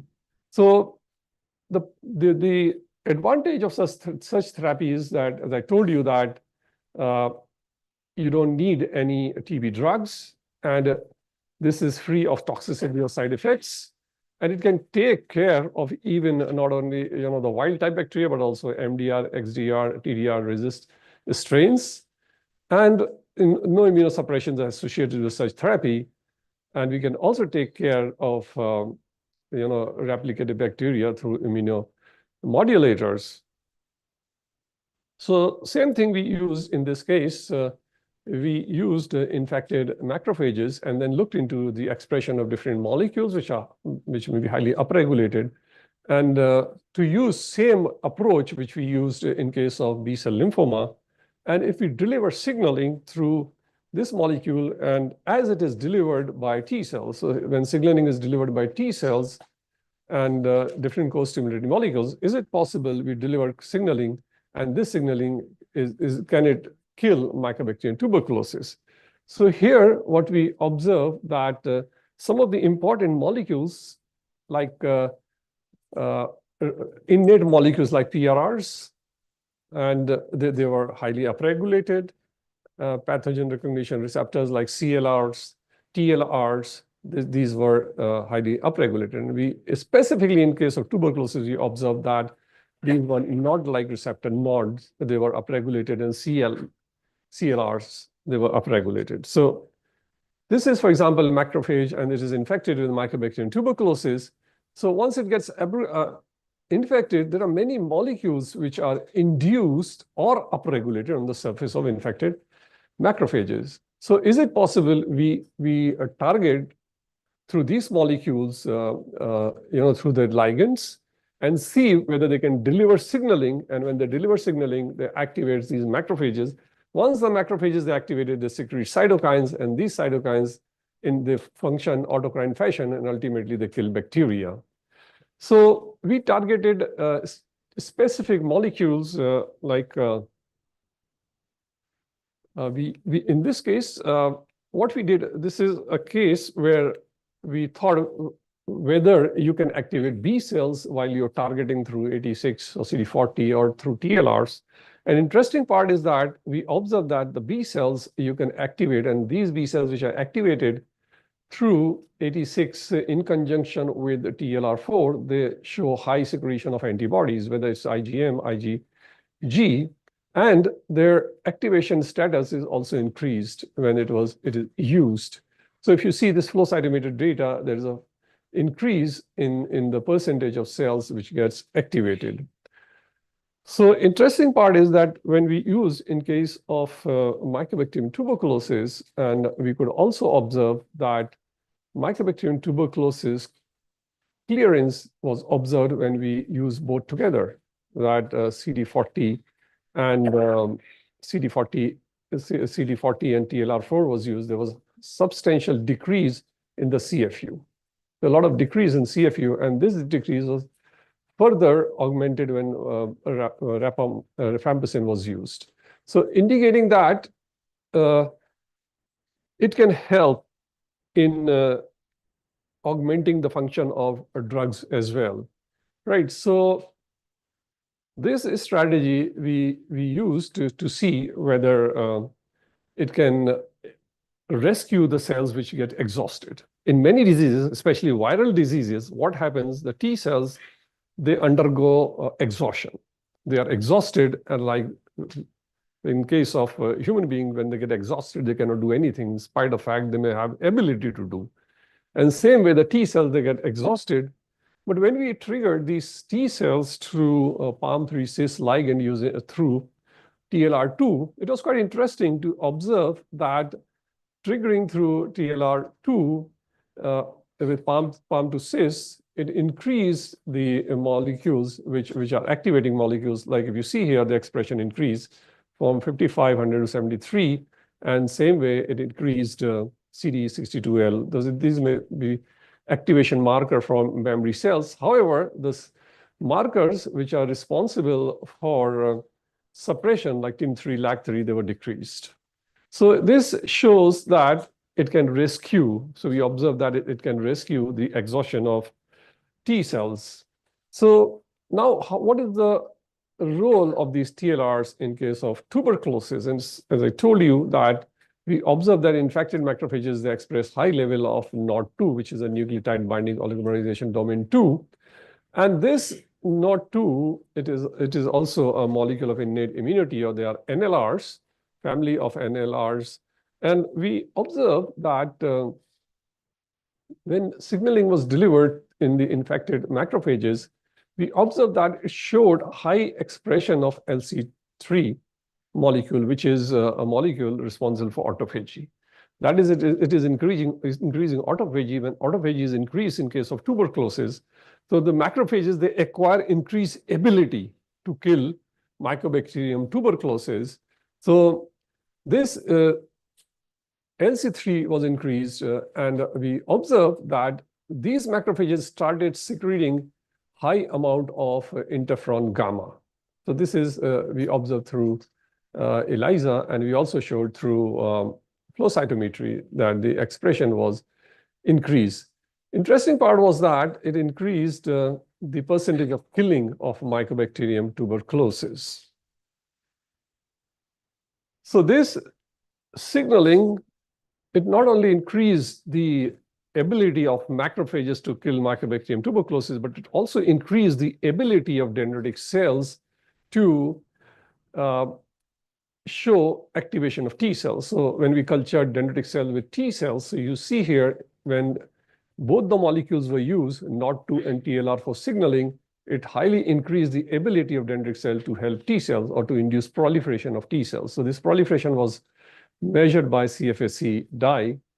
So more the uptake proliferation and more is the reduction in the dye expression. So, and these T cells, they also express high levels of interferon gamma, so indicating that this signaling, it increases the function of dendritic cells as well.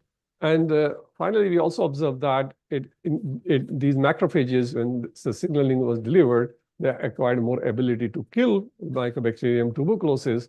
And you can see here, number of CFUs, they were decreased drastically. And this, again, we observed that high level of molecules, they were expressed, like iNOS was, and NO, it was increased, and through NO, the number of Mycobacterium, they were decreasing. And more interestingly, what we observed that, if you see here, these animals, they were treated with 5 microgram per kg body weight of INH, and it showed this much decrease in CFU. But same amount, if you give these animals along with TLR4 signaling, and we observed that it further substantially decreased the CFUs. And it was as good as when animals were given 25 milligram of INH. So it reduced the dose as well as the duration of treatment. So it was like equivalent to 25 milligram of INH, isoniazid, compared to the when it was given by these TLRs and NLRs. So this showed when they were given together, you can see here there was substantial decrease in the CFUs as compared when INH was given alone, and it was better than when 25 milligram was given. So indicating, we observed that not only it decreased the dose, but also it decreased the duration of the drug treatment. So this shows that these host-directed therapies, it can increase the ability of disease to help T cells. It enhances T cell memory and release of cytokines, and reduces the burden of MTB in the lungs. And next is another molecule which we observed, which was highly upregulated. It was CLRs. Javed, couple of minutes more. Okay, so it was CLR. So then CLR is important because it's being now used for many host-directed therapies. And in this case, this CLR is again, it's a MinCell recognized by a variety of exogenous, endogenous stimuli, such as mycobacterial proteins. So the CLR can also be triggered through certain mycobacterium proteins. And it has been identified what triggers it. And there are many previous reports which showing that this is being used in case of tuberculosis. So here what we did, we infected macrophages with the Mycobacterium tuberculosis and then delivered signaling through SILAC4 ligand and TLR4 ligand. And TLR4, we used highly purified LPS. And then we looked into this activation of macrophages. So you see here that these macrophages are highly activated and they start secreting a lot of IL-6, right, through SILAC and TLR4. But when we use them together, there was substantial increase in the secretion of cytokines. And if you see here, the SILAC is highly expressed on macrophages. These are infected macrophages. They show very high amount of SILAC4 as compared to control, which are not infected, and they don't show much expression of this molecule. And you can see here that this is data from microscopy, confocal microscopy. This is from flow cytometry, and we also showed through RT-PCR, and both three methods they showed high expression. And when they activate these macrophages, you can see here, this is EM picture of macrophage. So these macrophages get highly activated. They start showing upregulation of many molecules. They become more juicy. They increase in size. And we showed that these macrophages ultimately they secreted high level of cytokines, and they had very high ability to phagocytose bacteria. So this is GFP tagged Mycobacterium tuberculosis. So this is unstimulated as compared to stimulated one. You can see it has more capacity to ingest phagocytose bacteria. So this we also showed through flow cytometry. And then the important thing which I would like to show you over here, that same way like we observed in NOD2, that when we complemented this therapy with rifampicin, the rifampicin, its effect was substantially decreased. So this is only rifampicin, and when rifampicin was combined with this host-directed therapy, there was substantial decrease, and same thing we observed in case of isoniazid. So the taste of the pudding is in eating, right? The proof of pudding is in eating. So we did in case of, we took two models, and I'm just going to finish it, two models like my animal and guinea pig. And in both models, we observed that there was substantial decrease in the mycobacterial load in lung, liver, and spleen, right? So, and the animals which were fed with rifampicin, and you can see here that when rifampicin along with host-directed therapy was given, it increased substantial amount of rifampicin capacity to kill Mycobacterium tuberculosis. This is CFU log 10. So when the rifampicin was given alone, this is the decrease in CFUs, but when combined together, substantially decrease the lung burden. Right, so this is guinea pig. So you can see the lungs of the animals is quite clear when this therapy is given as compared to the control when no therapy was given. And this is the spleen, and even it's been substantiated by histopathology. So this immunity was because of these animals showed high profile of Th1 cells secreting interferon gamma, IL-17, and both these cells are important for protection against tuberculosis. And they were multifunctional cells as well, since single cell secreted both interferon gamma, TNF alpha. And they had, very interestingly and intriguingly, that these animals showed high level of memory cells. So through innate signaling, you can also increase the profile of memory cells. So they will be protected for against subsequent infection as well. Right, so the proposed mechanism over here was autophagy, and we observed that many of these molecules which are responsible for autophagy, they were highly upregulated, and the molecules which are responsible for autophagy, they were increased, and we showed by RT-PCR, and also we showed through confocal microscopy that this phenomena is due to autophagy, right? So we also observed that this is the involvement of xenophagy, and this we could show through LC3, and this is GFP tagged Mycobacterium tuberculosis and Hex nucleus. So the important part over here is that this phenomena, host-directed therapy, it can be quite crucial in protecting us from different type of infections. And this since we have seen that it works in case of, same molecule works in case of mouse, guinea pigs, and human as well. So we are testing whether it can be a One Health scheme where if it's not species specific, can it be used for other species? Can it be used for like birds? Same molecules by delivering signals, can we take care of different diseases? So I'm going to just stop here. So I'm ready to take any questions. Thanks, Javed. Questions? Yeah. One thing to be complimented in terms of the last observation, what you said in terms of multiple species.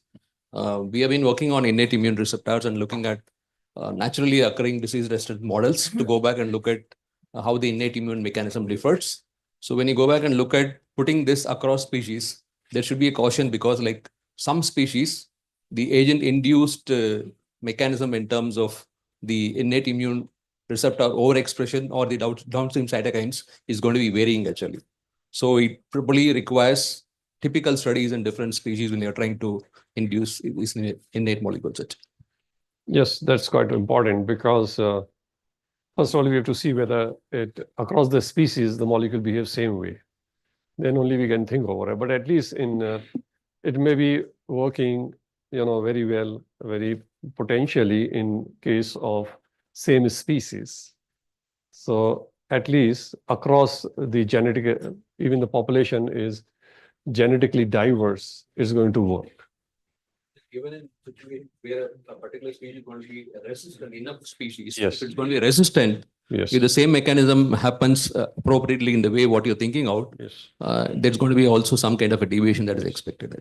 So I've been shown data on TV. We used resistant strains of Mycobacterium tuberculosis, worked well.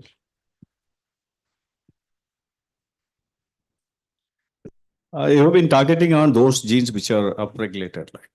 So due to host pathogen interactions, like, there are some genes which are down-regulated.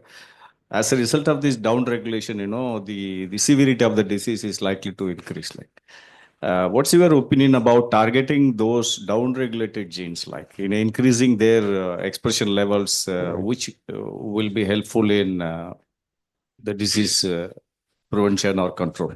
So we selectively use those molecules. Actually, these are the proteins we are targeting.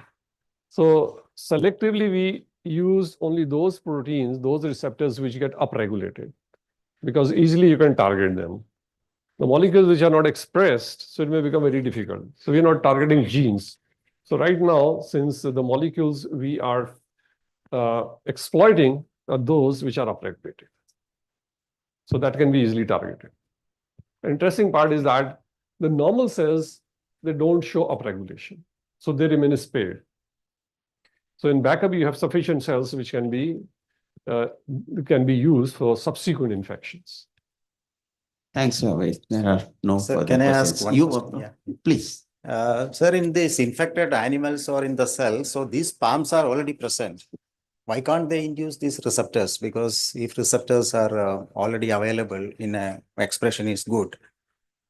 So what is preventing induction of this activation of these receptors in an infected animal or infected cell? Because these palms are there. They can activate node 1, they can activate node 2, TLR4. Because bacteria is preventing it, it is blocking, hijacking those signaling pathways. In that scenario, how this external stimulation or activation can help?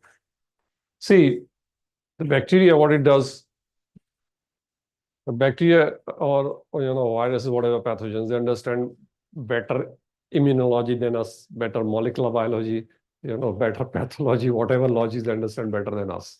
Yeah. In spite of that, they haven't done any MSc or PhD or postdoc, right? Rather, they are teachers, like we were talking yesterday. So they teach us many things.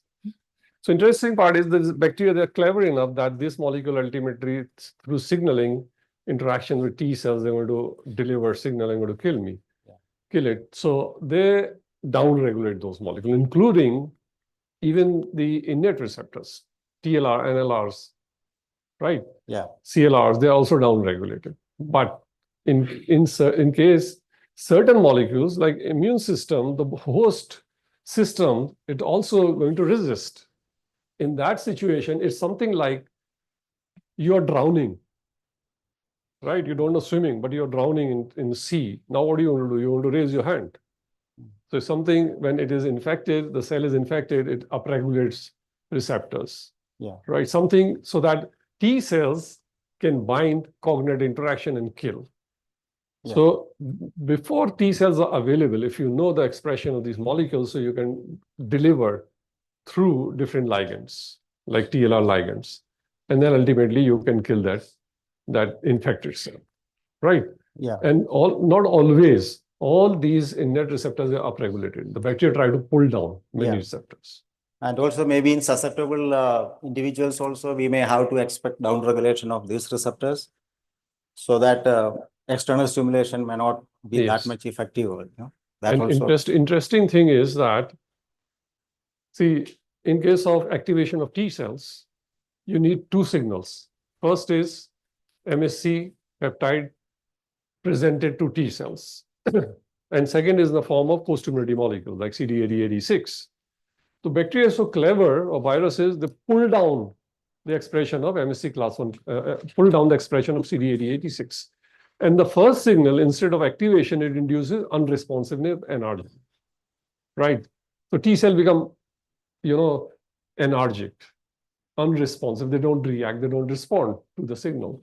So bacteria knows to pull down this molecule, ultimately going to either exhaust T cells or it's going to and make unresponsive to these T cells. Right. So now to overcome that, what we have done, we try to analyze different receptors which are upregulated, and we then try to signal. An interesting part is when you signal, you can deliver lethal signal and kill bacteria. Okay. Thanks. So there are no further questions. Thanks, Javed. We break for lunch. It's already 10 minutes past 1 o'clock. 2 o'clock we assemble, preferably 10 minutes before 2, we try to assemble. The next session, we have no dropouts of speakers. All 5 are there, and it gives you an idea of the One Health program's progress, 5 investigators.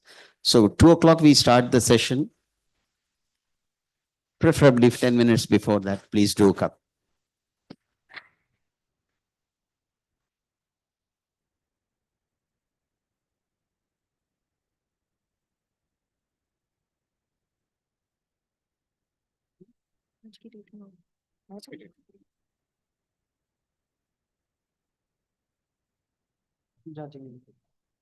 Exist.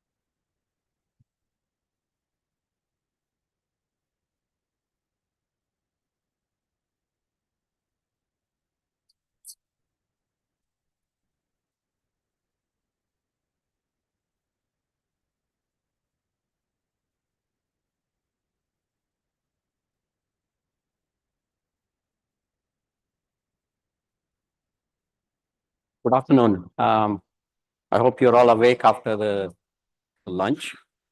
Madam was already given some introduction, so I'll try to skip some of the slides, but and also we'll stick to the time as much as possible. So I'm going to focus more or mostly on the work that we have done on animals and how important it is to actually look at animals. So already Professor Menon was saying, most of the One Health program has originated from veterinary. In fact, the CDC public health program started from veterinarians. So most of this started from veterinarians, but now it's becoming larger because of the involvement and the implications for the medical professionals. So if you look at the living organisms on the earth, this is just the parts, and you can see the pie chart. Most of them are insects. And then if you look at the various kinds of animals, there's, you'll see chordates, that's a very small pie. And then if you look at chordates, you have, amphibians, mammals, reptiles, fish, and birds. So basically, mammals, birds, fish, and the other reptiles are all important ones for zoonotic diseases. And if you look at mammals, cattle are about 45%, other livestock 22%, humans are about 1/3, and wild animals are about 1.5%. Why am I showing all this? Now, this is high school knowledge. This is the energy pyramid. So, starts from the plants and goes all the way up to the predators. But then it's not as simple as that. The arrows actually go back and forth between different levels. So you can't actually say this is the pyramid and this is the only way it goes. So there's influence and counter influence of each other. And microbes do play an important part. To give you one example, you look at bacteriophages. Bacteriophages are there everywhere. And they control the levels of the bacteria, even in the oceans. And by controlling that, they're actually controlling the pathogens, but they're also controlling some other biomass. And there's a balance all the time. But these pathogens also cause disease. Okay, these graphs actually show the number of bacterial pathogens that were identified over the years and the number of virus species that were identified over the years. And this has been seen an explosion because of genomics. And many of them are zoonotic, and Madam has already talked about it. The initial example of 1709 pathogens came from 2000, where Taylor and Woodhouse reported 49% of the human pathogens are zoonotic, 149 emerging. Of these, 73% were zoonotic, and emerging pathogens are 3 times more likely to be zoonotic. And the most recent publication of 60-year data studied 335 emerging infectious diseases, of which 60% were zoonotic. And of the zoonotic ones, 71% were from wildlife. Okay, this graph shows it here. So if you want to focus on zoonotic wildlife, that's the white part of the graph. So that actually is the majority. Starting from 1940 to 2000, there hasn't been much of a change. So a lot of the pathogens that we encounter ultimately come from wildlife. Okay, and there's been a statement that on an average, we see 1 infectious disease every year. And this is, by WHO and FAO. So what drives the spillover? And the spillover is mainly because we think we are the center of everything. Anthropocentrism. Okay, we focus everything on us and everything else is around us. Now, various factors we can discuss, including tourism, petting, whatnot. So the huge number of things that can cause spillover of diseases. And I won't go into the details of that. And most of it is based on us chasing food. Okay, if you look at the agriculture, although we started, several thousand years ago, rearing pulses and grains and things like that, the intensification is hardly 200 years old. And compared to that, if you look at animals, livestock, either for pets or for food, it's much further back. But then again, intensification has increased in the last 50 or 60 odd years.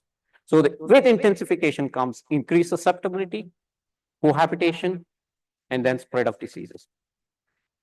So again, basically, it's not a pyramid where everything is going in one direction. You can see things going everywhere, and we are just fishing.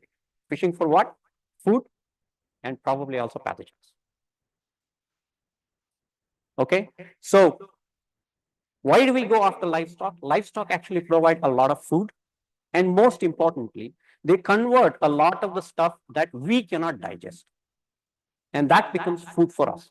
Okay, so it's important to have livestock. They also provide 18 to 20% of our energy and 40% of the protein. So there's a close connection between us and livestock, which actually causes this zoonosis. And that's not the only thing. We depend on livestock for even our happiness. Pets, for example. Okay, so we depend on them for skin, we can depend on them for milk products, hide, fur, recreation, even dog racing, horse racing. So we depend on livestock for various different things. It's not just food. So there's ample chance for us to pick up pathogens from livestock. So a couple of illustrations. So you can have emerging zoonotic diseases due to our, live animal markets that possibly where COVID-19 came from. Wildlife hunting typically happens most commonly in Africa. Domestic animals, of course, pigs are the commonest ones that transmit to us. And of course, wildlife farming. And you can again see that, as the population increases, demand for animal derived products increases, and there's intensification of agriculture, with which comes landscape change, high pathogen burden, supply of livestock products which may carry pathogens, and then so the cycle continues.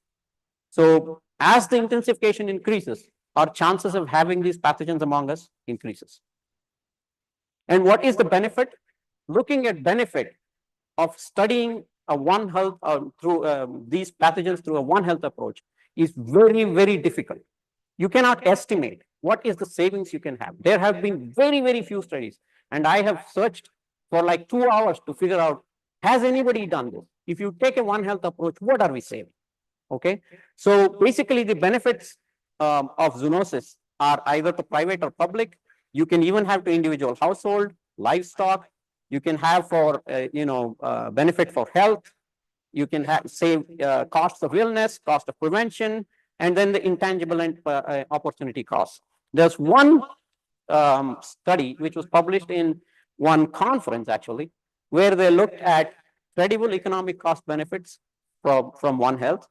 And I will not go through these details, and it implied 85 billion losses could be averted by 21 billion expenditure. So basically 4 times more you can save by averting these incidents. So it's very important that we actually work together, and especially in terms of understanding surveillance. So what does it do in terms of reactive versus a proactive approach?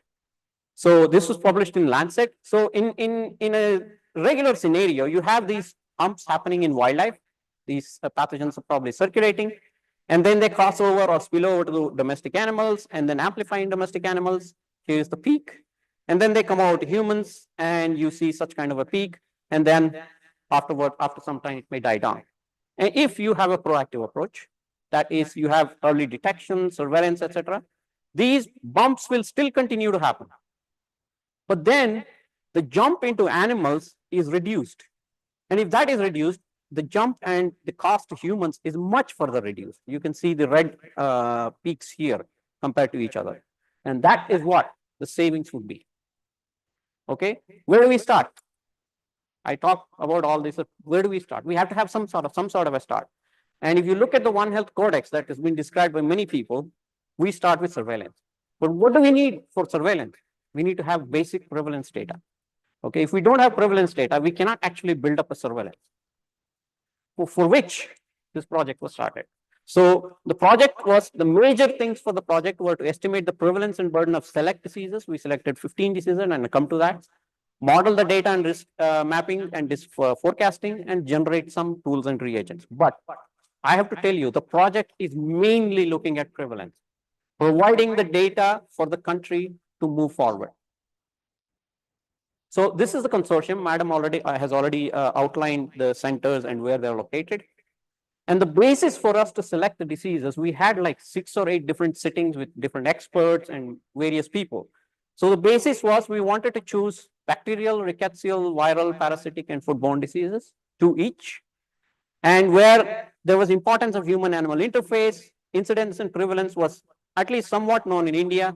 And there have been some recent incursions of transboundary threats. And those are mostly the transboundary diseases. And that time when we started that, LSD was still a threat. So now it's there everywhere in the country.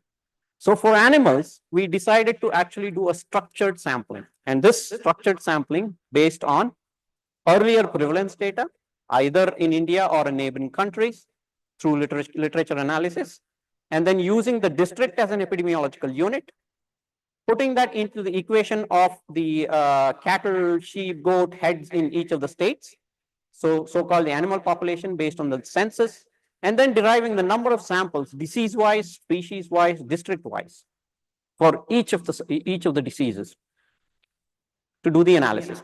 So this is the sample numbers Madam has already shown. This is what we did for cycle 1 and cycle 2 for these 14 diseases that are shown here.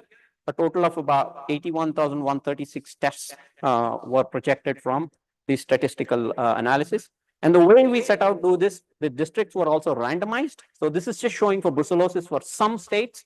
So the way it's done is we need to collect 198 samples from Andhra Pradesh, from 3 districts, and from each district we pick 3 villages, so total 9 villages, and the samples per village will be 22. So why only 22? And we have been asked repeatedly by many people, including DBT, why we are only collecting so few samples. Now the number of samples depends on the prevalence. If brucellosis prevalence is higher earlier, we don't need so many samples, because even with few samples we can tell. If the prevalence is low, for example, CCHF, then the numbers are huge. So we need about 3,000, 5,000 samples for CCHF. For brucellosis, we don't need that many samples. So this has already been shown. For humans, we decided to do a syndromic approach for a simple reason that they were actually hospital-based. So they would go, take the cases in the hospitals and then look at different diseases that are associated with it. So I'll just give you 2 or 3 slides only of the data, because I'm not going to give you the fine-grained data. What exactly have we gleaned in animals? So we have tested, the percentage, as Madam has already shown, 70% in cycle 1, 52% so far tested in cycle 2. It's still ongoing. So the gleanings are Q fever and scrub typhus are more in central India.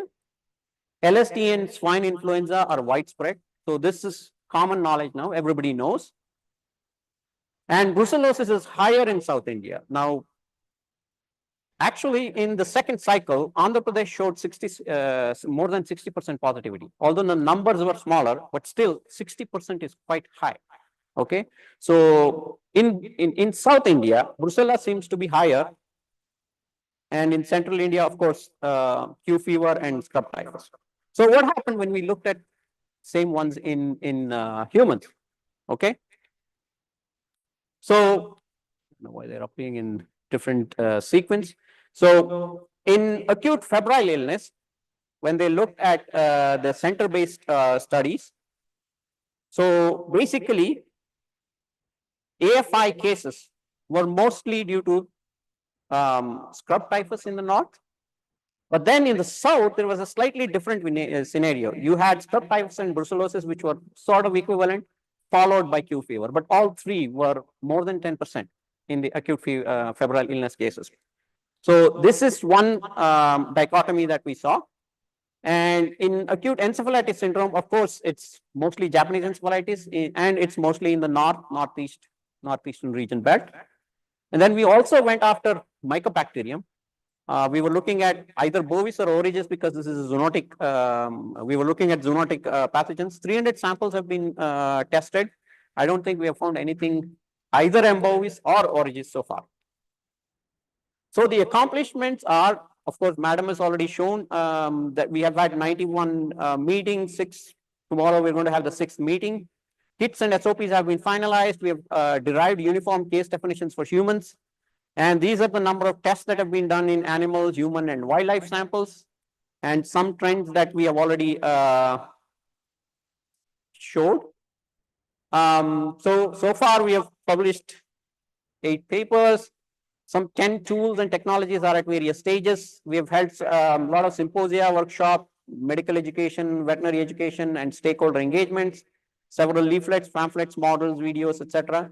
The website is almost ready. The data analytics are also showing in the website.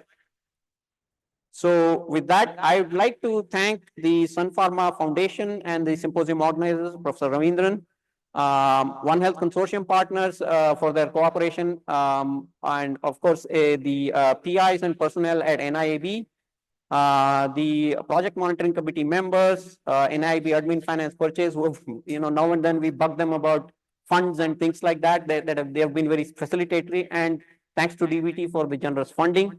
And thank you all. And if there are any questions, I can answer.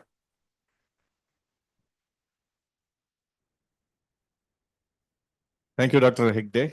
I think you have saved 10 minutes for us. Now it's time for interaction. Tuberculosis in South India is also taken into consideration the vaccination program that is also going on. No, we have not looked at that. Because the simultaneous vaccination for brucellosis is happening. So probably that data should be appropriately included to see that we have the sample. So if we want, we can go back and revisit that. At least the history in terms of vaccination should also be available. Yeah, either that or yeah. Yeah, I mean, we can do the Girish as a DIVA test. So if we can even do the DIVA test if they are exclusively vaccinated versus vaccinated and infected or infected. Yeah, Yeah, it's easier. Yeah, Professor, I mean, that's one. And as Professor Gulati was telling, so vaccination should happen, but what are they using? Which vaccine they are using and what's the coverage of the vaccination remains a major question. So I believe if we have that. Alone.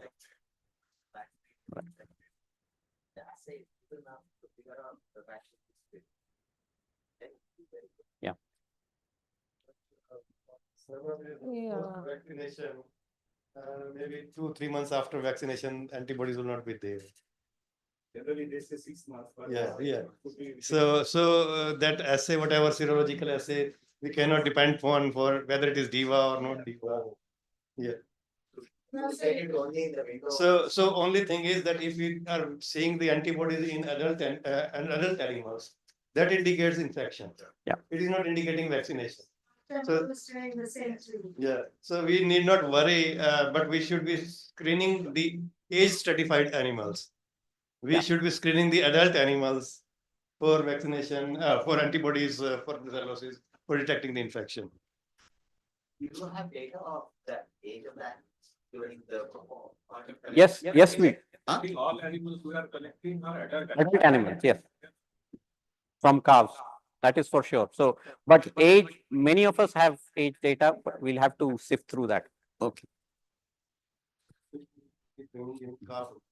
Right. This is a waters vaccine right now, that is for the waters. So I think that may not be a very simple check. If you say yes, we'll be trapped because it is not There's no cross protection at all. They do. Cross reaction is not same as cross protection. I'm asking about cross protection. I don't know whether they. Cross protection, the vaccine that is used, it doesn't actually. Yeah, it is it for doesn't. Brucella abortus. Yeah. So mainly the waters, Right. based vaccine, the one which is, I don't know, S19 going on. Okay. Humans also. Oh. It's only the S19 data for vaccine which is going on for the vaccine. So Nagendra, with the data that you currently have, at least for brucellosis. It's actually true for others. Can you predict for the next 4 years? Actually, I'll show that data tomorrow for 3-4 diseases. Because yeah, if Suresh you, has done if some. you make predictions, so then at some point you can do a validation. Yeah. So that is there. I'll show that tomorrow. Ensuring that the model is right. So I'll show that tomorrow. And one of the interesting thing is that African swine fever, which is pretty much wiped out everything. So it looks like from the prediction that is going to die down, but LSD will have these. It's Gautam periodic. there? Yeah. Just a quick question. You mentioned a meta-analysis of prevalence of disease. Was that done? Is that published work? We've just submitted that. Meta-analysis. Maybe the Gautam might write to with all the interaction you would like to have. So this is a precious data. And a lot of analytical skills have to go in. I'm not talking about the skills that they already have, but much more than that. And that will be very, very useful. And because this is not small data, we are talking about at least for 5 of the 10 diseases, the numbers are really very good.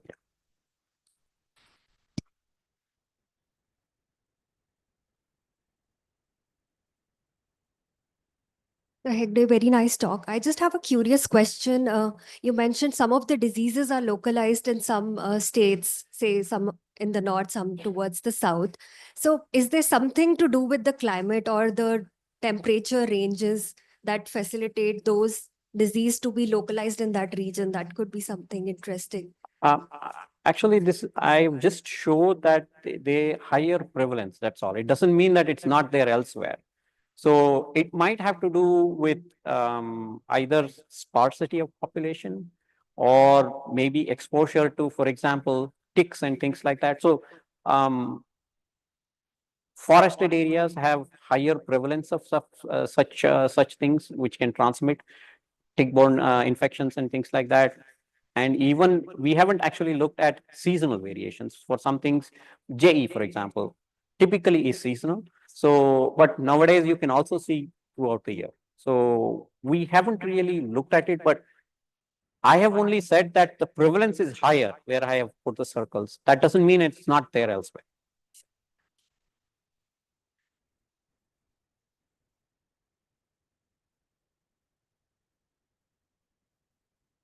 Okay, if there are no more questions, like we will move on to the next speaker. Thank you very much, Dr. Hegde. The next speaker is going to be Dr. S.B. Babude from Hyderabad, the National Institute of Meats. He will be talking on food, animal, and environmental health, a One Health perspective for sustainable solutions. Over to you, Dr. Babude.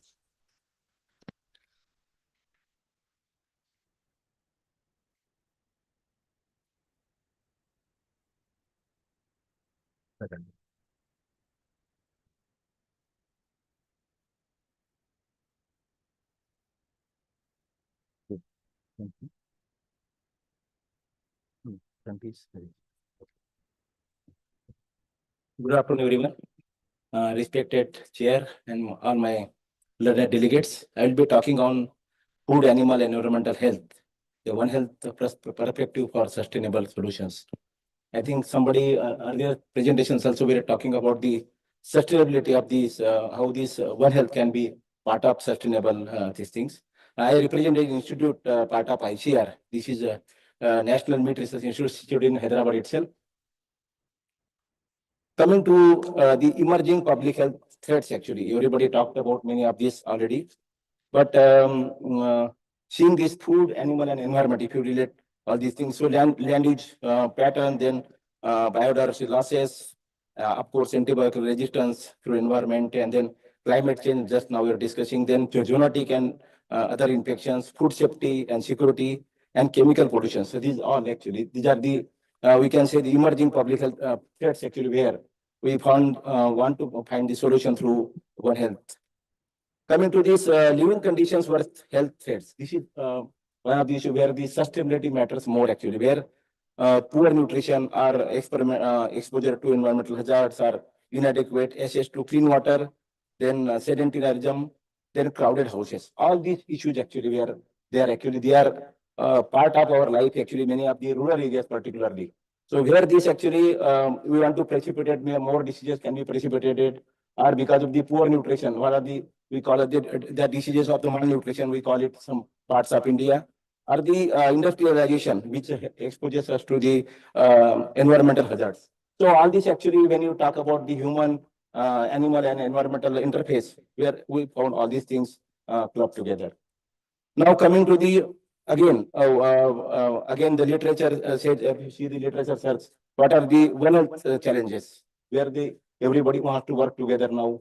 Many countries, they are working even at global level. The World Health Organizations and other organizations, they are already finding solutions like global pandemics, or of course global antimicrobial uses, then global deaths because of these certain regions, then foodborne diseases, then air pollution. All these issues are already there, where we want found a solution through One Health. Now, this is one peculiar situation. If many of us come from the rural areas, where we not only share the air, water, land, and food. So it is a part of our ecosystems in villages or even in cities, where apart from that, we also share the pathogens and toxins from the animals and other areas. So now if it comes toward this sustainability, now we all know that by 2030, we want to follow these certain sustainable development goals. There are 17 now, which we fit actually employing these One Health approaches in different sectors, which sustainable development goals can be addressed. I will also discuss little more in this later in more detail. Coming to first to the climate change, environmental related things. So it is said that human influence has warmed the climate at the rate that is unprecedented in at least the last 2000 years. This is what this intergovernmental panel on the climate change says actually. So this is now everybody knows this climate change is real, and its effects, they are being now monitored and also known to now everybody. So another part of this global warming, climate change is global warming, where with every increment of global warming, changes per larger in regional mean temperature and precipitation and soil moistures, we know how this microflora and other things, or precipitation or other things, and soil fertility, all these things are affected very much with this change. Now coming to this climate change and public health challenges. So with the changing in climate, environmental changes and other things, we found now torrential rains, other things. So more of the vectors, so the more of the diseases, reemergence of vector-borne diseases particularly, then species extinctions. Apart from that, biodiversity loss, this is there. Then frequent and extreme weather events are there. Then malnutrition, I already talked little about this. Then cardiovascular, other diseases of lifestyle diseases, all these are coming through, this also through changing in food habits and so many things. Now coming to again food security. This is as the climate changes actually, so many issues are coming in the food supply also. So food availability, or food access, or food utilization, or food stability. These are all actually, there are different dimensions here of the food security. So how these effects actually, for example, if there is outbreak of even influenza in certain areas, we have to destroy all the birds in that 3 kilometer vicinity. How much protein we are getting, how much food we are losing, that everybody knows actually there. So that's also affects the livelihood of those people living that in area. So this also can matter actually there, because many of the people, they sell their livestock and have their food actually, other type of foods. So that also food security, how it is affected with the emerging zoonotic diseases, that's the matter actually. Then climate change and food security, same thing again here. So climate change can affect other things also. We are talking about this GHG emissions, and then food security also. There a lot of discussion is going on actually, how this livestock or other areas can be changed over the years, where the GHG emissions can be reduced. Then coming to the transdisciplinary food system resilience.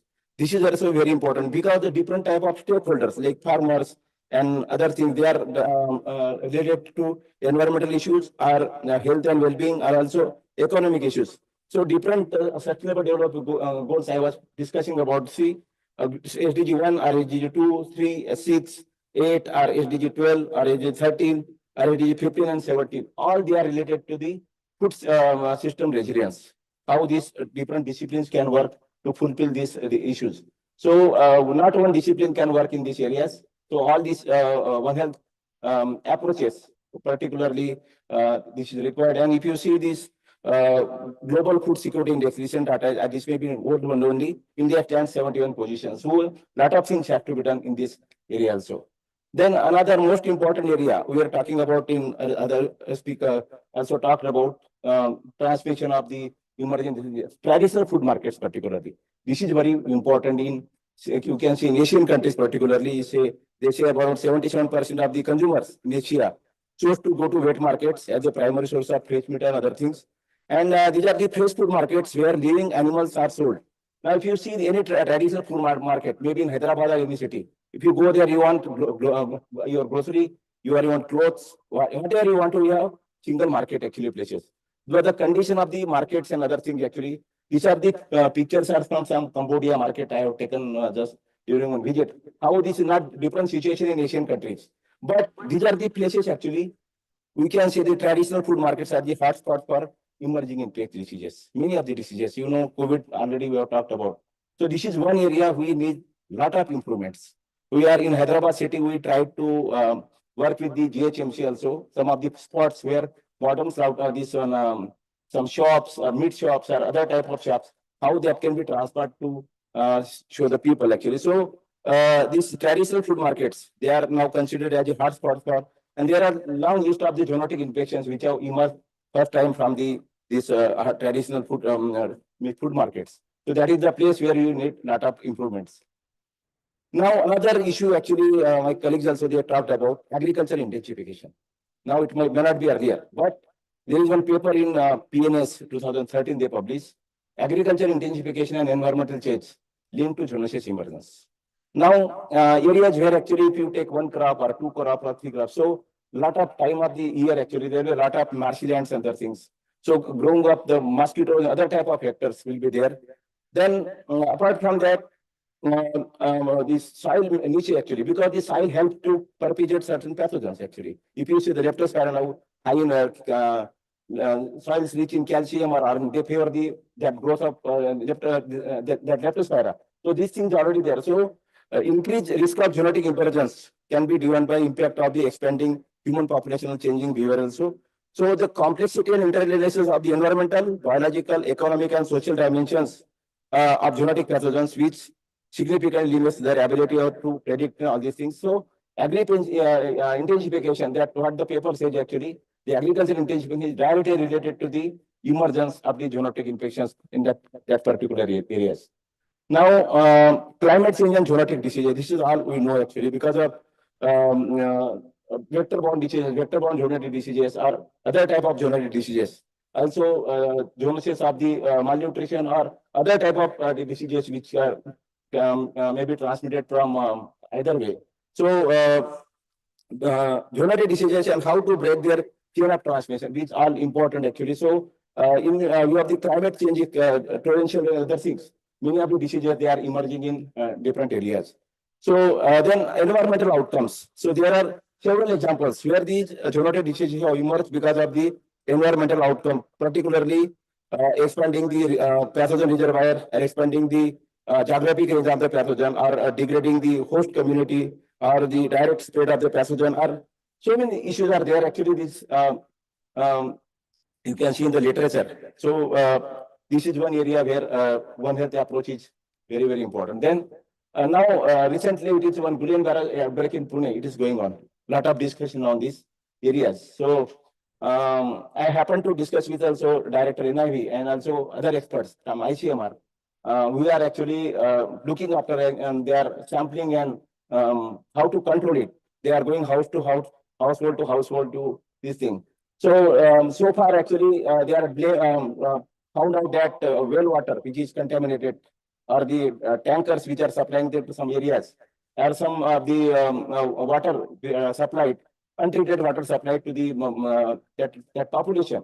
But in the city, actually, Pune, which is within the municipal area, if such things, more than 100 cases can happen within a week. Definitely, it is a now we can say the alarm now. So far, actually, they have said that Campylobacter and also norovirus, they could isolate from these samples. So this is actually, you can say, direct relevance where actually these environmental issues, if you are not taking care, how these such epidemics are can occur in no time. Secondly, so many cases of the avian flu in India, avian flu causing migratory birds death. This is actually one of the issue, and I think ICMR is working to grant one project also on migratory birds. How these environmental health issues, particularly wetlands and water bodies, how this can be sources of environmental sources of the zoonotic infections. This is not only source of the human infection, but lot of food is lost. Just I mentioned, when you report any type of avian flu outbreak or something, you have to destroy a lot of birds in that area, and depends on the nutritional security and also livelihood security. It almost comes under the threat. Then vector-borne diseases. This is very important. I just mentioned also because when the torrential untimely rains are untimely, there's lesser hot weather or cold weather. That is, they directly affects the perpetuation of the pathogens in that area, particularly or in that region. So also the diseases transmitted by those pathogens and vectors. So then other types, natural environment in that area are pathogen or transmission hosts.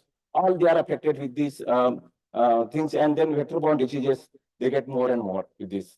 Then land use patterns, of course, this is also I mentioned. So for what you are clearing forest or other areas are and anthropogenic electric populations are there. So pathogen transmission risk.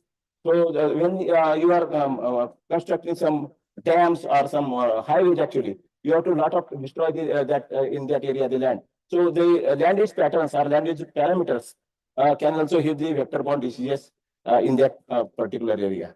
So if you see this one, I have taken from literature, how this global mosquito distribution is there, and the diseases which are transmitted through the mosquito, particularly malaria or lymphatic filariasis, West Nile, and whenever these actually these are actually they are now horizons.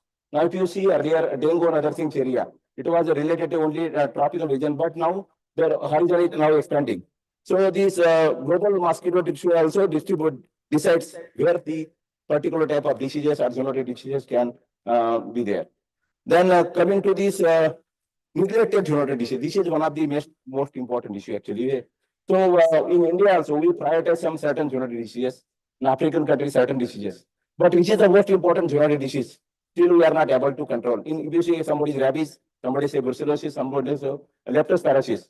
But any affect, in my opinion, actually, any disease which affects the larger masses of population is important, and equal things are equal emphasis has to be done on that infection also. Then this is I will not discuss about this. Then of course now a lot of things are coming. Application of genomics towards how to combat these things actually here. Application of genomics towards sustainable development goals. Earlier, actually, you must have heard about the Million Weather Project actually here, where the actually benefits of the microbes to the human beings, how it can begin. So you take the isolates from our bacterial or viral or fungal isolates from different regions in India and sequence them. How you will find out actually many of the antibiotic based can be developed or a drug can be developed. So this was one concept actually. We have developed also one concept note was submitted to our ICR also for funding this. How this genomics can give us a solution toward the finding sustainable development goals.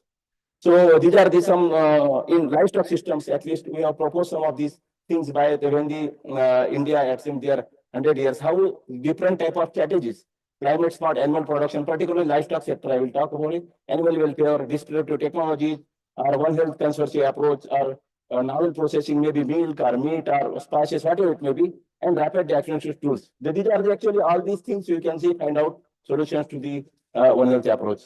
So this is the last slide where One Health for sustainable food systems, how this can be. So One Health can help in the control of antimicrobial diseases. We have several solutions we can find out. we can reduce the human diseases through prevention and control of human diseases transmitted by animals to save millions.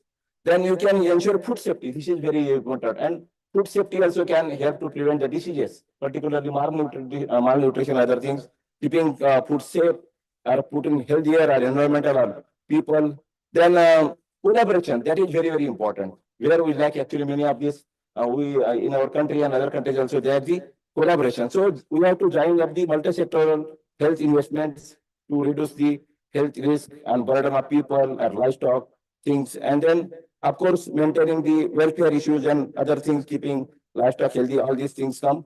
Then this is where actually One Health can, so investment in One Health becomes a prime actually though. So this is how this One Health, through One Health actually at food, animal environment system, we can also achieve this sustainable food system to the environment of the One Health. This is what actually I want to say. Thank you very much for giving the patience hearing. Thank you, Dr. Babude. The presentation is open for any questions.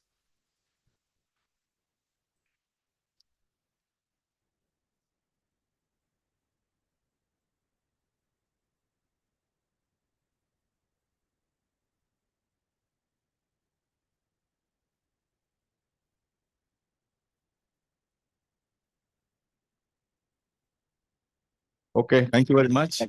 Thank you, Dr. Babude. And the fourth presentation is by Dr. Kuldeep Singh. And he's going to talk on India in action for One Health, going beyond the boundaries of the profession. Over to you.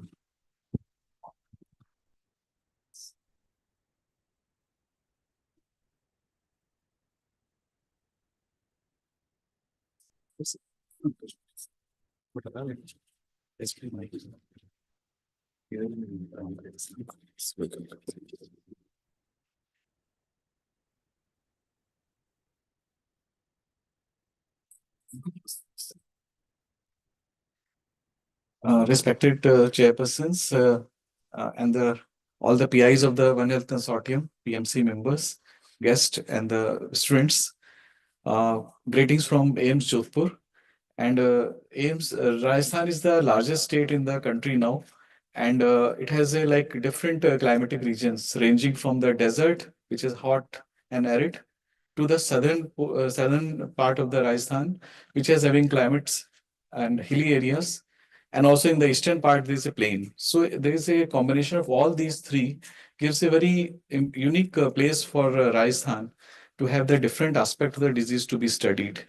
And the much has been said about this One Health topic. And I will be just discussing some of these actions which India is taking. Some of these aspects has already been covered by Dr. Priya.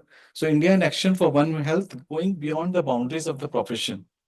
And this becomes especially important in the today's era. This has already been defined that is a collaborative, multi-sectorial and transdisciplinary approach working at the local, regional, national and global levels to achieve the optimal health and well-being outcomes, recognizing the interconnections between the people, animals, plants and their shared environment. Now, when we talk about this, the center stage is the humans. And among all the organisms, the humans has the most important capability to think and to change. And for the last many years, centuries, we are seeing the changes. And over the last few decades, there is a drastic change in the way we are living. The climates are changing rapidly because of our lifestyles, and also because of the nature.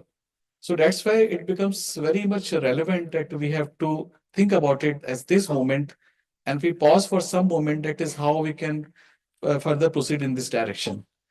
So One Health functions relatively to the area of zoonotic disease, and we know that 90% of the emerging disease are contributing because of the zoonotic illnesses.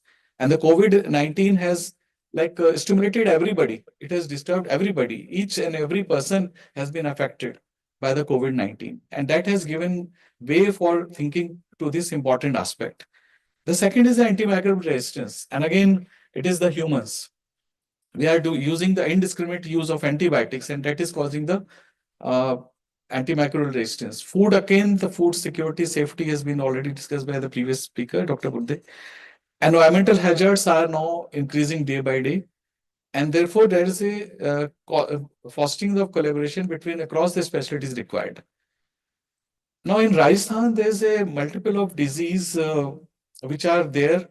The tick-borne disease, which has a important public health relevance, and also the atypical presentation of the Crimean Congo hemorrhagic fever in that region that leads to the ascending paralysis and rhabdomyolysis. And also this was a outbreak which happened in the Rajasthan in 2015. Scrub typhus is also rising day by day, and the clinical profile with the hemorrhagic manifestation was also one of the part of the study in AIIMS Jodhpur.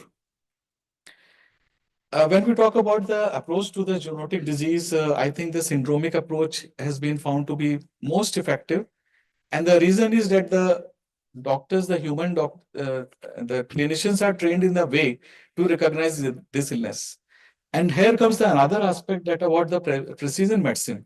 When we say about the precision medicine, we only think about genomic level data and the genomic study and confirmation validation. But there is another aspect of the precision medicine is the clinical precision medicine.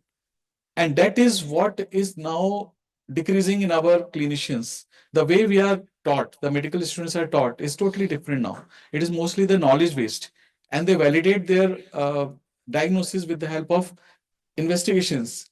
And instead of validating their clinical judgment, they rely on the investigations. And sometimes there may be a difference in the investigations report and the clinical patient which is there, or even for that matter, animals. So if we observe all these things in a totality, in a comprehensive manner, we can help the patients with the better outcome. And these are some of the conditions which have been diagnosed with the help of our clinical syndromic approach at AIIMS Jodhpur. Balamuthia mandrialis, which was a very rare condition and which was diagnosed based on the simple social history, the history of the dwelling and how they are living, the soil contamination, and that otherwise it was being treated as a neurosurgical condition. So because of this approach, we were able to narrow down the diagnosis. Another problem is the snake bite. Snakes are also animals, and there's a different way the snakes are affecting the humans. Sometimes the anti-snake venom may not be effective. So there may be, because of the different genotype and the different host factors, there may be different manifestation of the snake's venom also. So heat is another area which needs to be discussed. Now there is a climate change, the heat, the global warming is happening, and there's direct and indirect effect on the health. The direct effects are already obvious to us in the form of dehydration, cramps, accelerated deaths, and hospitalization. But indirect impacts are also happening. Air pollution, drought, glacier retreat, glacial lake outburst, they are happening nowadays with much more increasing frequency. So what are the challenges in the implementation of the One Health is fragmented coordination. Multiple agencies work in silos, leading to inefficiencies. There are now so multiple of groups which are talking about the One Health, and they are discussing in the silos. The meetings and committee members are not going to depth of the problem. Second is the lack of awareness and training. We are not being trained because of the limited understanding of the One Health concept. There's a lot of controversies around the One Health. One of the committee members in the south, they were saying the One Health is a very tricky things, and there may be like people, the policy may not permit, the administrator and the ministers may not permit. So there is a lack of awareness about at all level. Infrastructure and funding gaps are also there. Sometimes the project starts, but it is not being conducted as efficiently because of the lack of the funds. The flow may be affected.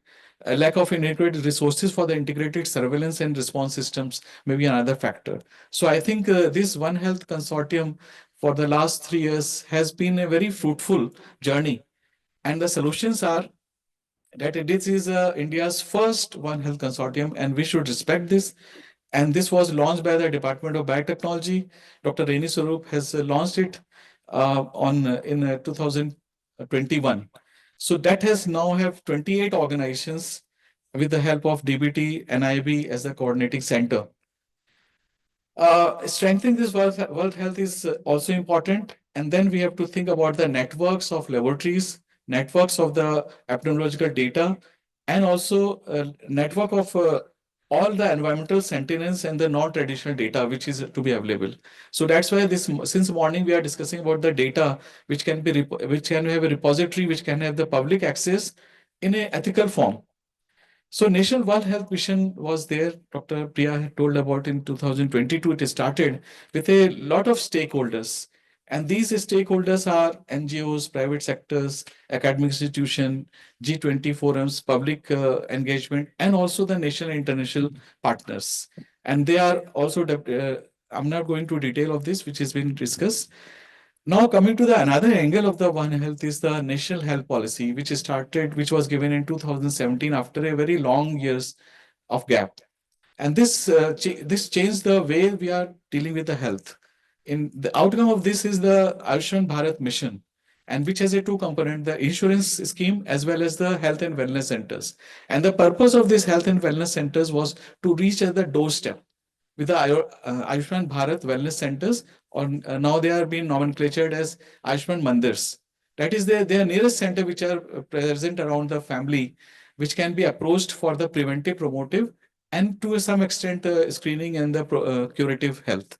So this is one of the important policy, which also has the it try to get into the domain of the other professionals also. And that's why Atul Goyal, who is the Director General of Health Services, has given a call to all the institute in the country, medical colleges, that the people should come forward along with the national health mission for the national health climate change and human health program. And they were supporting in the form of some CMEs, project works, even thesis for the PhD or the MD students. As an outcome of this call, we also conducted some of the CME's program, continuing medical education. Now they are being termed as continuing professional development, because continuing medical is only considering the medicine, whereas the professional development means that we have to concentrate on the whole of the professional, and we have to think about out our domain also. Another good thing which has happened is the National Education Policy 2020. Now, this National Education Policy has a dealing on the higher education. I think this is very important. It is both the education at the primary level, secondary level, and the higher education. At primary level also, it has said that it should be taught in the native language or local language. And also there should be the impact or the effect should be on the teaching holistically. And here comes the role of the problem-based learning. I think this is the concept which is, although not new, from the Indian culture, it is very old, but it has been lost. And we are just considering the knowledge. So the problem-based learning start with the problem, identifying the problem, making the students aware what we don't know, and then trying to find out the solution for it. So this National Health Education Policy 2022 is gradually being implemented. It is a long journey, but it talks about the institutional restructuring and consolidation. And most importantly, that higher education institute will be transformed into large, well-resourced, vibrant, multidisciplinary institutions, providing high-quality teaching, research, and community engagement. So this is the crux of this institutional architecture, and the faculty should be highly motivated, energized, capable, and also able to produce the incentive for the curricular design and pedagogy. And by 2030, the minimal degree qualification for the teachers in the schools at all levels should be the B.Ed. The mentoring mission is also one of the part where the senior and retired faculty should be made use in our education. And the technology should be maximally exploited, including the hybrid, flipped class, and the online and distance education. And we have seen that out of these 91 meetings which have been done, there are multiple meetings which have been done online. Promotion of the Indian language, and then the coming to the professional education, which has to become multidisciplinary. It should not be restricted to one domain.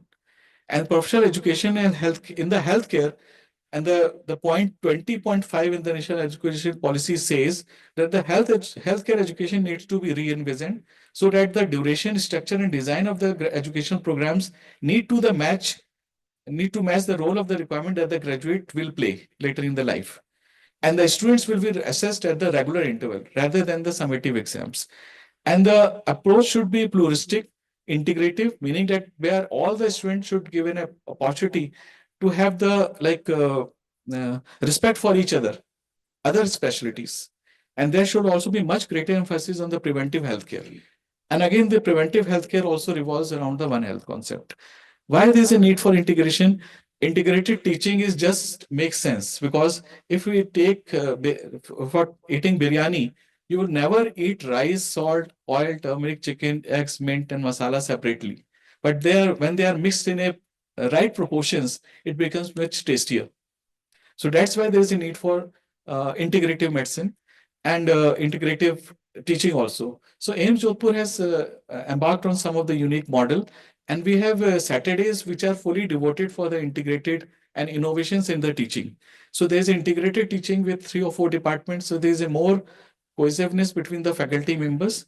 We use the unconventional learning models, which we emphasize on learning beyond the domains of the teaching classrooms. And they have been, if they are found suitable by the faculty members, they are adopted in regular class also. And we are using the flipped classroom, role plays, discussions, audience response system for increasing the interactiveness. So it is more interactive in nature. We have started some of the unique program, that is MD, PhD, dual degree program. This PhD is like translation research. They have to do the translation research. Whatever they have done in the MD period, that should be taken across the specialties. They can go to the other institute also to do the work in order to make a physician scientist. We have also started the public health domain, public health, masters in public health. And not only that, we have a dual degree MD, MPH. Anybody, any MD candidate who has entered into AIMS Jodhpur can do the MPH. And we have family medicine, which provides the long-term care for the patients and their family.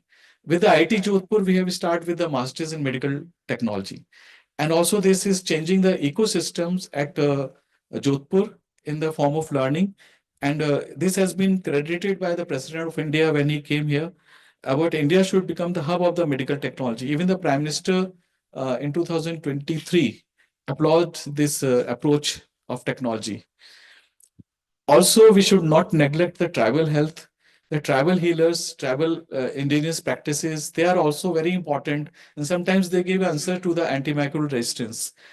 We have created a satellite center, which is 260 kilometers away from Jodhpur in Abu Road, in front of the Brahma Kumari ashram, and we are connected through a telemedicine. So just 2 days back, we had this FIST conference, that is a MUHS, Maharashtra University of Health Sciences, first international symposium on tribal health. There they discuss about the climate change, and there are people from global partners from UK, from West Africa, and from Zambia. They discuss about how the climate and they share their experience. So it is not that the India is doing alone, they are also collaborating. So One Health is also among the WHO. They have many resources available for learning. We have a One Health with the Sweden. Sweden is one country, or Nordic countries are so much their behavior changes since the beginning, from the birth. And from the school age, they are given a teaching in a way that you should think about anything dropping into the lake, river, or ocean, or anywhere. Think twice or thrice before you do that. But that behavior has been embedded in their culture. And that's why they think multiple times before doing anything. Even a construction of a road, they think many times, multiple stakeholders are discussed, taking into account the environmental ecology, everything. So that's why the system there, they have more mature system, and we have to collaborate with them. Similarly, the France also have the program for One Health, and they have in India, France Research Institute is having a pre-JOT program, which is preventing zoonotic disease emergencies. And they are supporting through some of the grants. Now the India is not lacking behind the National Research Foundation, Anusandhan National Research Foundation. They are now integrating that how the research can be more meaningful and how the other institutes can be involved in that. Similarly, the DBT, this Indian Biological Data Center, that has been now opened, And that is now, the Genome India data is now stored in that. And that Genome India, this project has given a lot of insight into how we should approach and collect the data, and how it can be like with a collaboration can collect and have the meaningful answer also. But again, here it was the humans also, healthy humans were there, so it was a little easier. But for a One Health, it is a very challenging, and we have to think about that also. So AIMS with the IT collaboration, they have a Jodhpur cluster, knowledge innovation cluster, which is working on an area which is a natural laboratory for evolving innovations, that is design. That is a desert ecosystems in a like a meaningful way. And they have a that how this flora and fauna diversity can be studied for the human beings also. So this is a desert ecosystem in the region, and this is overall, we can say that the crux of this is that Jodhpur City Knowledge Innovation Cluster has the environmental, engineering, medical, and life science together, and the ecosystem's dynamics changes over time from the micro to the macro, and also they take into account all the stakeholders, local community, the citizen science, genomics, medical research, Ayurveda, NGOs, geological space research, everything is taken into account.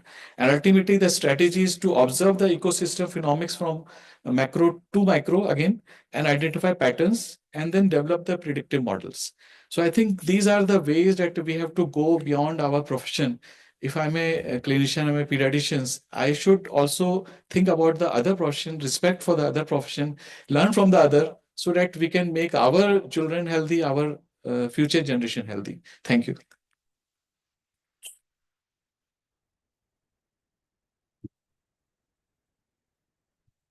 Thank you, Dr. Kuldeep Singh. It's open for discussion. Any question?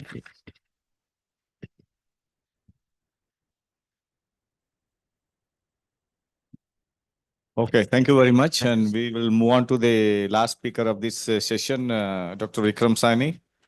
And he's going to talk on affordable and sustainable biotech innovations for emergency preparedness, lessons from COVID-19 through a One Health lens.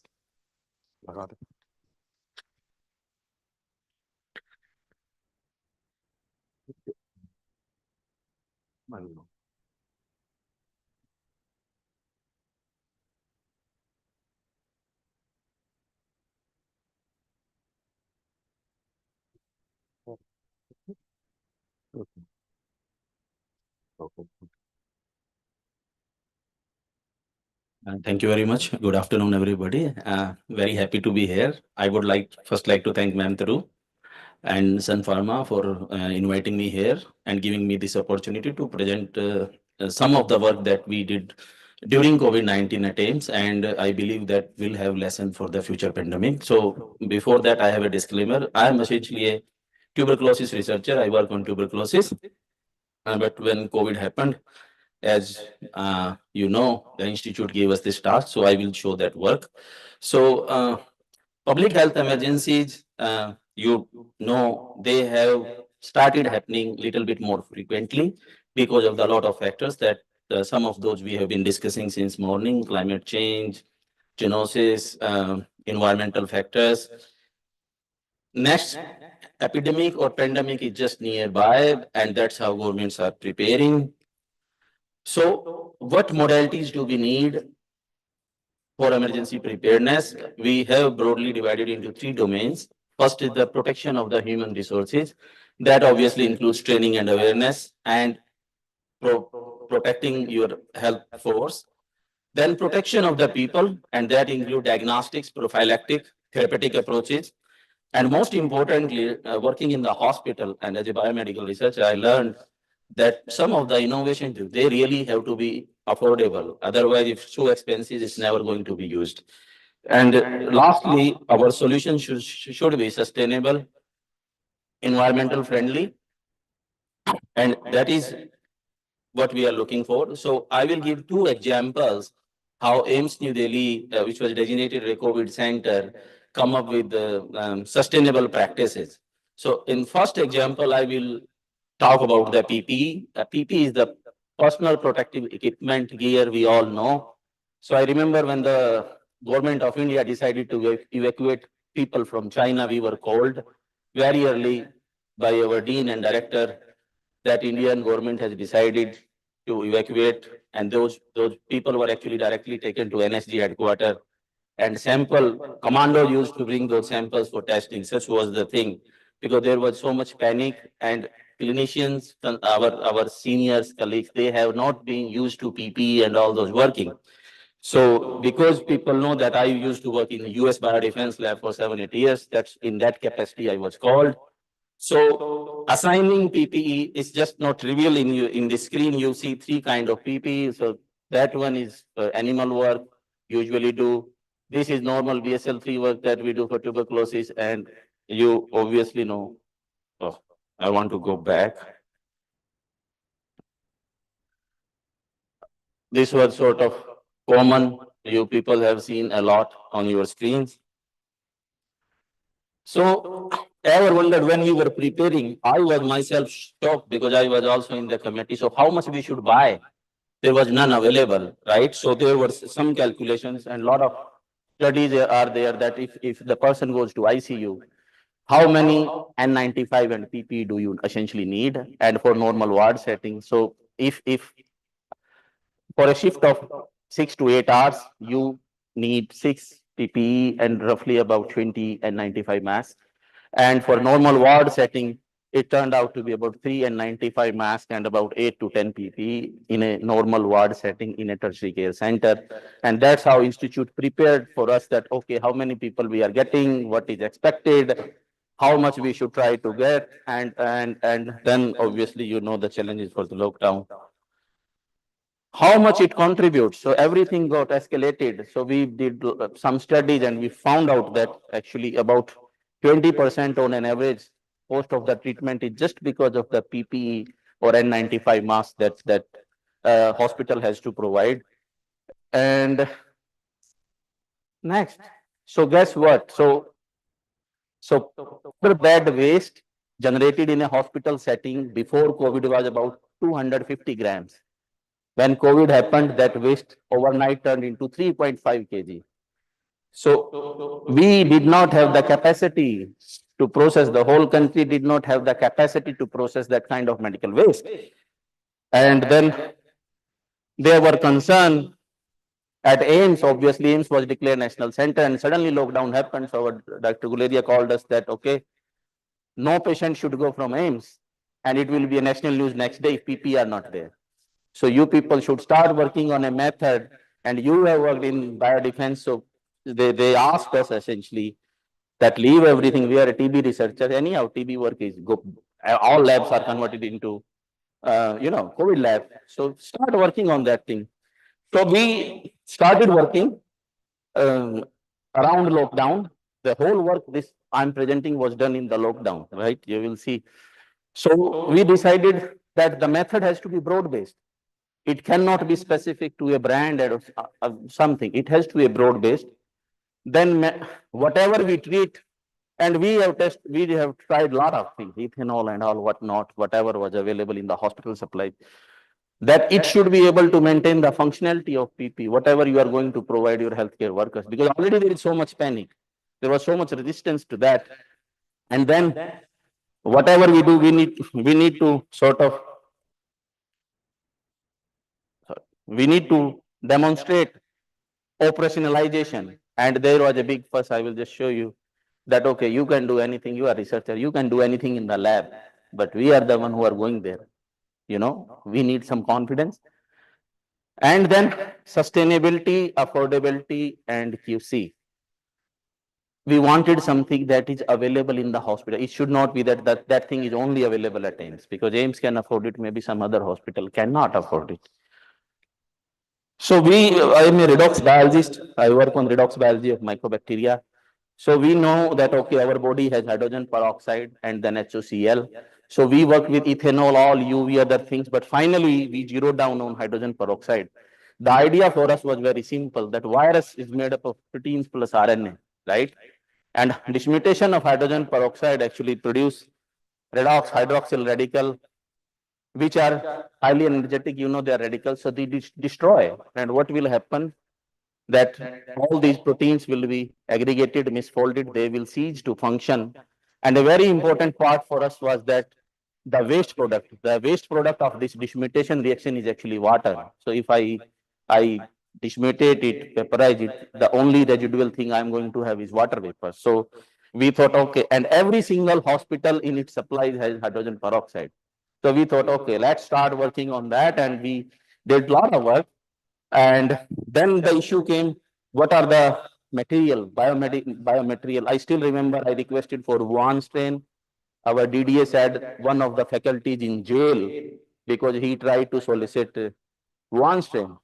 And before he could get the permission, he used it. So no live organism. I said, okay. He said, think creative. So we thought, then we looked into the list order of resistance of microbes. So bacterial spores are the most resistant, then mycobacteria, then viruses, fungi, and medium viruses. They are actually very fragile, right?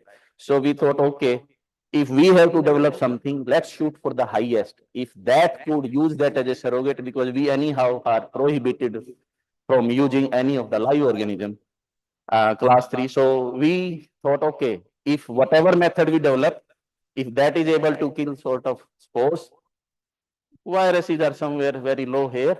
So that probably should take care of the viruses itself. So with this idea, we start working, then we went to clinicians, okay, let's model it. So what are the areas on a PPE that you think when you intubate the patient gets dirty?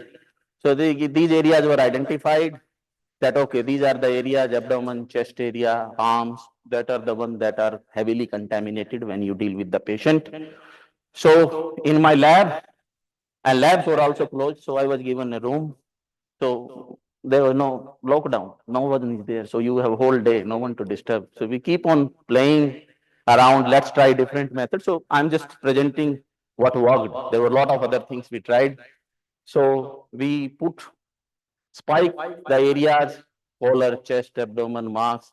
So in this method, finally, using the vaporized hydrogen peroxide, we could find consistent clearance. Consistent is the word here. Certain things work with one, not with the other.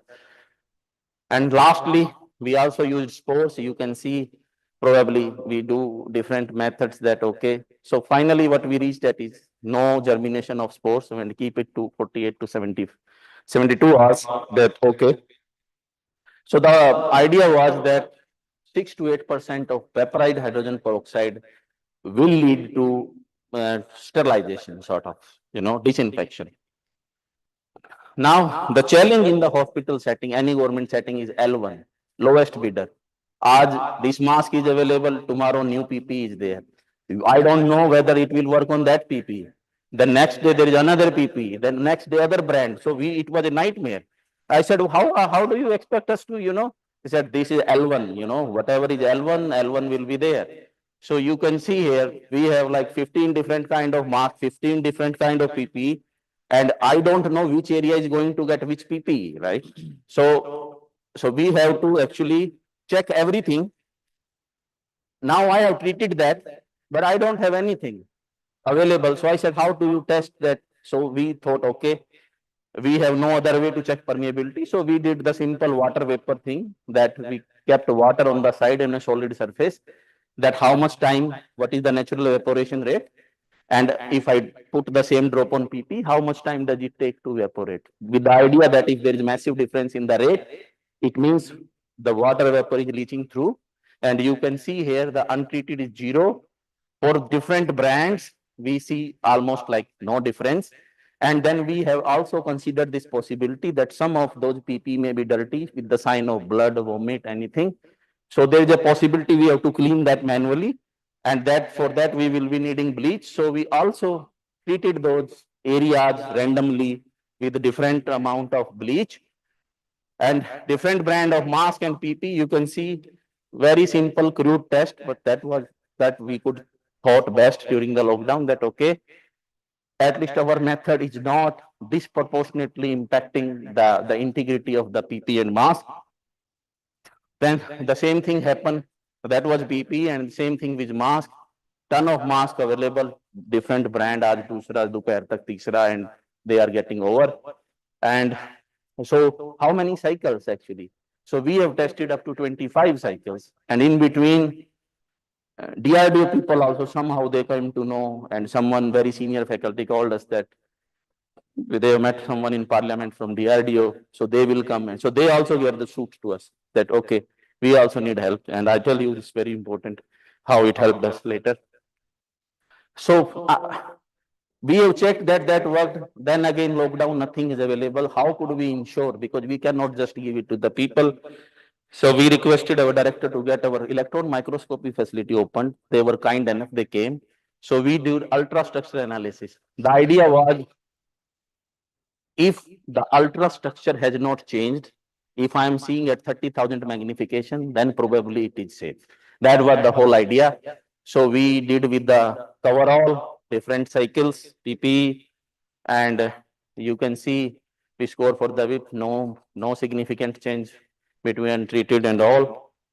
Similarly, we did the mask, outer layer, no difference, and then inner layer, the melt blown layer, which actually gives us protection. So we worked with that.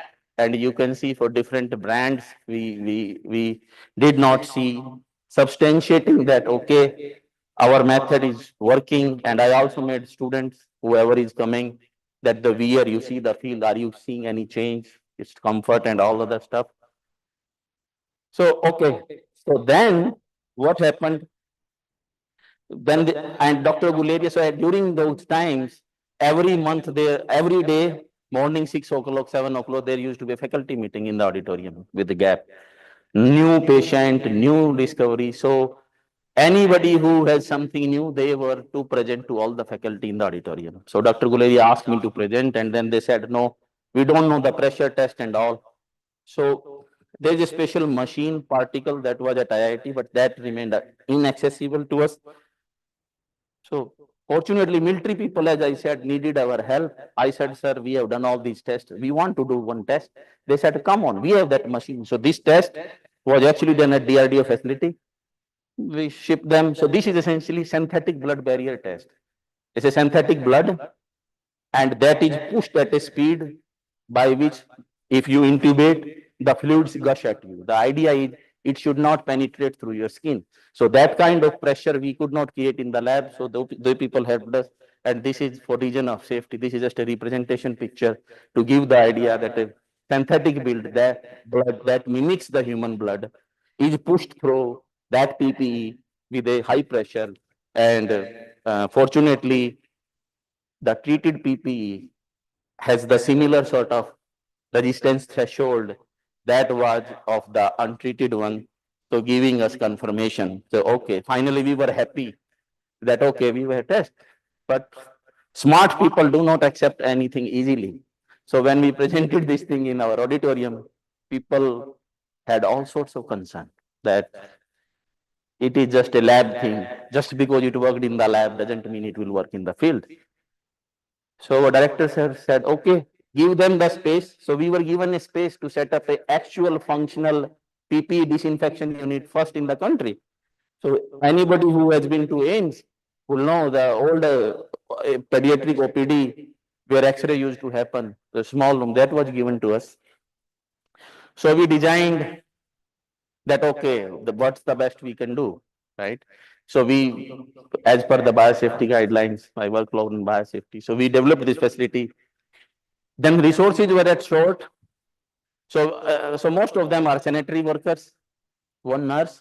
That okay, I said, so what is your, they were asking me, what is virus? I said, geez, can I not have other people? Administration said no, because we are already short of people. So these are the people you have to train. And I tell you, there is also a human aspect to it. And the aspect is because they were mostly contact workers. So I had, the most challenging part for me was, one every day someone is calling 5 o'clock, right? मेरे तो insurance भी नहीं है sir, मेरे तो pension भी नहीं है.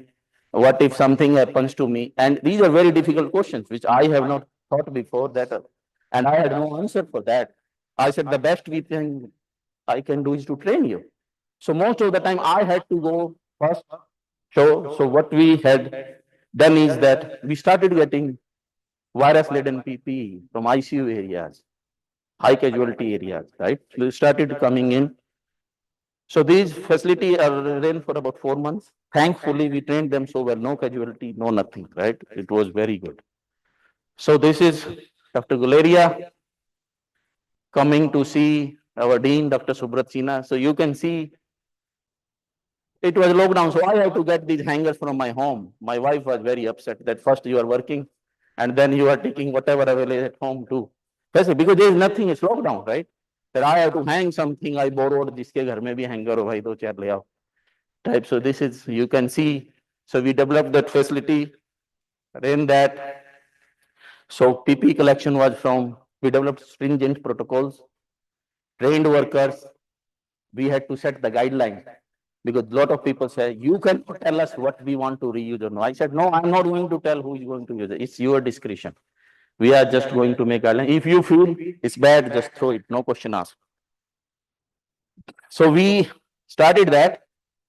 Then actually, when we write the protocols, I'm from Haryana, I think in Hindi, then write in English. And lot of details of biosafety kind of thing are lost. And ministry liked this thing because this was sent to all medical colleges, protocols. Then they said, I said, sir, we have to have a picture thing. So we developed this pictorial guide during, I have a good postdoc, she was very good with the drawing. So that it should be clear wherever those are posters. So you can see this is disinfection. If it is torn, big stain, anything, throw, no question asked, nothing. You are not answerable to anyone, just throw it. Like that, then exactly if you see the detail, those who work on biosafety, they will understand. It's folded 6 inch, how you go, how you are holding it, how it is bagged, how you have to wipe, where are you holding it, there is a line, very, very detailed sort of pictorial thing. Then we demarcated the area. Because that time there was a paper in Lancet that, okay, after 3 days, the virus burden starts getting depleted from the surfaces. So we thought, okay, let's open the bag 4th day so that I reduce the exposure to my workers. And so we set the corners like that. We put cardboards, whatever was available essentially to support, right? So that's how we did that. As the cases increased, the bags number started increasing. So then where the bag will be opened. And this is a whole guide. We had to make it, I made it public because so many people called, I had to make it public. So you can see detailing that wire should be copper, how you should, upside, how you should put the bag. And we will put, sorry. So I have to be sure that my cycle is neat because all corners has to sterilize. I cannot check every bag. And it was a reasonably sized room. So we put these indicators, biological indicators at different places randomly. And I made the SOP 4 indicators. If all 4 are not clean, no bag will be opened. Because we will take it back for, we made very stringent guideline because it's, people were very, very picky about that. So you see, so we do test untreated, test 1, test 2. If everything is clean, then only the bag will leave the another area. If even one comes positive, non-sterilized, we will redo everything, right? So that's how we run. This is just a glimpse, that's how you can see the vapor are going, it becomes like this. I'm not sure this video comes, but you see, and we optimize the conditions, 30-minute cycle, 10 minutes break, then take out, then go back again. Then after that, we will take it open following guidelines. We will remove if some blood, some anything is there. This is my lab tech, we pack it. And so this was the result. If you see, we could recover about 80% of the PPE. And N95, we did initially for few cycles, then masks started becoming available. Plus, it was a great challenge to clean N95 because you remember most of our medical force is nurses. So we made announcement, don't wear lipsticks because you cannot clear those strains. It's not good, but right? So that did not work well. So we stopped recycling N95 mask. We kept on doing PPE, and then we had a request to upgrade the facility because so much cases are there. So per day capacity was of 15 bag, then 50, then it became to like 300 something. Very high burden, but whatever time, so I made this presentation there. We set the facility with bare resources. Hydrogen peroxide easily available in supplies, 1,000-1,200 rupees. PP at that time we were buying for 1,100 to 1,200. We were purchased even of 3,000 because this was lockdown, no access. So within 1 month, we saved a lot of money. But the most important and satisfying thing for us was that AIMS retained the capacity. All our colleagues had the access to high quality PP, and we could ensure that they could work without, any haggle. So then we published, Dr. Gurudi asked to publish it. Ministry asked for it, videos and all. We made videos, all those protocols. Then I had to make, this is online actually. Then Royal Society interviewed me, covered us that they label it as very high. They put NASA as innovations, this, and then they put our institute that, okay, AIMS has come up with very frugal innovation. And by October and December, WHO brought this method into its advisory that if any country has any sort of issue, then they can use this method, and India has done a good thing. So it was a $15 PP, maybe reduced to 10 cents. 6 rupee was our cost for per PP, and we calculated other things, but that's for some other time. So second thing, I'm just going to tell very briefly about improved. How much time, sir? I have? 2 minutes. Okay, I will just tell you. So there was a challenge at institute. We were given another challenge that cold chain is not possible to maintain sample integrity, and so we were working on different modules. So we developed this method where we could neutralize the virus at the time of collection itself. Then we worked with other pathogens, and that, okay, it could be cleared. Then we worked on the mechanism of it. One thing I realized that time, that clinicians hate if any workflow is changed, especially in a diagnostic lab. So whatever method you develop, that has to be consistent with whatever method is being used in the lab, because they have to train technicians and all. They don't want to fiddle with that method. Whatever is working, they just don't want to fiddle. So everyone was like, whatever you do, remember, we should not have any another single step to do, because our tech will not be able to perform. So anyhow, we did that. We found the mechanism. Essentially, we were showing that our thing was stable. We checked it up to 55 degree. The usual temperature in India is 45. So consistently, we see higher recovery of the nucleic acid across the spectrum at different, and all these VTM were ICMR approved. So we checked against that. Then we did a workflow. So the challenge was, how do you test in a pandemic? Again, I said DRDO, they come handy. They were needing it for their some classified things. So they said, do you have something? Because your PPE thing was great. I said, we have, but again, it is only tested in the lab, not in the field. They said, oh, that's not a challenge, The next day they set up a meeting. So say, what do you want? So we designed the trial. So each VTM for diagnosis is collected as per ICMR protocol. In our VTM, whatever the room temperature is that day, whatever temperature is, no ice cold, no nothing, just leave it as you want. So we did that, and these are the results. You can see consistently we got lower CT value for SSTM. So we named it SupraSense after getting this result. Okay, it's more sensitive. So then we also find a mechanism that it is not because of the process, because we spike phage RNA here, no change in CT value, but RNSP, which is essentially present in the host cell, that okay, it is because of the stability of the sample. And I will, so 25% more sort of asymptomatic people, we could 50% asymptomatic and 25%. So Dr. Gulidia said, publish it. So it's under patent. Then Nature highlighted it as the finding from India, and there are a lot of my colleagues are here. We are investigating it for One Health pathogen, zoonotic pathogen for broader applicability. So you are more than welcome.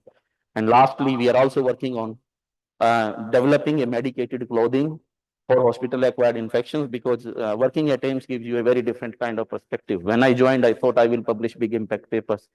But you work there, you realize, okay, that's not about it. It should be practical. So with IIT Delhi, we have collaborated. So this is some data. So we are preparing something that has antimicrobial potential till 100 wash. So we have actually tested for 125 washes. This is just data here, and so whatever residual colonies are there, they are not resistant. So we have checked that now. We have ensured that survivor colonies are attenuated as well, not resistant. And thank you very much. So we, as I told, tuberculosis is our main area, but since then we are into that. So I have to wind up those grants. So we have been working there, but fortunately, we are well funded. And last year we also got Center for Excellence on One Health from NCDC. Thank you very much. Happy to take questions. Yeah, thank you, Dr. Vikram. Any questions?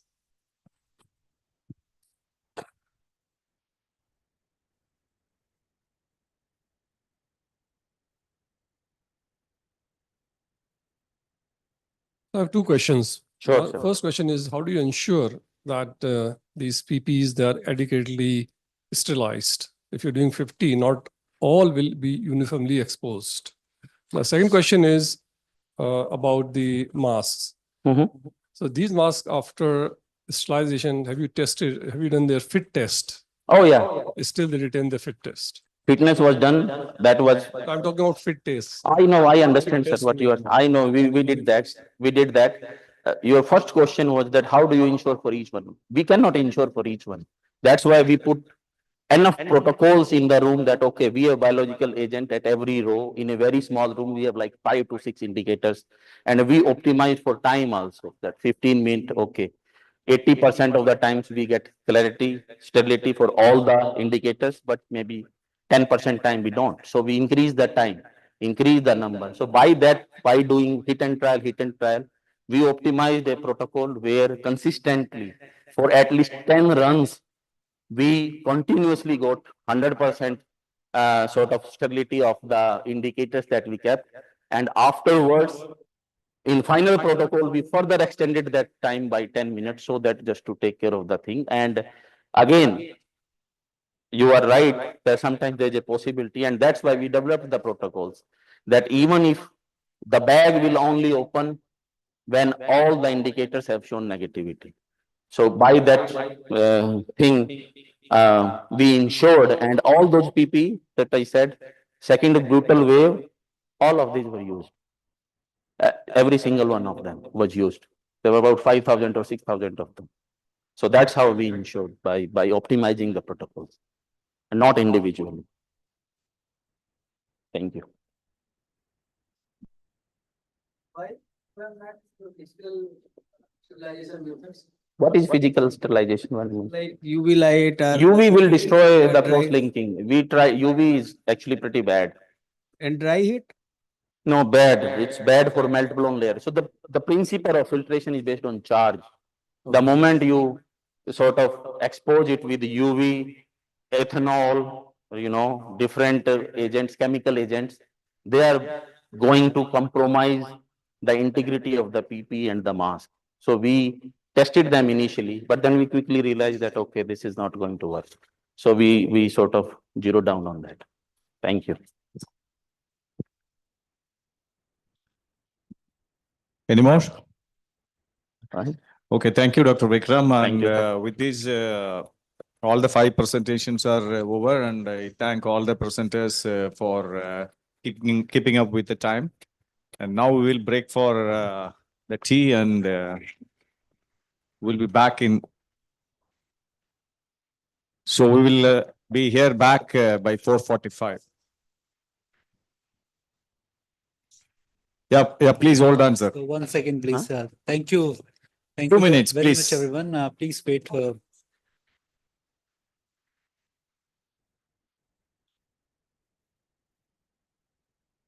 Sir?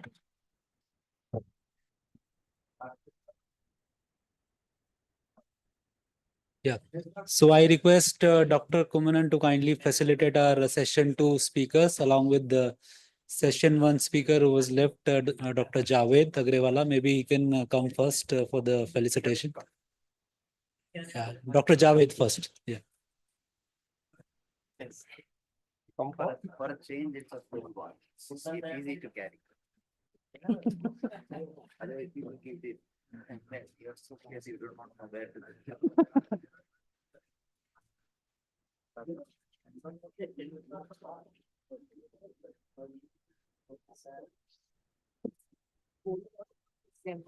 Dr. Hegde, please. Oh, I agree. Dr. Hegde.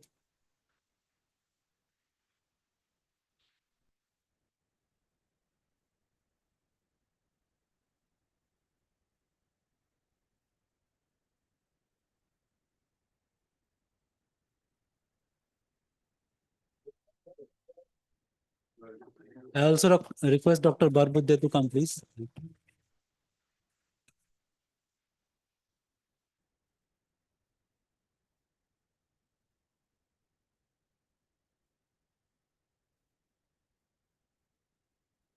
Dr. Kuldeep Singh.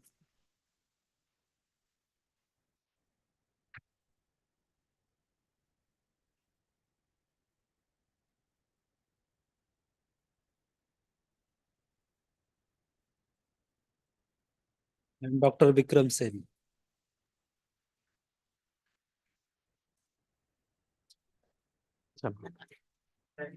Thank you, sir. Thank you, sir. I request Mr. Satyananda Mishra to kindly felicitate our moderator, please. Dr. Mishra. So, Dr. Girish, if you can come. Yeah, yes, sir, sir. Yeah, Ravin, sir.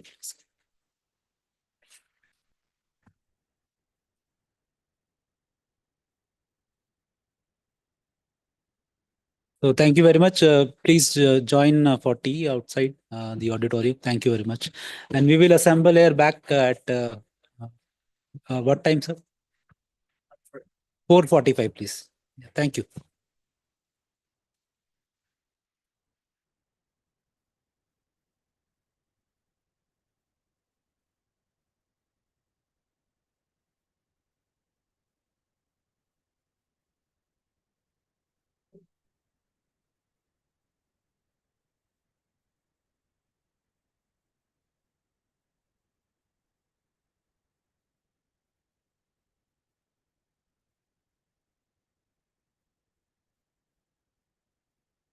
Sure.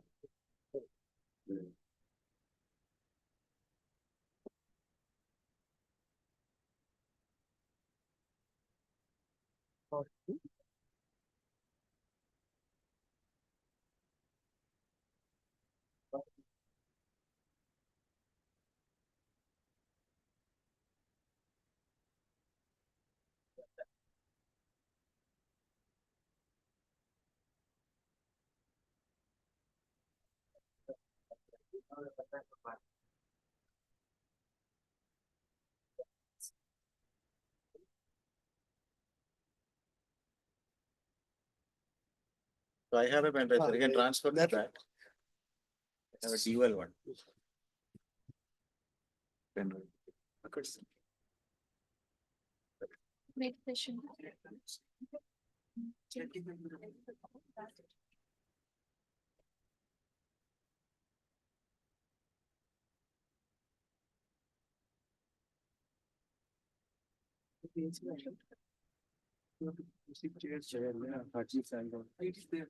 Already there?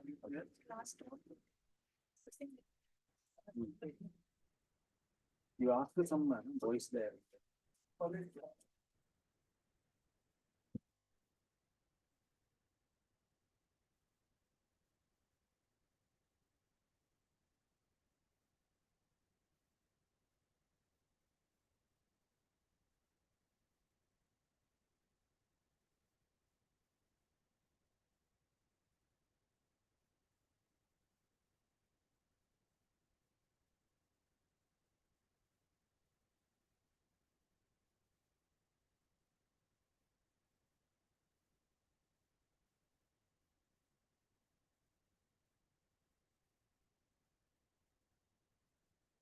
side of other side. Yeah, you can try both. One is C and one is ABC. Yeah.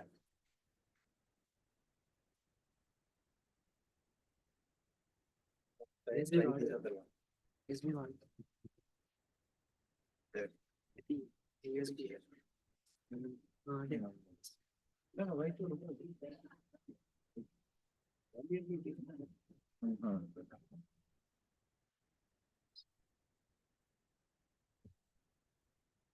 What was the name? It's Vanak. You scroll down. V.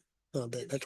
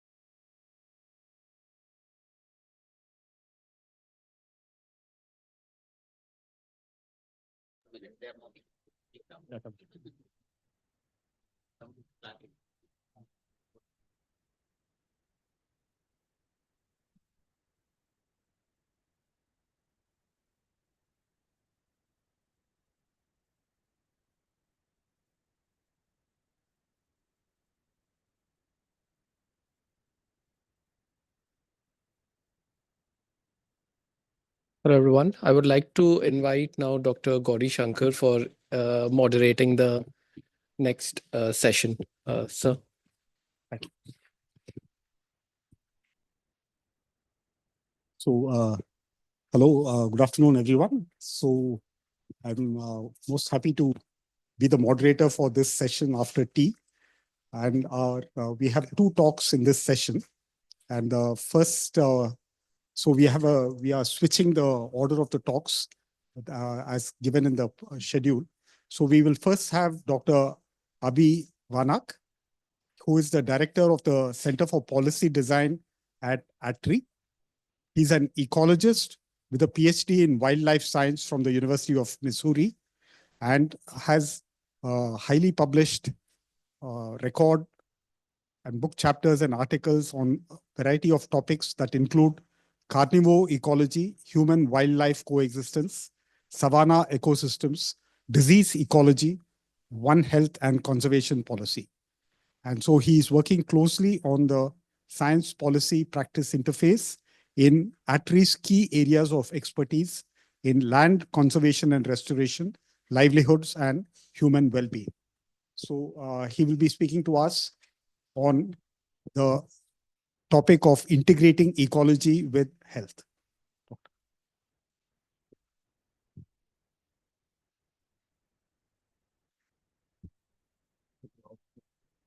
Thank you. Thank you, Dr. Gauri Shankar, for the invitation.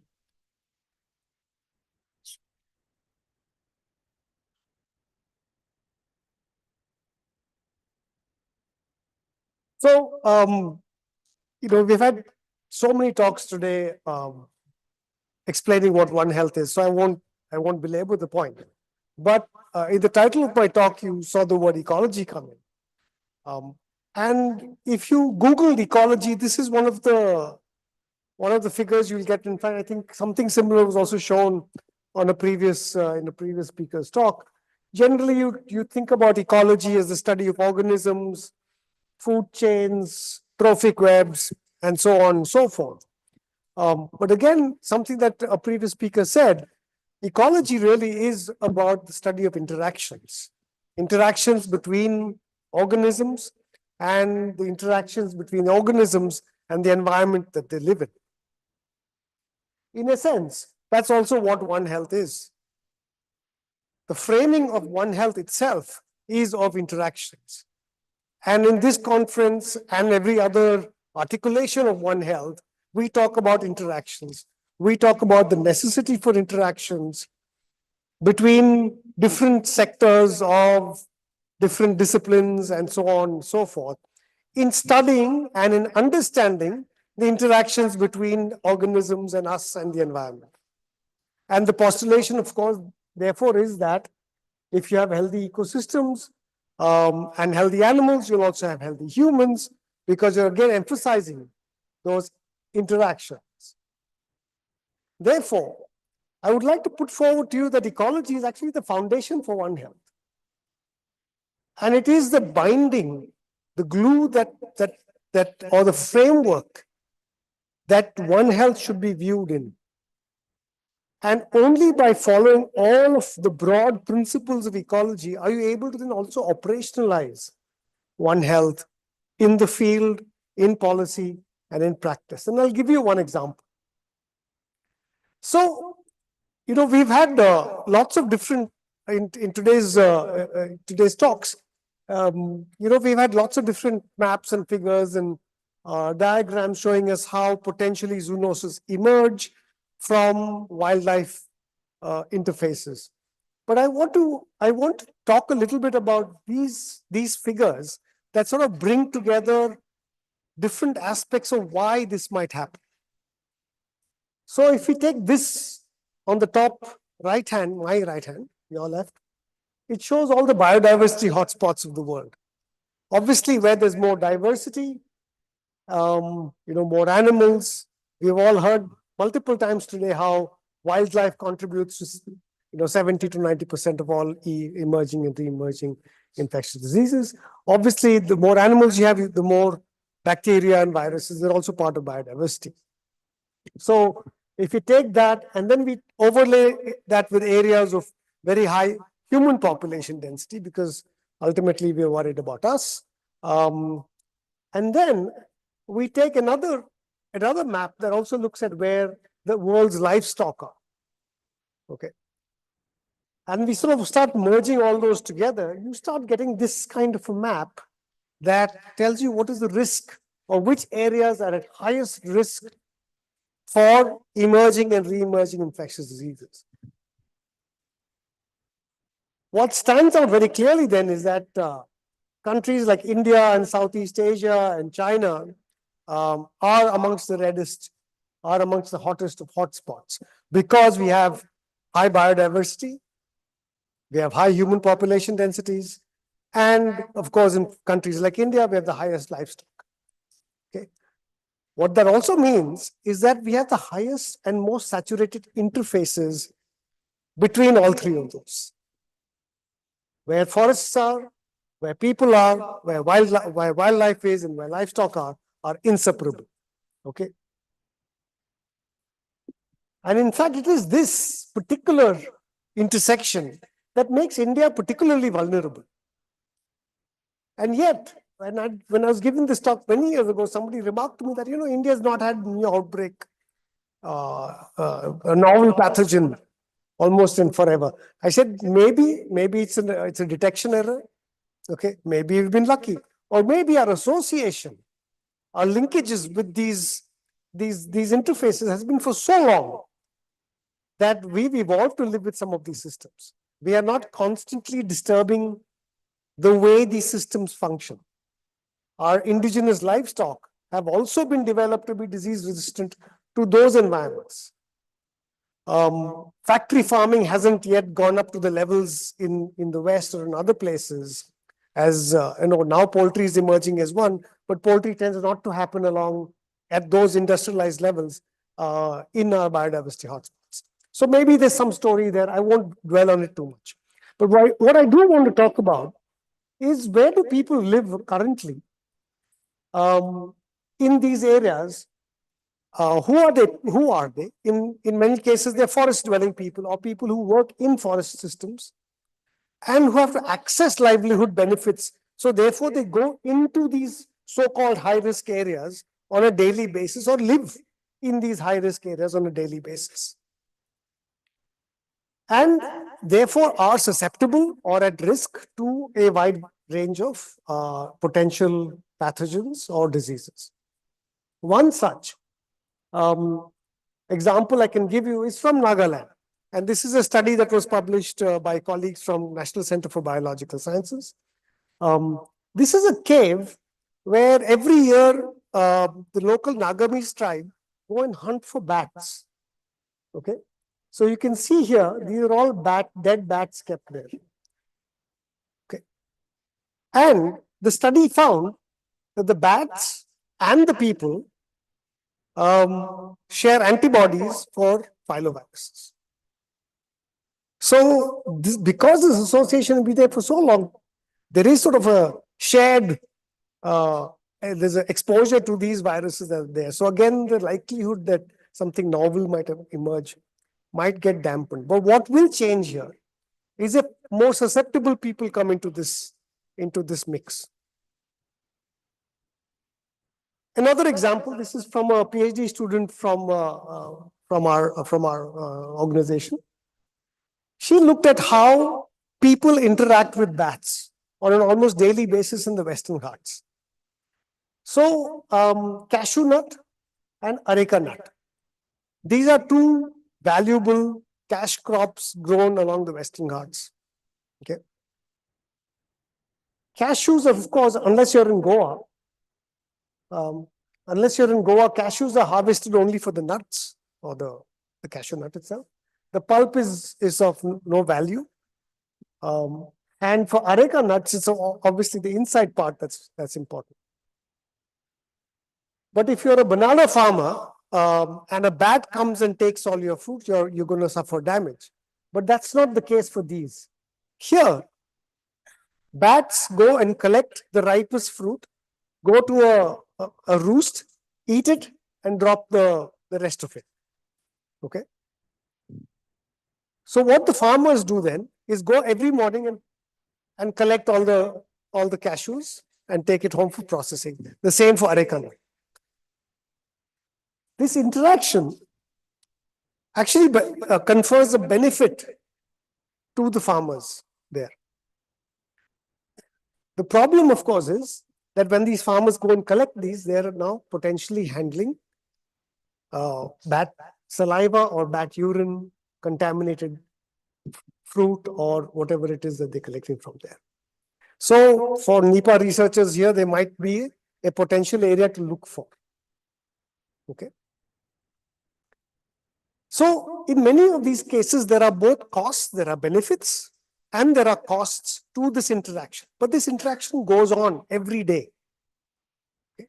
And we need to keep some of these kinds of things also in mind when we are thinking, this essentially is a classical One Health problem.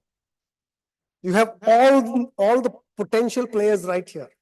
You have livelihoods in the mix, you have animals in the mix, you have livestock, and you have people, and a whole virosphere that the fruit bats can carry. Okay, so these kinds of interactions are often very rarely studied outside the ecological domain. And therefore, when public health workers or animal health workers go and try and investigate this, they are unaware of some of these things. So it's important to think of what those linkages are. And this is not a harmful linkage. It can be very easily mitigated. So if there is a potential harm that people can be exposed to, doing something as simple as wearing gloves or washing your hands properly after you've collected the fruits, or washing the fruits or whatever it is after you've, sanitizing them in some manner after you've collected them, mitigates any potential risk you have of getting the disease. But for them, that's a huge saving because labor, as we all know, is getting very expensive in all these farms. So they are very happy to have this clumped service provided by the bats free of cost. The bats, of course, are playing a very important ecosystem service. Bats are really important for the environment and so on and so forth. Okay. Another example. Let's move to Casanur forest disease. Another very complicated and problematic disease for us in the Western Ghats. Okay. It's a flavivirus, causes debilitating hemorrhagic disease. It was first reported in Karnataka in Shimoga district and named after the village Casanur, where it was first found. A fascinating story of its discovery, how people understood where this virus itself came from. And it's also a One Health story.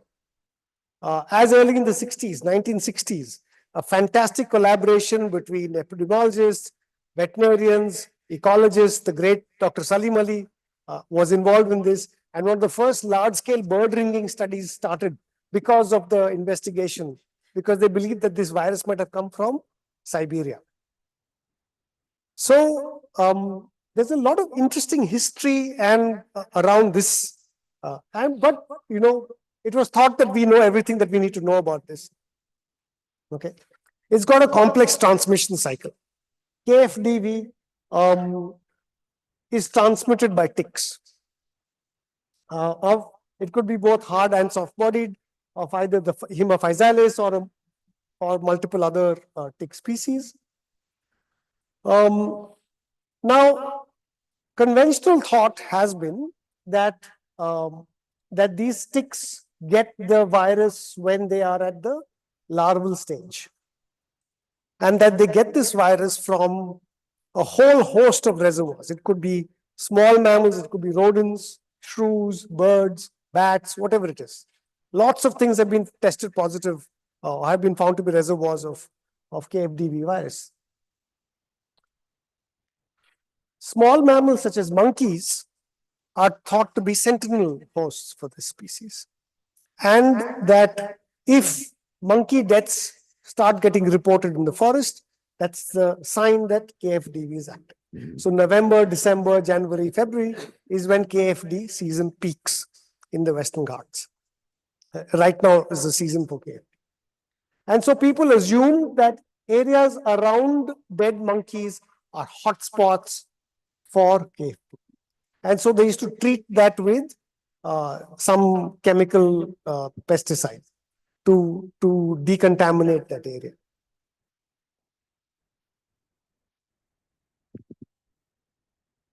I'm sorry, you can't see this. Anyway, but Kyasumu forest disease also has a complex socioecology.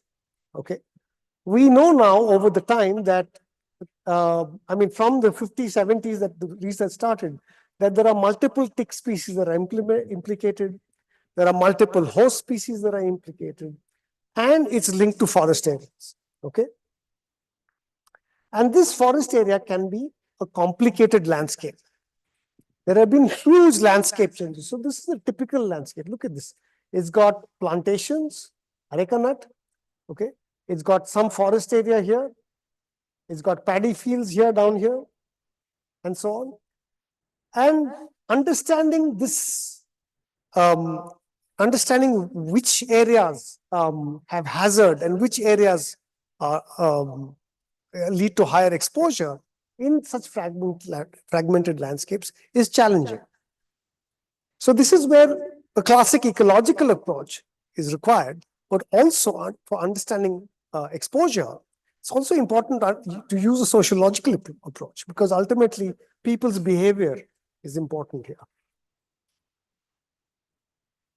So what we did is we reviewed some of the ecological evidence base for management of this disease, to see which ones are most implicated in the spread of this. Okay. And then we took some of those results back to the practitioners themselves. So we had lots of workshops with the Karnataka Department of Family and Health, DHFWS, okay, and stakeholders across more than 20 sectors who are involved with KFD management in Karnataka. And this happened 2 or 3 times to frame and guide the research itself that we were doing, and to design tailored solutions for the communities that were there. Then we wanted to understand better what the ecological hazards were. So for that, we looked at abundance and KFDV infection prevalence in ticks, rodents, and livestock in the key habitats that are there in these landscapes. Forest areas, plantations, villages, paddy fields, and so on. Okay, so this was done in 42 sites across 2 states in Karnataka and Kerala. And sites were stratified according to human KFD cases and forest proximity. Okay, so this is what a typical site looks like on the ground. You know, very beautiful landscape, paddy in the foreground. There's some banana and areca nut plantation there. There's areca nut plantation in the background. There's forest there. So this is what a typical landscape looks like. Okay, so we went here and used ecological methods to do tick, flagging and dragging on the ground, sampling livestock, but also fitting GPS collars on them to track their movement through the forest. Then we also trapped rodents in all the different habitats across this landscape. And then we did what's called a walkthrough survey. This is an innovative sort of mix of social sciences and natural sciences, where our researchers would follow people going through their daily activity. And then we would scan the researchers for ticks to see which habitat the exposure to ticks was highest. Okay. And then we did lots of questionnaires as well with KFD survivors and household surveys to understand what are the daily activities. We talked to KFD survivors to find out what they were doing before they had contracted the disease, and so on and so forth. Okay, so we wanted to understand who are the most vulnerable households. So this is a lot of work. Much of the barcoding and the molecular work has been done at Nivedi in Dr. Mudassar's lab. 6,000 ticks were barcoded, and these ticks were collected from 1,495 transects. 10 species of ticks were found to be positive with KFTV. And we identified infection in new tick vectors here. And KFDV vectors were found on small mammals and on livestock. Okay. And we found the majority of transects in forest areas had ticks, of which 10% that we found were positive with KFTV. About 40% of transects in paddy fields had ticks, about 50% in crops, and about 50% of transects in villages had ticks. And the proportion of infectivity in all of them was much lower than the forest, but still present in all of those areas. Therefore, the common understanding that KFDV is a forest infection is not completely true. You can get KFDV sitting at home. You don't have to walk into a forest and be near a dead monkey to potentially get a tick that had KFTV. You could get it sitting working in your paddy field, working in your areca nut plantation, or even being in your village, because those infected ticks are also there. Okay. Fodder and bedding that's collected for cattle were also potential sources for infected ticks. People would go out every day into the forest, collect dry leaves, collect mulch, bring it back into their houses, and use that as bedding and fodder for their livestock. And what would come with them? Ticks would come. And so potentially you were bringing the danger home. And the current control methods were not accounting for any of this. We also found, and this is breaking news, we also found the first evidence of transovarial transmission in the wild for 4 tick species, which means that the virus was passing on from female to egg, and that nymphs could, at the unfed stage itself, be transmissive. And this was huge because thus far, all the models that were done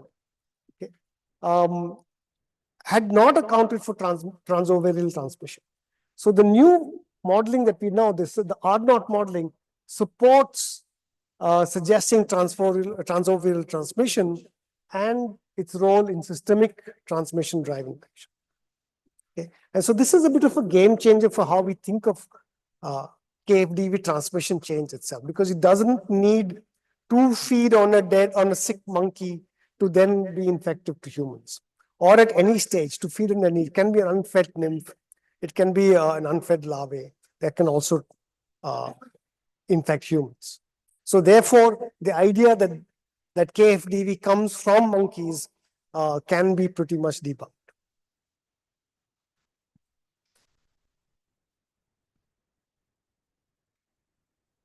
The other thing that we found, and I'm sorry, some of these, is that activities such as herding, firewood collection, fodder collection, bedding, and so on are really increasing the exposure to ticks for vulnerable households. Okay, and most people were not aware about this, because even the term for KFT is monkey fever, colloquially, mangana kaile. So they associated with monkeys. They don't associate with ticks. And for a long time, because even the health services were managing this as a monkey-related thing, people also had a disconnect between where they were getting the disease and what were the actual causes of that disease.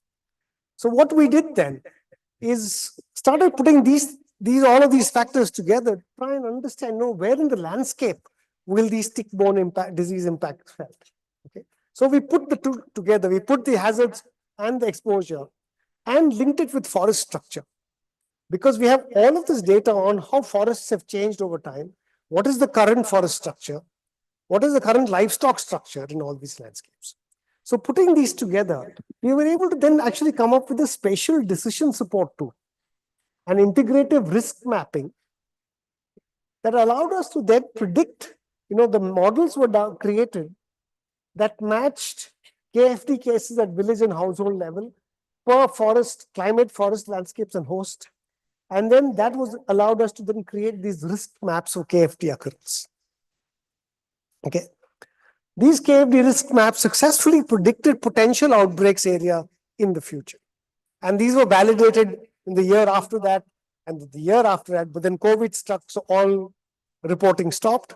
We're hoping that this will restart again now. But what we also then did is that we created, because this was so useful for the department, we were able, the disease managers and policy makers actually requested a predictive tool for this KFD risk. So then we created this KFD Explorer desktop app, where then managers can just go, it's all there available on their app. They can pull down, they can report any, the moment you upload data, it'll calculate, create the new model in the background, update with the data, and will again tell you where it'll create this sort of KFD predicted risk map for each of those taluks or districts that you are interested in. So based on these kinds of efforts, you can then tailor your education material, awareness material for the local population, which is what we've ultimately done. We did targeted education for each of those communities. We started, looking at showing how to remove ticks. For example, we created simple plastic tools, or you showed how you can make it from a bottle, plastic bottle. Just cut it out in a certain stage. You can remove the tick, for example. IEC materials such as these, and in various local languages, in Malayalam, in Kannada, in Marathi, they were made, and these posters were distributed at all the primary health centers in all KFD risk taluks across all the 3 states. Now, we are hoping that a new vaccine will be developed. The old vaccine was found to be completely ineffective. It was being used for a long time, but it was not effective. So it was finally discontinued. And a new vaccine, we are told, is under development. So hopefully the new vaccine, when it comes up, will be more effective. It will be a game changer. And it will come as a relief for a lot of the people who suffer from KFTV. But in the meantime, we will continue promoting prevention measures such as this, where basically educate people about the importance of preventing tick bites, or if they do come home, checking themselves for ticks, removing ticks from their bodies. And these kinds of simple education material can go a long way. And some of this, yeah, I'm just finished. And some of this has also now been incorporated into the operational manual for Kyasanur forest disease in the Karnataka Health Services. It takes a very large interdisciplinary team to do this kind of work. And this is what we were lucky to have, including international experts, as well as a very large group of Indian experts and Indian institutions, including both government, non-government, ecology, social sciences, public health. All of them got together that were able to achieve this kind of thing. And this really is an example that I hope the consortium, One Health Consortium, can also replicate and sort of bring together people from various disciplines, because that's what's really required to properly operationalize One Health on the ground. So with that, I'll end. Thank you.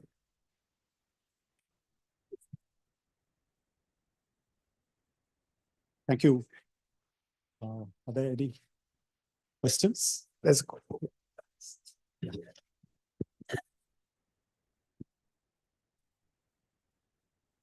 Dr. Abhi, I have one question. Towards the end of your presentation, you were telling about the vertical transmission of KFDV in ticks. Are there any reports about how many generations, it's being carried over or transmitted vertically? We have no idea. This is the first evidence we've just found now. If it is going to be an endless journey, like then you know the job is still more complicated. Yeah, potentially, yeah. But I think basically tells us that there's a lot of scope for doing research. Even something that we thought was we knew everything that we had to know about KFTV. Clearly, there were still some holes in our understanding of the disease. So we need to continue doing research on and understanding these complex systems. Thank you. Thank you. Yeah, nice ecological work. I just have a fundamental question. You said pretty much you can sit at home and get the disease or get infected. Sorry, sir? I mean, you can pretty much sit at home and get infected. This is a statement you made. Yeah. But I want to know, did you ever quantify the amount of nucleic acid? Because without doing that, it's difficult to actually predict transmission. See, presence of nucleic acid is one, but transmission is an entirely different story. But did you at all look at the presence of or quantity of nucleic acid? And secondly, presence of the antigen, which will probably say that virus is probably there. Yeah. So that's some of this work is still ongoing. As you can, there's lots of these samples that are being processed, but the antigens have been detected in these in the thing. And but is it mechanical or is it replicating within the tick? Are all the 10 species equally efficient? Or? I'll get back to you on that. Okay. I can check with Dr. Mudassar on this and get back to you on that.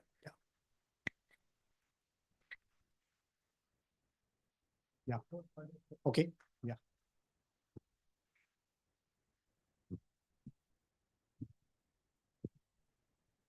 Sir, good evening. Myself, Dr. Hiraram from IBRI. Sir, as we know, hemophysalis is the major vector for transmission of KFD. No, we don't know that clearly. In your presentation, we came to know that Rhipicephalus species is also involved in transmission. So if this we know that it's possible, we don't know if it's involved in transmission. We know it can be positive. If it happens, then there will be very difficult to control this disease in maybe in the Western Ghat or in the country, because this virus is having receptors for that hemophysalis species only, as I know. And second thing, if this is so important, then why not to take initiative to control or eradicate tick population from those areas which are near to the livestock habitats of human? Have you succeeded? Have you succeeded in eradicating mosquitoes from India? Restrict. No, you say you can't. No, because ticks again. Let me just be very clear. Ticks, ants, insects, vectors, etc., are part of ecosystems. We can't sanitize our environment around us. That's why it's important for us to look at prevention and how do we prevent ourselves from getting exposed to them or remove them from. So you can think of better ways. For example, using things like DEET, for instance. When you can put repellents on yourself. How do you prevent yourself from getting infected by ticks? Is the best way, but you can't eliminate them from the environment. And you can't even, it's very difficult to, because again, part of One Health, and I'll give you a slide if you'll give me 1 minute. The negative environmental impacts of putting pesticide might actually exceed environmental and health impacts of spraying pesticide in the to get rid of ticks might exceed the health cost that you get from KFT. That also has to be considered as part of One Health. So what is your vector control? When we talk about vector control, we are putting vast amounts of pesticides in the environment because we're thinking about our health from one perspective. But think of the other perspective also, because we know pesticides cause massive pollution and human health problems. So thank you. Thank you. Thank you, sir. I would request Dr. Gauri Shankar to kindly felicitate Dr. Vanak with a memento.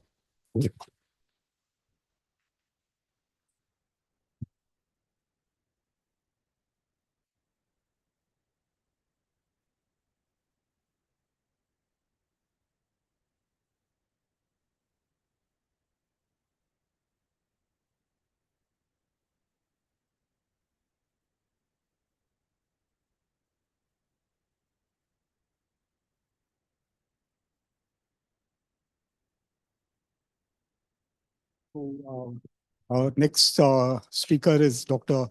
Baldev Gulati. He's a veterinary microbiologist and currently the director of the ICAR National Institute of Veterinary Epidemiology and Disease Informatics in Bangalore. He has contributed significantly in the development of vaccines for equine herpes virus and equine influenza virus infections in horses and avian pneumovirus vaccine for turkeys. So he is going to talk to us on bridging gaps in zoonotic disease surveillance and control. Thank you, sir, for giving me the opportunity. At the outset, I would like to thank NIAB and SPSF for giving the opportunity to Nivedi. But I would also say that giving the opportunity at the end of the day is torture for both speaker as much for the audience. Yeah. So one thing advantage I have is that most of the things I am going to speak has already been either introduced or covered in detail by different speakers. So that makes my task easier and yours also easier. You will not be tortured by me to great extent.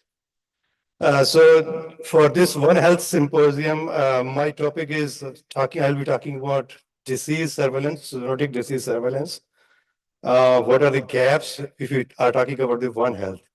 So this picture that I am depicting is representing the Indian context that livestock is part of our not only food chain, but also of our culture system and also of our economy. And also this represents the scenario where One Health is important because we are living in close vicinity with the livestock since ages. Most of the people have already talked about that emergence of zoonotic diseases in last 3 decades. It is on the rise. For last 3 decades, we have seen many diseases emerging and they're having a lot of impact and human number of cases and deaths occurring. This table is just showing.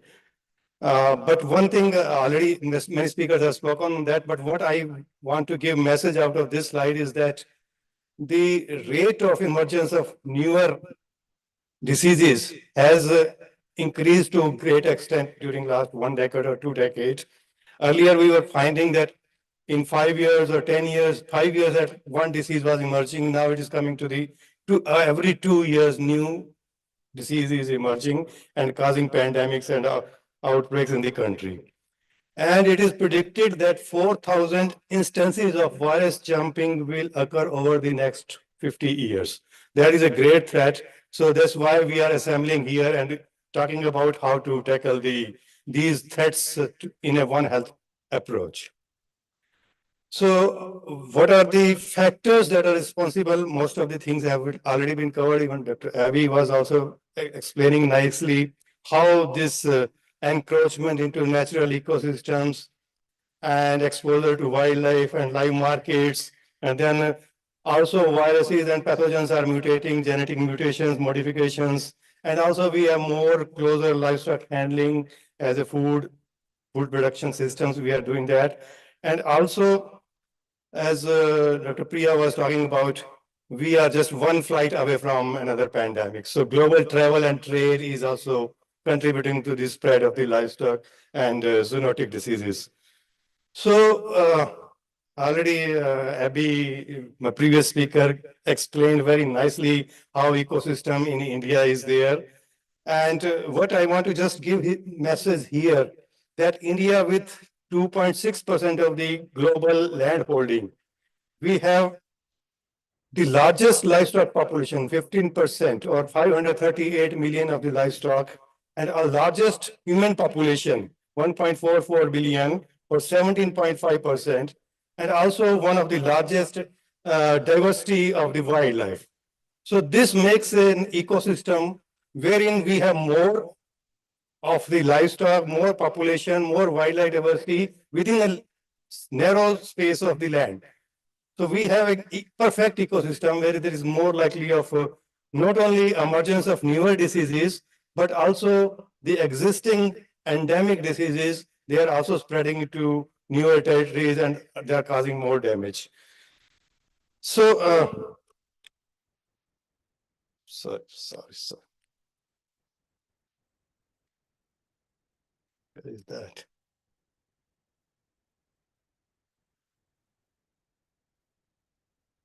So, as I was telling that newer diseases are emerging over the last 1 decade. India has already witnessed many transboundary animal diseases as well as zoonotic diseases. Some of them I have listed here. Congo, this CCHF 2011 came in India, then followed by porcine respiratory reproductive syndrome in 2013.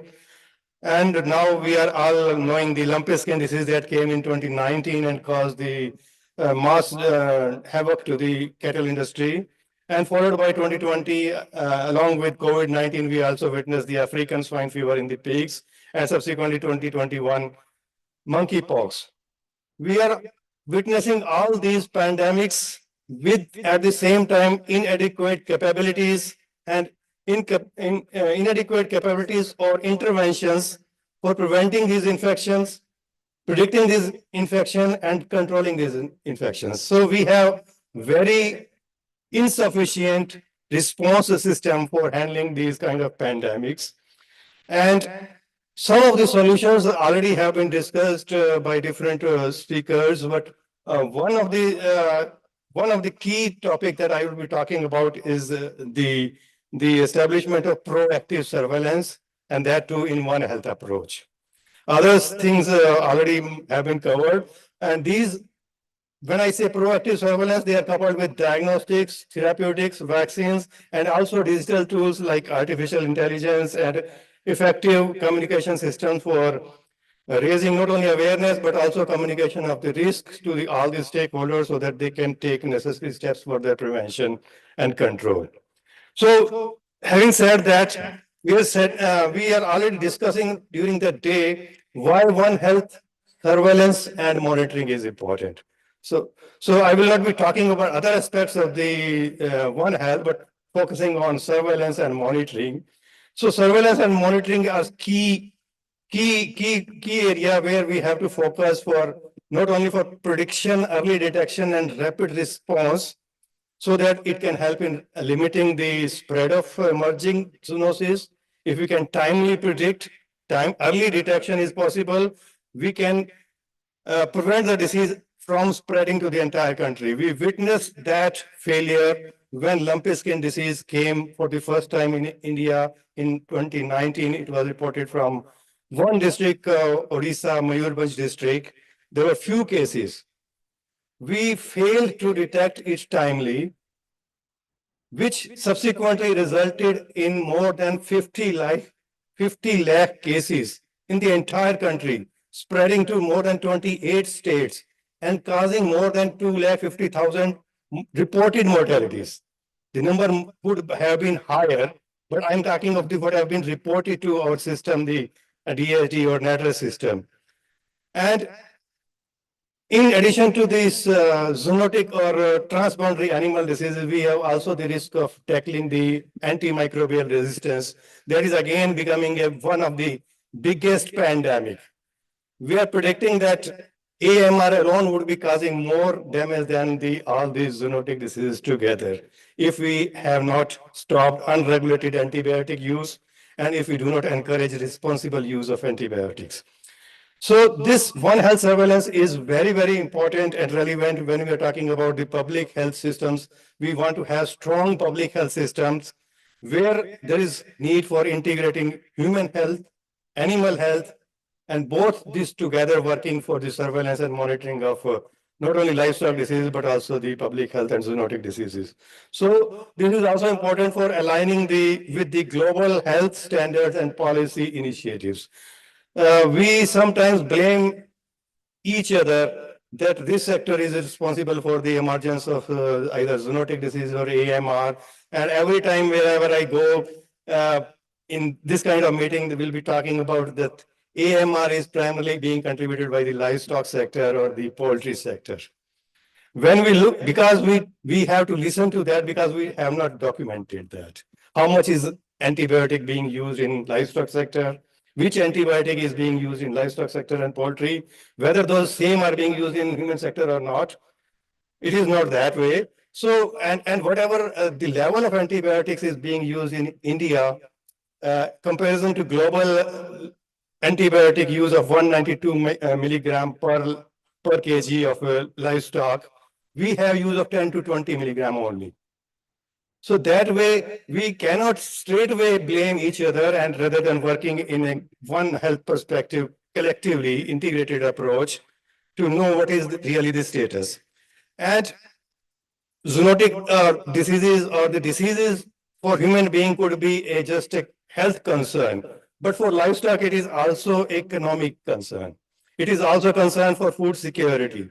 It is, if we have safe animal, we have international market access for trade and exports. So protecting livestock industry and also protecting public health costs. If we are healthy livestock and healthy livestock products, our public health system is also protected. So safer livestock production and disease-free export is also another one area which calls for working in one health approach. So with that background, I will be just introducing what ICR, National Institute of Veterinary Epidemiology and Disease Informatics is. Its mandate is on epidemiology, informatics, and economics of animal diseases, including zoonosis. And we are working on surveillance, forecasting, and forewarning for management of animal diseases, including zoonosis. We also work on repository and capacity development in these areas of surveillance and monitoring. So, Nivedi is working in collaboration with our 35 collaborators in the form of state animal husbandry departments or state veterinary universities. All these are our collaborators located in 35 different locations. And we are getting not only the information of livestock diseases and outbreak and cases, mortality data, morbidity data, we are getting that information for 47 livestock diseases every month from all these partners. And this data represents the data from starting from the village to block level to district level. We are getting the information of more than 750 districts across the country every month for 47 diseases. That data is being maintained by Nivedi for last 20 years. So that data is well maintained, well preserved for 47 diseases. Currently, we are analyzing the data of 15 priority livestock diseases that I have listed here, including some of the zoonotic diseases like anthrax and brucellosis and many more, including lumpy skin disease that came in 2019 and African swine fever that came in 2020. We are doing analysis of these diseases every month, and we are combining these livestock disease data along with the other meteorological data, the livestock population data, the livestock production system data, and then we are using different kind of tools like artificial intelligence and machine learning and make the predictive analytics. So that means we are predicting the risk of these 15 livestock diseases up to block level, up to district level every month. And then we communicate to all the stakeholders. So for this, we use so many artificial intelligence and machine learning powered data analytics system. A lot of algorithms and mathematical modeling, disease modeling work is being done for these select 15 livestock diseases. And then we communicate, we generate the risk every month and communicate to all our stakeholders. And in addition, we are also working on some of these zoonotic diseases and AMR. Some of the zoonotic diseases that Nivedi is working, I have listed here, including anthrax, brucellosis, bovine tuberculosis, Japanese encephalitis, Cassino forest disease. Dr. Abhi was talking. Nivedi is collaborating with his team and with other collaborators on KFD. And leptospirosis, rabies, Q fever, we are working on that. And so this kind of work that Nivedi is already doing, but in one silo of livestock sector. So I will be just talking, sorry. Yeah. So for instance, I was talking about the lumpy skin disease that came in 2019. And then it spreads to more than 29 states across the country, causing more than 40,27,000 reported cases and more than 2,18,000 832 deaths. And this disease started in 2019, and by 2023, 2024, it was controlled, as was pointed out earlier, because of the use of available vaccines like Godpox vaccine, and subsequently now we have the lumpy Provac vaccine with us. So now disease is under control. We are getting sporadic cases of lumpy skin disease. But when we do the regression curve analysis and analysis of the data based on the trends of the data available for 2019 till date, we understand that vaccination is still going on. And if we stop vaccination now, another peak might develop in 2026, 2027. And that is why we made the recommendation for annual booster of lumpy skin disease vaccination for consequently 3 years. The Government of India, Department of Animal Husbandry and Dairying accepted our recommendation, and vaccination for LSD is going on in some states proactively, and some states they are not doing that seriously. So we expect that when new crops of cows are coming, which are new, which are not exposed to LSD, they are susceptible population. So the new cows crop, when they will be available in 26 and 27, virus is already there in the environment. It is not still gone from the environment. So there is still a risk. We need to be cautious, and that kind of recommendation Nivedit gives, and we work in collaboration with DHD for making the policy decision on such kind of outbreaks. Similarly, foot and mouth disease is another disease which is economically very important disease. From trade point, it is very important. And there is, it is so important that there is one special institute working exclusively on disease in livestock sector. That is called National Institute of Foot and Mouth Disease at Odisha, Bhubaneswar. So this disease is endemic in the country. For last 30, 40 years, we are finding the outbreaks. Vaccination program have been going on. In 2019, Government of India launched the FMD and brucellosis control program, spending about 13,400 crore rupees. So disease is under control. Earlier, there were many serotypes in India, but currently serotype O is the predominant serotype, followed by serotype A and Asia 1. What we find that Asia 1 serotype is being reported from 1 or 2 states only. There are 2 very few cases. So vaccine, what we are using is trivalent vaccine, incorporating both O, A, and Asia 1.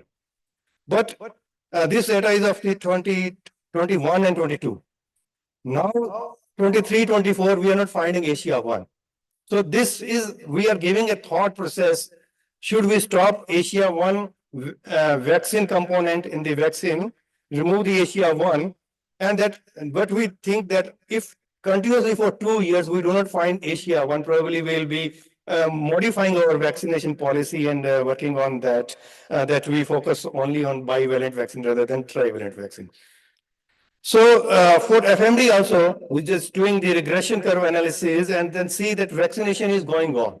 And because of the vaccination continuously from 2002 to till date, the peaks are going in lesser in size. Their number of cases are also less. The geography is also less. So outbreaks and cases of and deaths because of FMD is on the decline.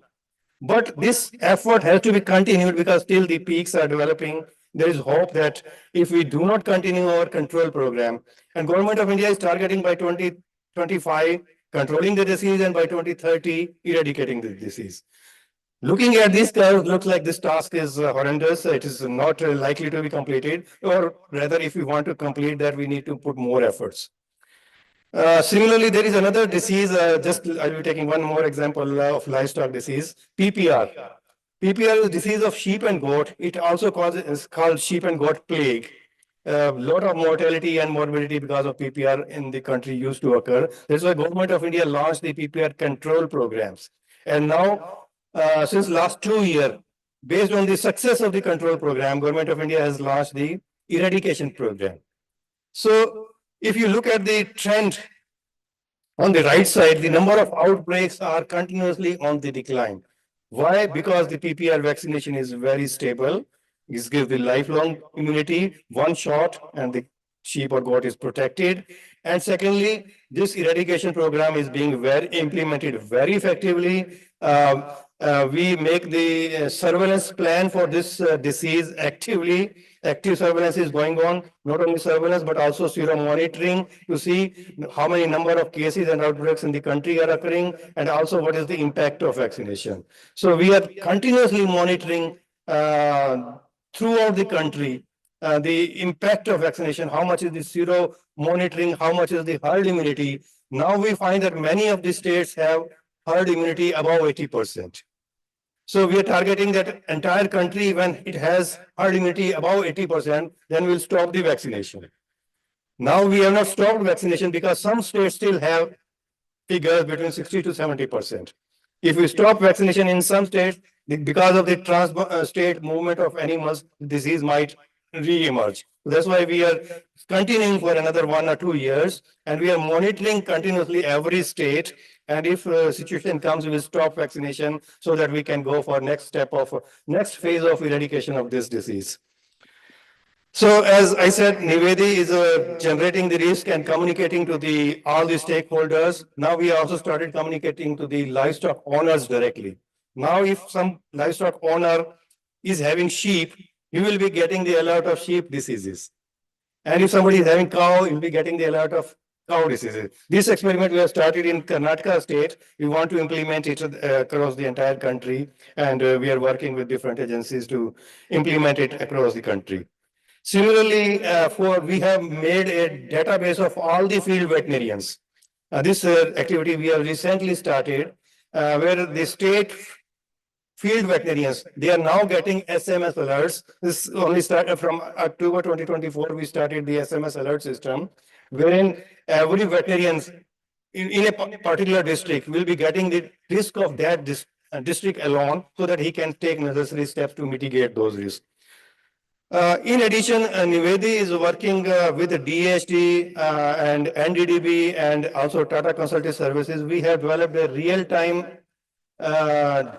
cloud computing infrastructure for real-time reporting of the diseases. Say, for example, one where animal owner visits to the veterinarian or the frontline worker, he makes the physical paper OPD. Rather than that, he will be making it on his mobile, and whatever he gets the information, the animal has cough or fever, immediately it is captured and delivered to Nivedi or the DHD. So we obviate the need of reporting system, because India or everywhere it is reporting is very considered as a headache. So we are trying to make a system where there is no need of reporting. Just do your clinical practice and use the mobile app to do that practice.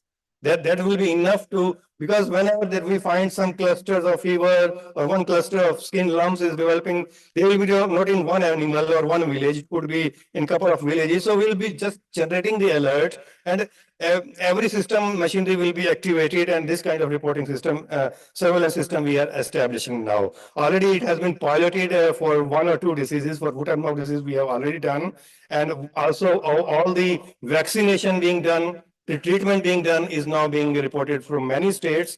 Some of the states are proactive, some states still need to work.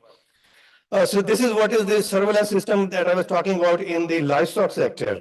Similarly, there is another silo, the health sector, where there is our organization called National Center for Disease Control. They have made the integrated disease surveillance system. They call it IDSP, where again there is a reporting system. They have reporting for 670 districts, where the health workers from block level, dispensary level, or tertiary care system, they report data to the district. From district it goes to state surveillance unit, and from state surveillance it is going to the central surveillance system. So this is already there with the NCDC. NCDC has made this infrastructure with the help of World Health Organization for last 15-20 years they have been working on.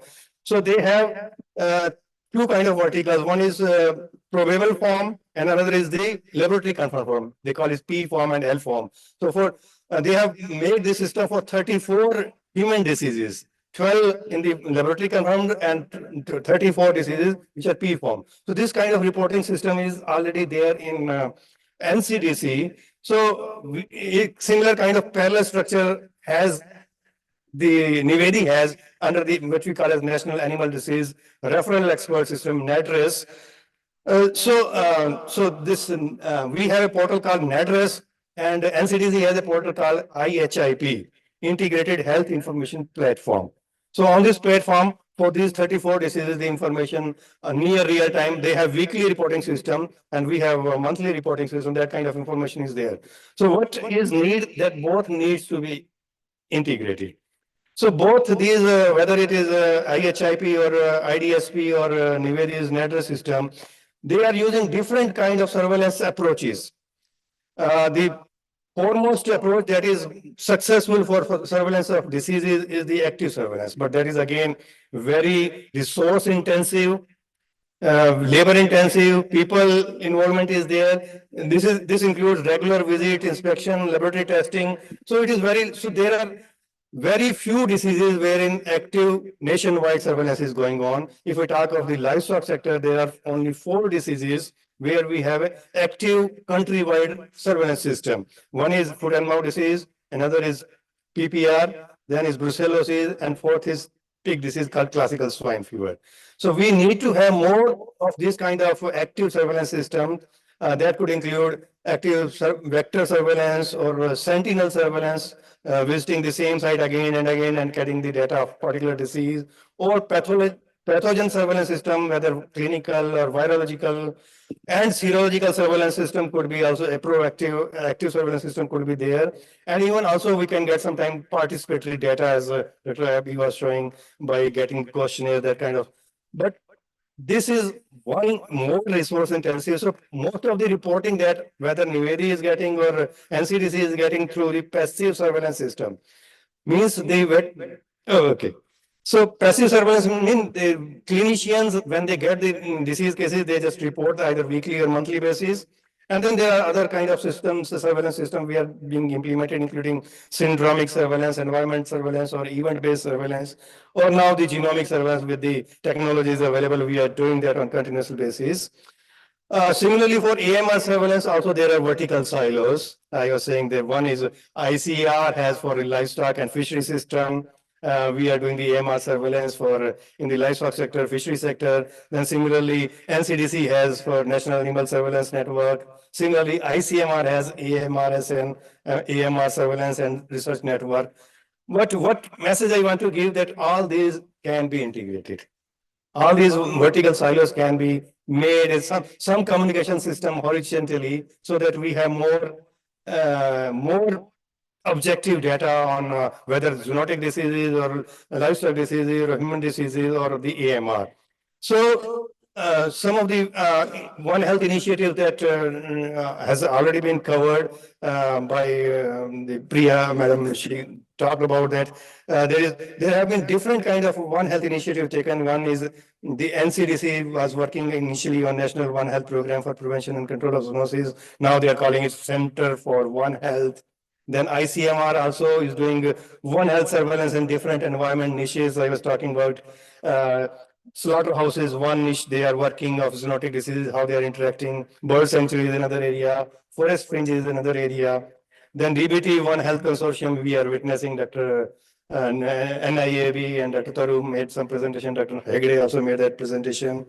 DAHD has also, Department of Animal Husbandry Dairying also has started some initiative. One Health Surveillance Unit was one Health Support Unit was one thing they started starting with one state, Uttarakhand, then subsequently they made it to 5 states, and now they have launched the Animal Health System Support Unit for One Health that is going to cover 12 states with the aids of the World Bank and other funding agencies.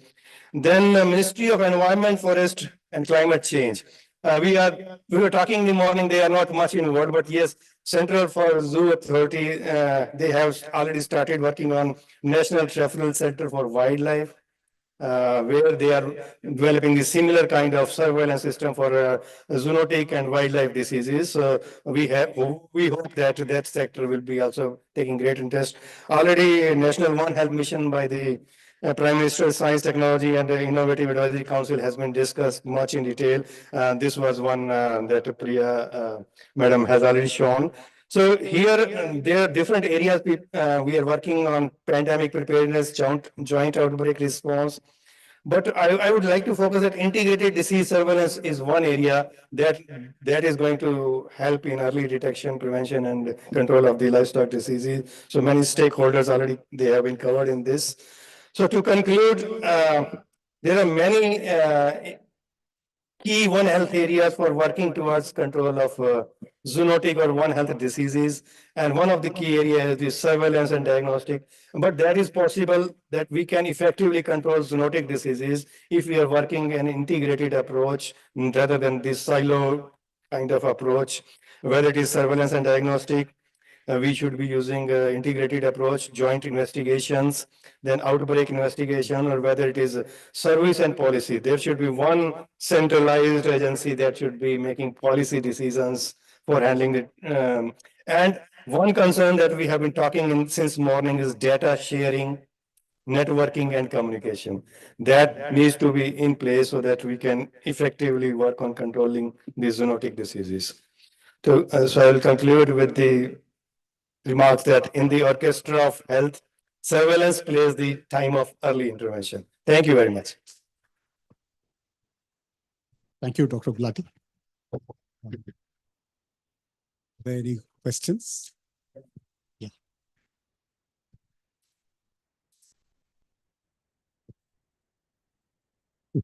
So, Dr. Gulati, fantastic talk. I mean, really unimaginable, at least for me. So, 2, 3 naive questions. One was that you said that you have been using machine learning and AI.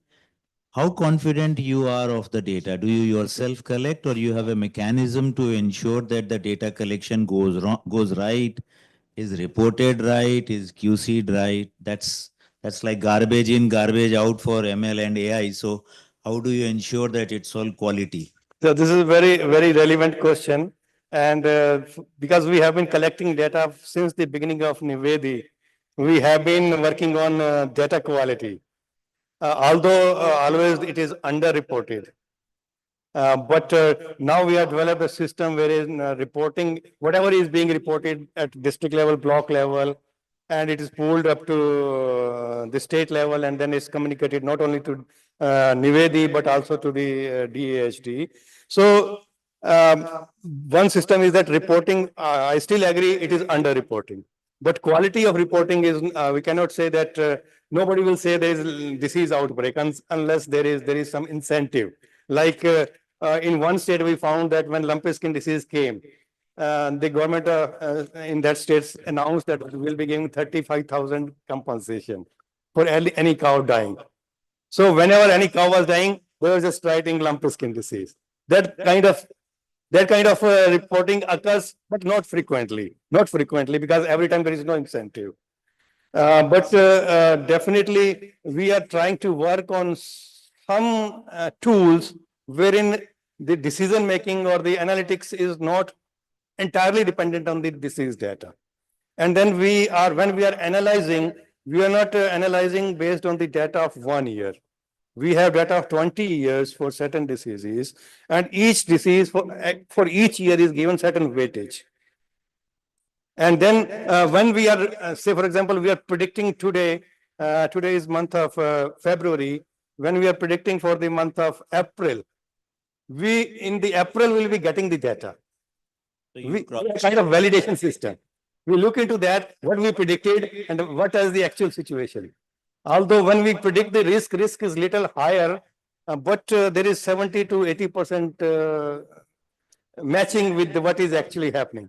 Thank you. Just one more thing, that how do you decide? So you mentioned about couple of, livestock diseases, and you said that you do it every month. How do you decide the frequency of this sort of, cautioning? Because every disease may not follow the, the same pattern, or the risk may not be the same on a monthly basis. And related to that is that, based on your prediction, what kind of action is taken? Because your job of your prediction is that there are, targeted interventions leading to, precise outcomes. So just curious to know about that. Yeah, when you are making reporting every month basis for select 15 diseases, we have the data of livestock diseases trends over last 20 years every month, how these diseases are behaving, how the climate is, meteorological data is behaving, and other risk factors involved with those specific diseases. We are taking into account. So that information when we are pooling along with the livestock density at block level, village level. So this is sometimes few months there might not be much significant change. But to make a continuity of reporting system, everybody expects there should be some forecast. Whether it is raining or not, we expect that should be forecast. So we are making forecasting for every diseases, and we are communicating to those districts if there is some risk. If there is no risk, we are not communicating to them. So every month, all the 770 or 60 districts might not be getting the risk. In one state, there could be 10 or 15 districts. There will be 4 or 5 diseases which will be at risk. All 15 diseases, not risk, but 4 or 5 risks will be there. Only those are communicated. So that kind of system is there. The last part, that if you give a risk alert, what is the kind Yes. of intervention that's taken? Yes. Earlier, this was the gap. Now, what it has been done, DHD has made a control center at their office also. So when we communicate the risk to the DHD, they start communicating with the state animal husbandry. And they keep on asking what you are doing that.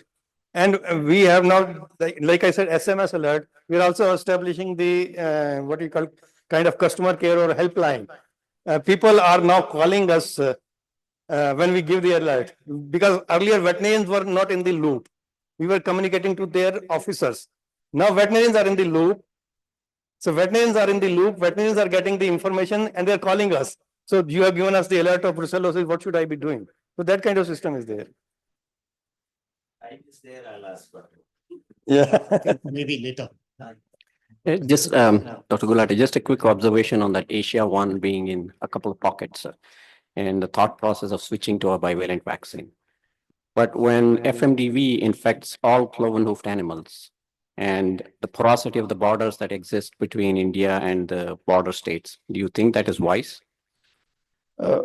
Like surveillance is going for all the diseases. Vaccination current, although it is government of India has recommended that all the susceptible population should be vaccinated. 100% susceptible population should be vaccinated. But currently vaccination is being done only in cattle, cows and buffaloes. So that is one gap. But when we are doing the surveillance, we are taking in account other livestock populations as well. And we are not finding the Asia 1. What about wildlife? Wildlife. Yes, next phase of the control program is going to the wildlife. So far, we are just getting whatever samples are coming. They are being tested for foot and mouth disease, but it's not a planned regular surveillance kind of thing. Okay, thank you. Yeah. One last question. Yeah. The underreporting of veterinary disease is probably not as bad as underreporting of human disease. Would you agree? I would say both are equally bad. I'll tell you the reason. Both are equally bad, I would say.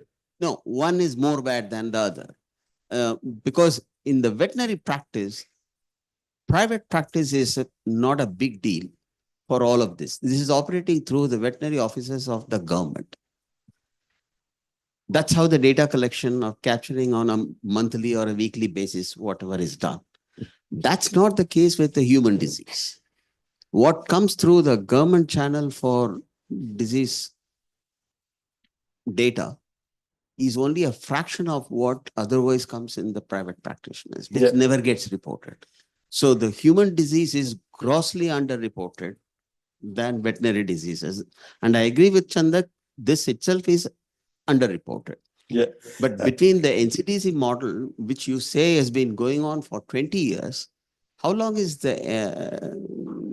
your surveillance? This is also 20 years, but how long is the current system of surveillance ongoing?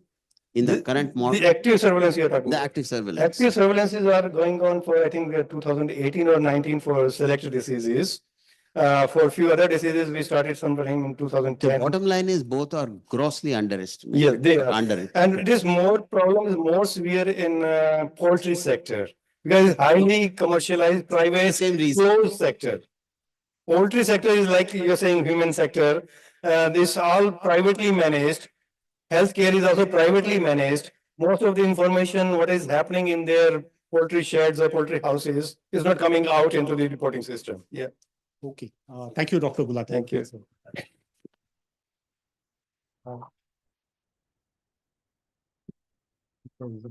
Thank you, sir. I would now request Dr. Gauri Shankar to kindly felicitate Dr. Gulati.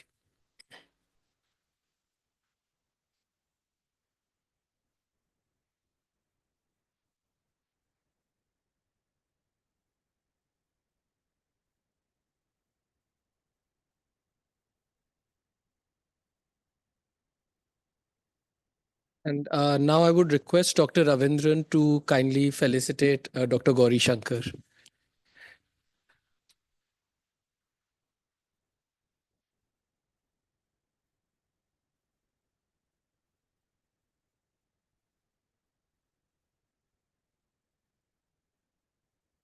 Thank you, sir. Thank you. Thank you very much. So after this, we have our panel discussion lined up.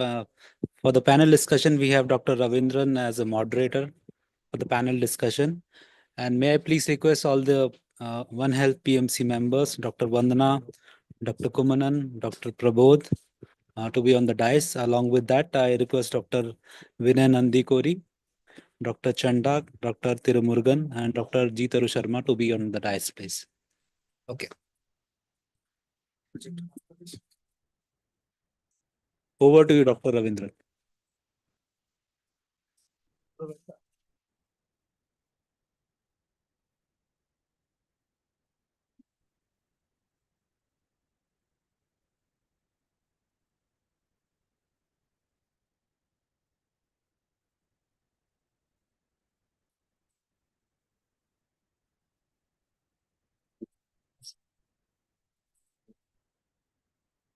Well, I know that we have dwindling numbers, but nonetheless, the purpose of this discussion was originally meant for something else.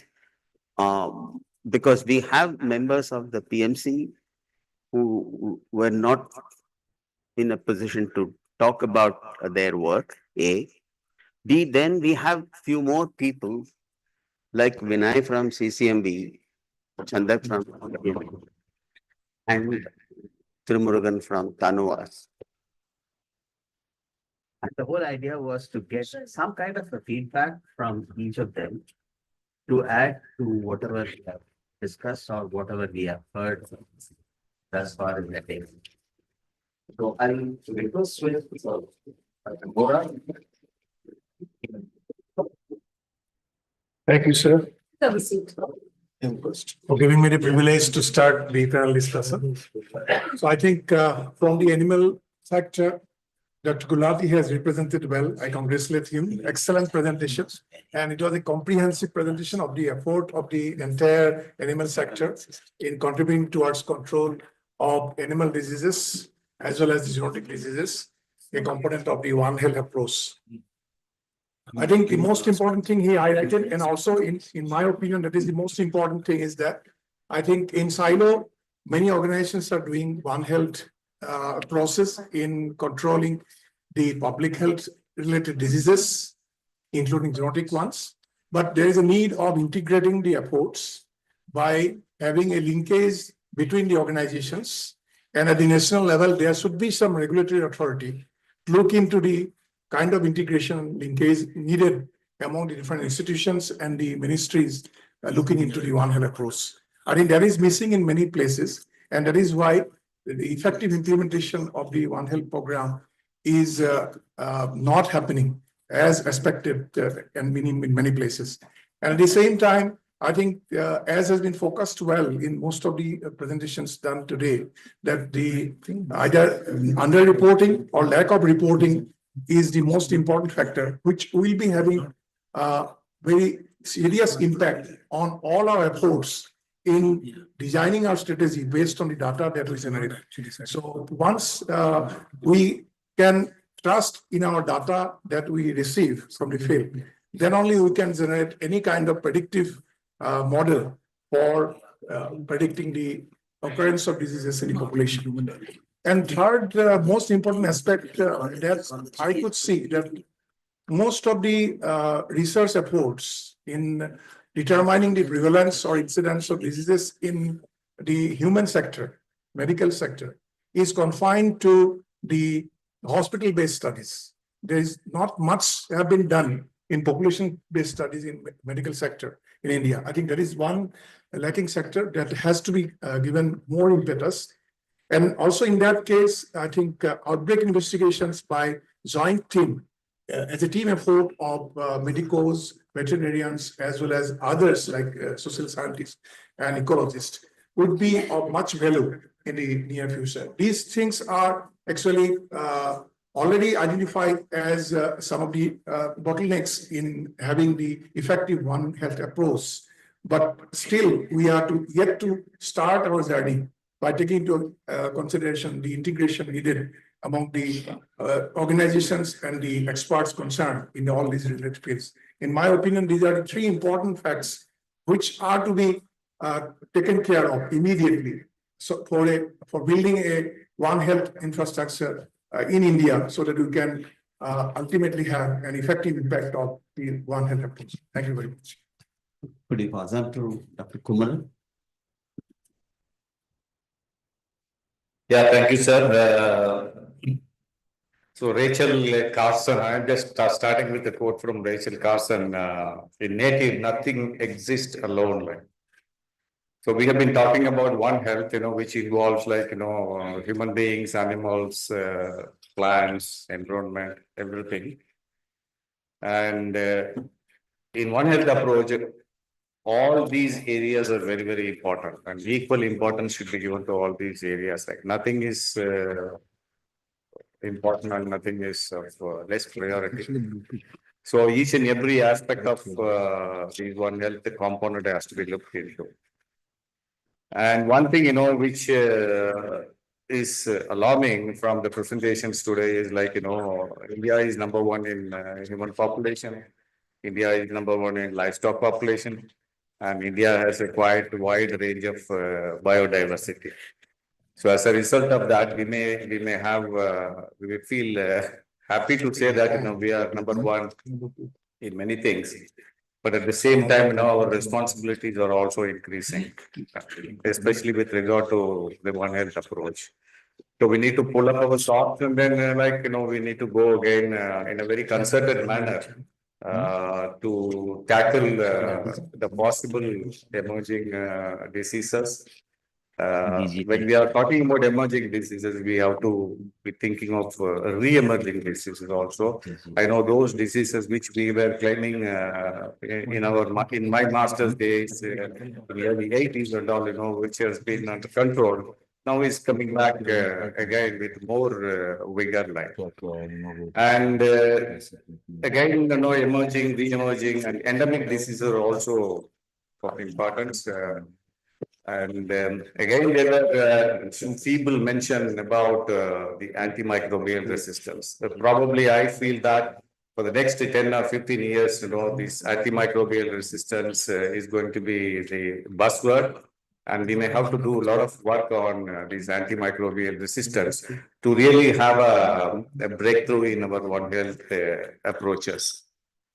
And yes, I was mentioning in the morning, because it involves many areas, and definitely, to get a very good result, we should have a kind of regulatory agency, probably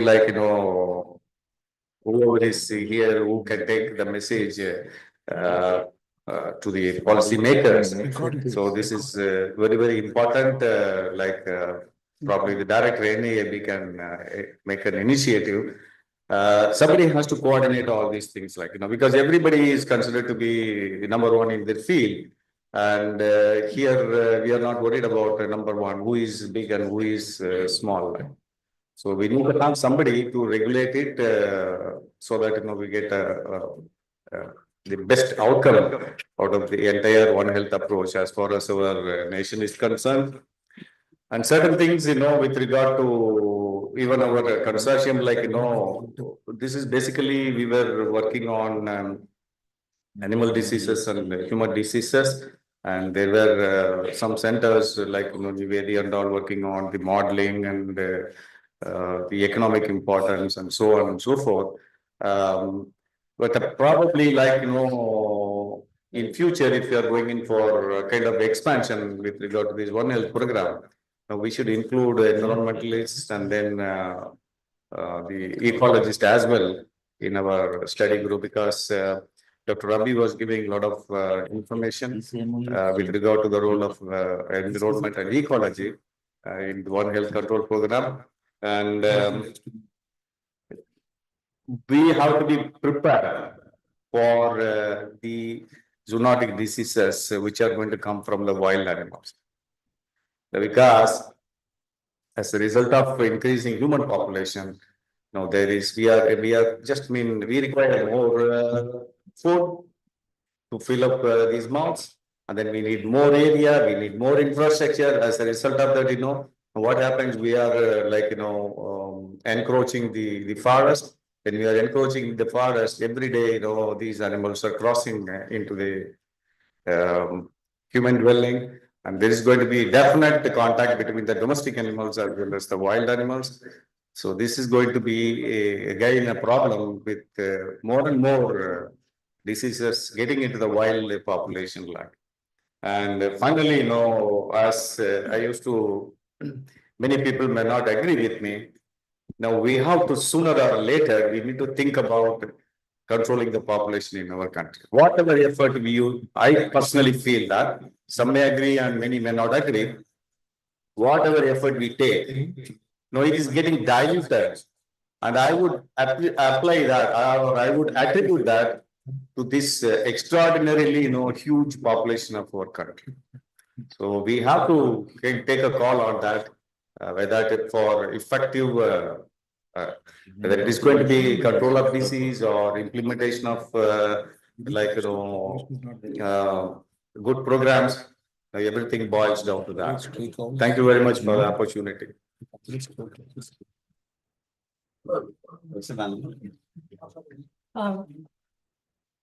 Thank you for giving me this opportunity.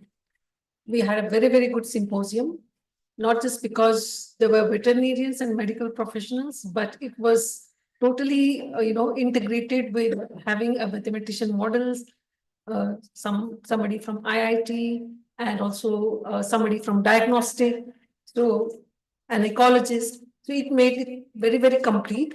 I agree with what Dr. Bora and Dr. Kumanan already said, but I wanted to appreciate what Dr. Gulati mentioned, the usage of machine learning and the AI in predicting models, which they are already using in their field. Maybe that is not being used probably in our human diseases, which we realized when Dr. Gautam gave the mathematical models we developed during COVID time and what are the approaches which we can utilize in the future. So for this, again, data collection and the quality of the data is so important, without which we cannot get a good mathematical models. This is one important thing we realized from this particular symposium. Added to this, we talked a lot about on the usage of antibiotics and antibiotic resistance. But one thing we also should appreciate what Dr. Javed brought into this particular symposium, that he mentioned targeting the particular target molecules, in a biotechnological manner, helping the antitubercular drugs doing better work on tuberculosis. So this kind of research probably will help us in future to add on to lack of good antibiotics and to control various diseases. This is also a very important point which came into this particular symposium. Third important point I noticed was the ecologist, our Dr. Abby, who brought out how past 20 years they worked on KFD, and still there is so much to work on KFD, like trans-ovarian transmission, which they have noted down in this particular research, which is again something, when we become smarter, you realize the viruses and the bacteria are, becoming much more smarter than us. So they beat us in our own game. So that is something which, we learned from this particular study that is going on. So there is so much to do. And as everybody agree, there is a lot of hand-holding needed. There is a lot of communication that is needed. Dr. Gulati mentioned simultaneously the various organizations are working on various ways. But the thing is, there is obviously communication gap. This has to be integrated. And lastly, we also have to give importance to the awareness. Like Dr. Kuldeep mentioned, how they have brought out in their institution various training program, to start early about One Health mission. So even for that matter, the National Medical Education, for example, National Medical Commission has introduced a pandemic preparedness model in the teaching of medical students. So this is also, it has to start from the very young age to understand, we have to introduce these things at the level of teaching from the, as they start learning. So this will help us to think in a better manner, so that, as we move forward, people are more aware. And obviously with this kind of symposium, I think it's a platform where all of us could come together and understand what each other are doing in their field, and maybe we can go forward together. Thank you. Thanks. And that. Yeah.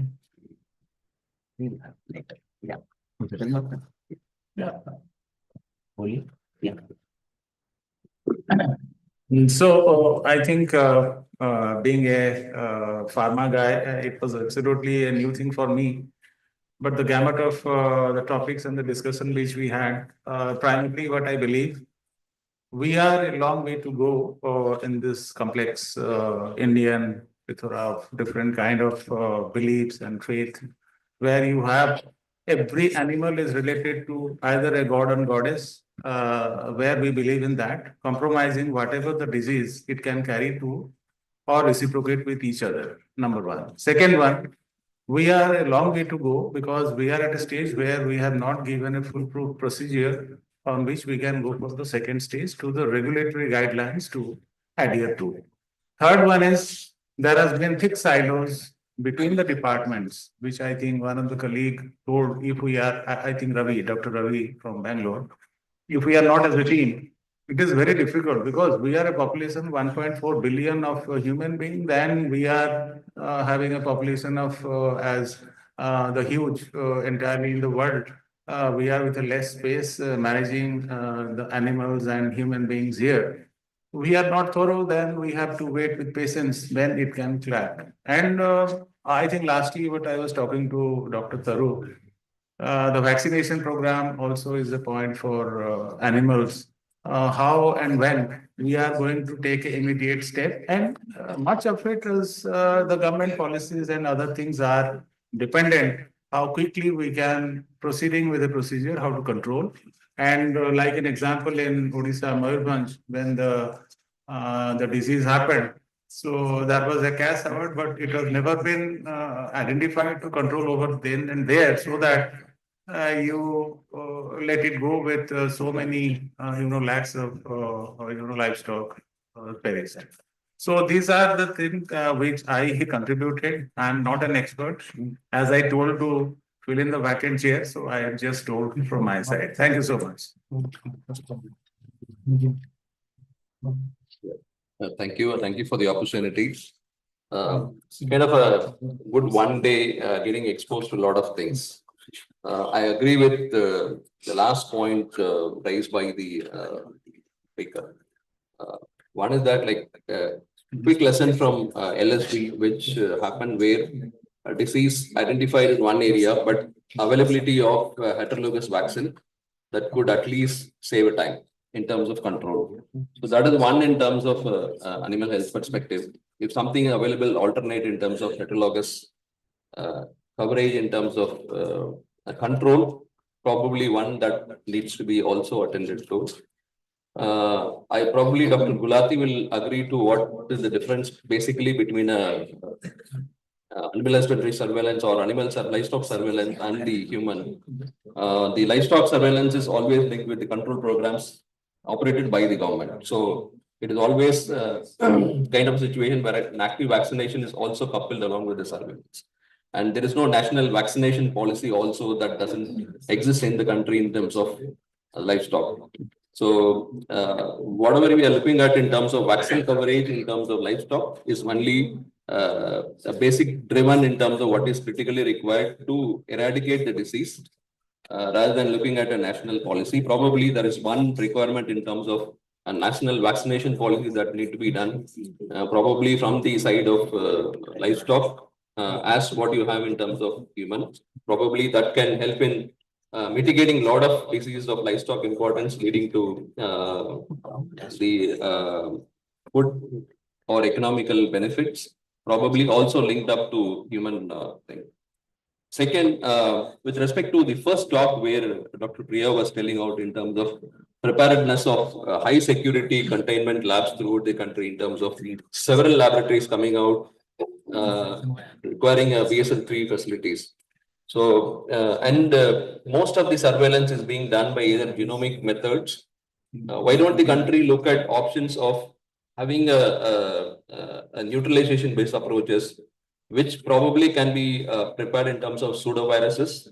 Probably we are not targeting at all. Like, why can't we go back and look at options of preparing some assays for diseases of importance, not requiring a high containment laboratories, but can be done with pseudoviruses, probably handling them in low containment requirements, probably looking at a neutralization assay, not a genomic based assays. And third, in terms of what we already have been seeing in our university, there is an overlap of the medicals coming out to our university for a short period of a week or 10 days as a training, where the human professionals get directly exposed to different diseases of public health significance from a livestock or a veterinarian perspective. So it should be always a kind of a two-way process where both happens. So can that be a small curriculum introduction in terms where each expertise has an option of going back and looking at what happens in the field in terms of what's actually done. So this is what I just wanted to go back and convey from my end. Thank you. Thank you. Hello, am I audible? So I think I'll echo the statements made by everyone. I'm a physician scientist, so I came with an idea to understand that what is One Health, and I was sort of disappointed to see that it's only the zoonotic diseases that are considered as component of One Health. I still have a naive question that why the other lifestyle diseases which also have a preventive component, there can be models of some kind which Dr. Gulati so elegantly presented, that can also be applied. But so my last question to Dr. Gulati was that how successfully you think you can implement this ML, AI and other alerts and other things to various, non-communicable diseases or others. But anyway, we can chat later. So in terms of three things I understand from this, that there is a lot of data around. We have doubts about the data that has been generated. If generated well, then reported. If reported well, then analyzed well or not. I think that as everybody is saying that there's a need to collate this, but I also come from a field where people generate data and then put it in their cupboard and then forget about it, that they ever generated it at all. And as far as I know, we have failed miserably. I mean, in every field of this data sharing. Sometimes you can say that selfishness goes to the extent that you don't realize that it is actually detrimental to yourself and to the country also. So I mean, this is something which I'm just now working on a disease called sickle cell anemia, which is prevalent in about 17 states, and it's a similar situation there also. There are people with extreme excellence, but they are all working in silos. And the only thing which I'm trying to do is that just collate them, collect them together, and that has been somewhere successful. I would just share my experience that probably here, as I understood, I'm not a veterinarian or so, but I understood there are some 15, 20 diseases that we are largely talking about. Almost everybody has worked on this. So if there is some way that there can be a division based on the individual's interest or the policy maker suggesting that these are the diseases which can go to different zones or investigators based on the work they have done over the lifetime, there's plenty. I think to me it looks like there's a problem of plenty. So there shouldn't be a fight, there should be an understanding. I'm sure that even if this goes as a one or two diseases, I'm sure that the models can come up which can be utilized for various diseases. So I'm looking at 1+1 not even making 2, probably 11. And I think that is the message which I find echoing from every presentation that has been made till now. So I mean, Dr. Ravindran and other people in the monitoring committee, I'm sure they have already taken the point that it's time to collate the data, distribute the data, and then get on to the combined analysis for the policymakers to really make some important and interventions. And last but not the least is really, as I understand that people are working in silos and they are making very impactful results also. So somewhere it is also important that those results are taken and also projected. Otherwise, it looks like that all is absolutely rubbish going on over here. There are lots of rosy things that are also happening. So I don't know how I can contribute to this, but I must say that I'm a beneficiary of this whole discussion, learned a lot, and hopefully I'll try to implement it somewhere in my own program at some point of time. But happy to be connected if at all I can make any contribution. Thank you very much. Sorry, I missed quite a lot of it, but as Chandak said, most of the discussion is centered around zoonotic diseases from the context of One Health. In fact, that is what I was mentioning to Ravi just a while ago. And we have data from the zoonotic. Sharing is a different problem that I guess requires a policy level intervention, not simply talking about it among ourselves. Like it's a institute to institute, department to department. It's a much bigger problem than scientists alone. So that's something that requires a policy intervention. But I'm more thinking of where do we go? We address zoonotic diseases, 14, 15 maybe, but quite well. In their own, we are working. And we also have a reasonable surveillance programs, or at least people go so we know a lot of human health data is available. One part which is more or less completely ignored is the environment. Not really much gets done in the context of environment.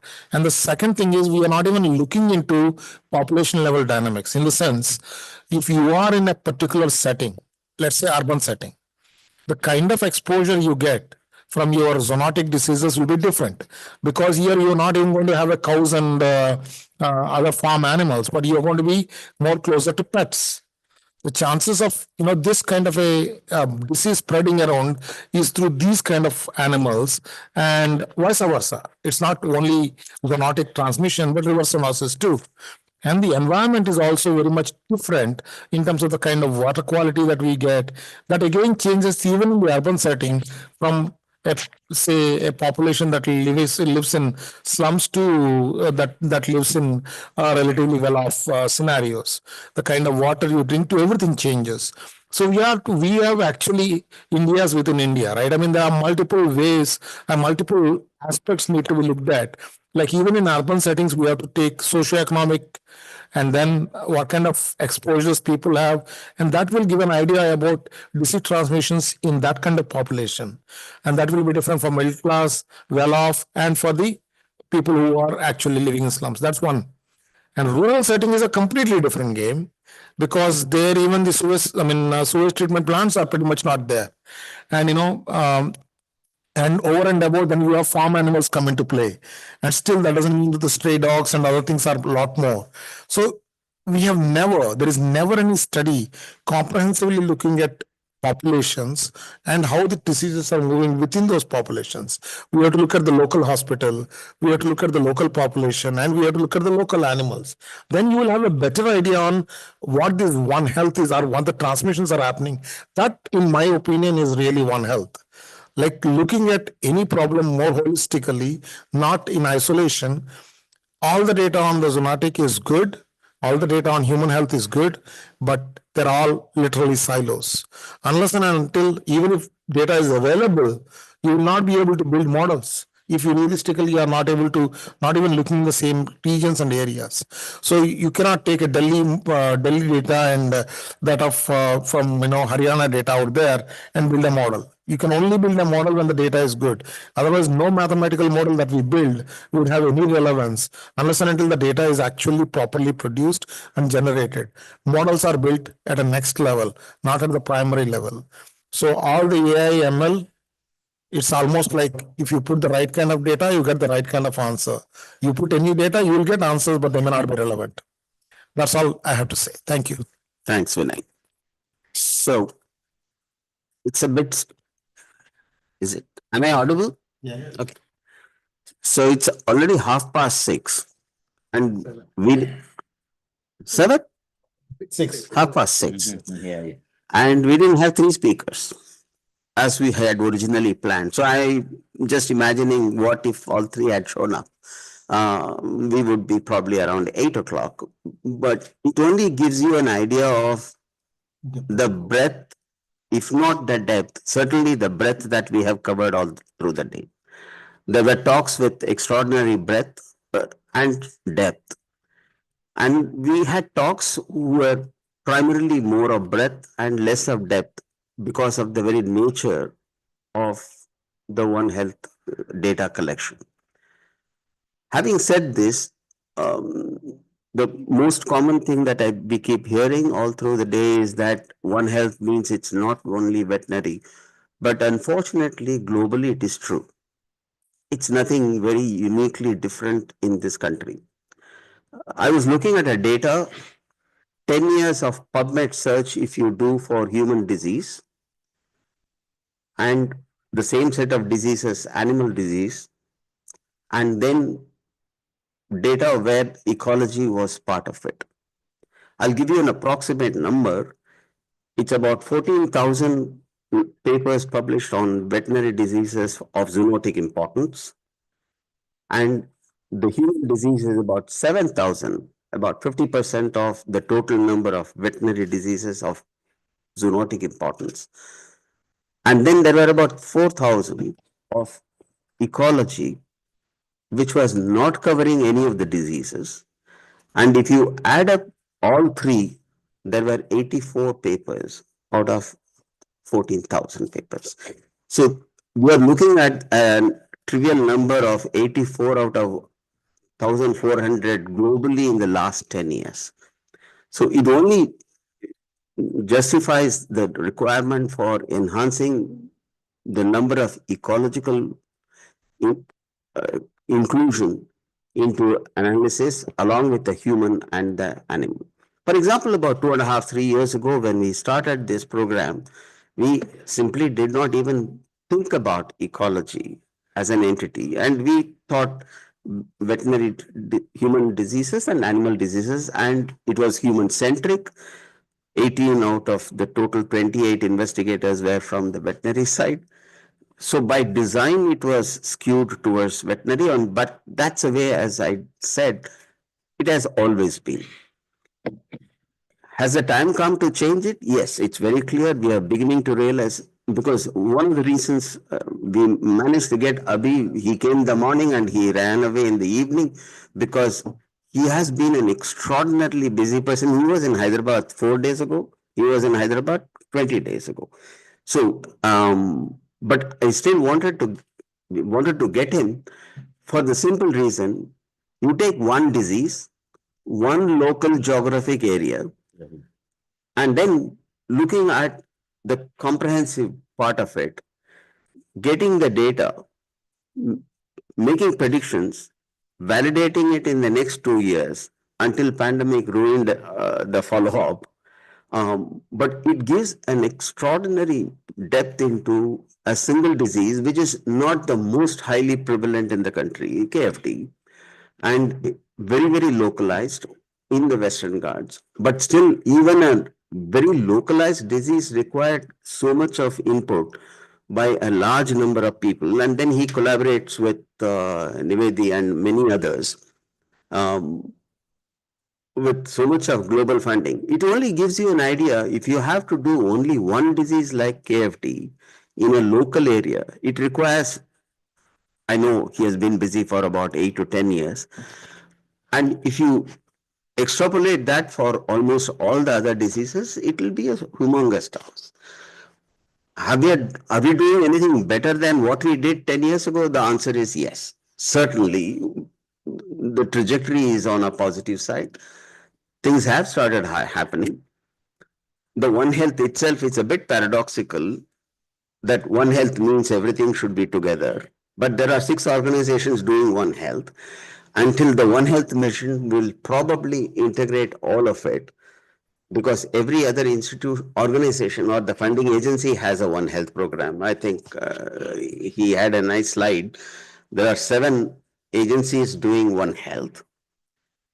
The principle of One Health is that it should be integrated, it should not be in silos. But then we have already created 7 layers in the government. And the National One Health Mission is an effort to integrate everything. It has got to happen. It has begun. January 24 was just a year ago. So hopefully things will happen.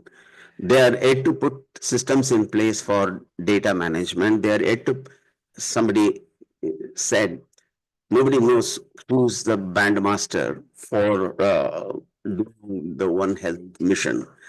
It is very nice to have multiple ministries, but somebody has to call the shot. Somebody has to ensure some kind of a coherence. The initiative came from the Principal Scientific Office, Advisor's Office, PSA's office, but still the bandmaster role has to be taken by somebody to really integrate, because interministerial can always be a challenge. If we have challenge between 2 departments in a medical college or a veterinary college, you can imagine how much is the challenge with. But then these are challenges, we'll have to go across and go along and find solutions. And I'm sure with time we will find solutions. So these are the summary of what we have gone through the whole day. It's been a very nice experience for many of us. And I would still like Taro to give the last word. I have it. Thank you. Many thanks, Dr.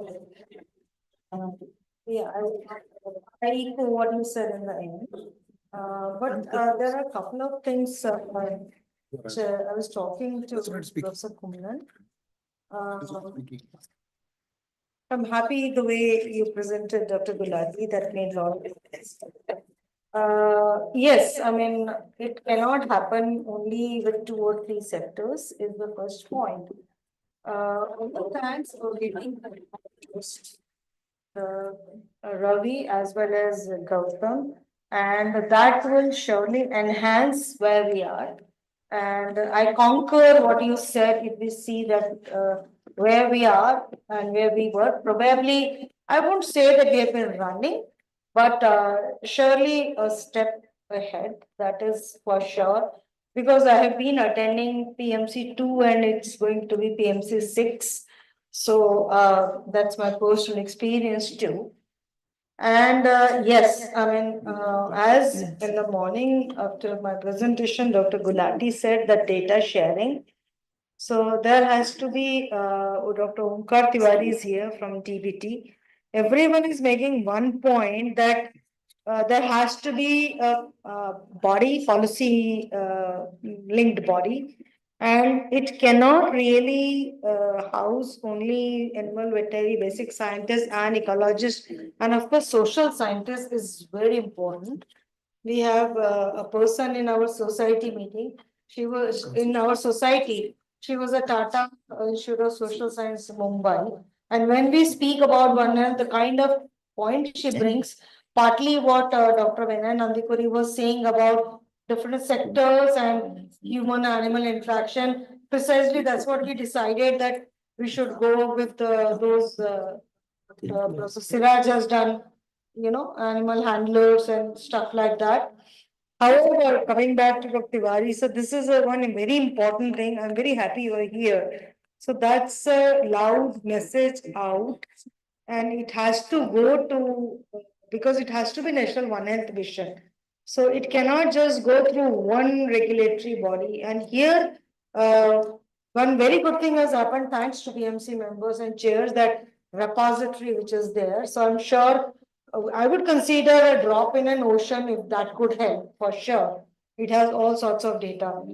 I was presenting somewhere on 21st on climate linked One Health, and one of the veterinarians is a former converse microbiologist.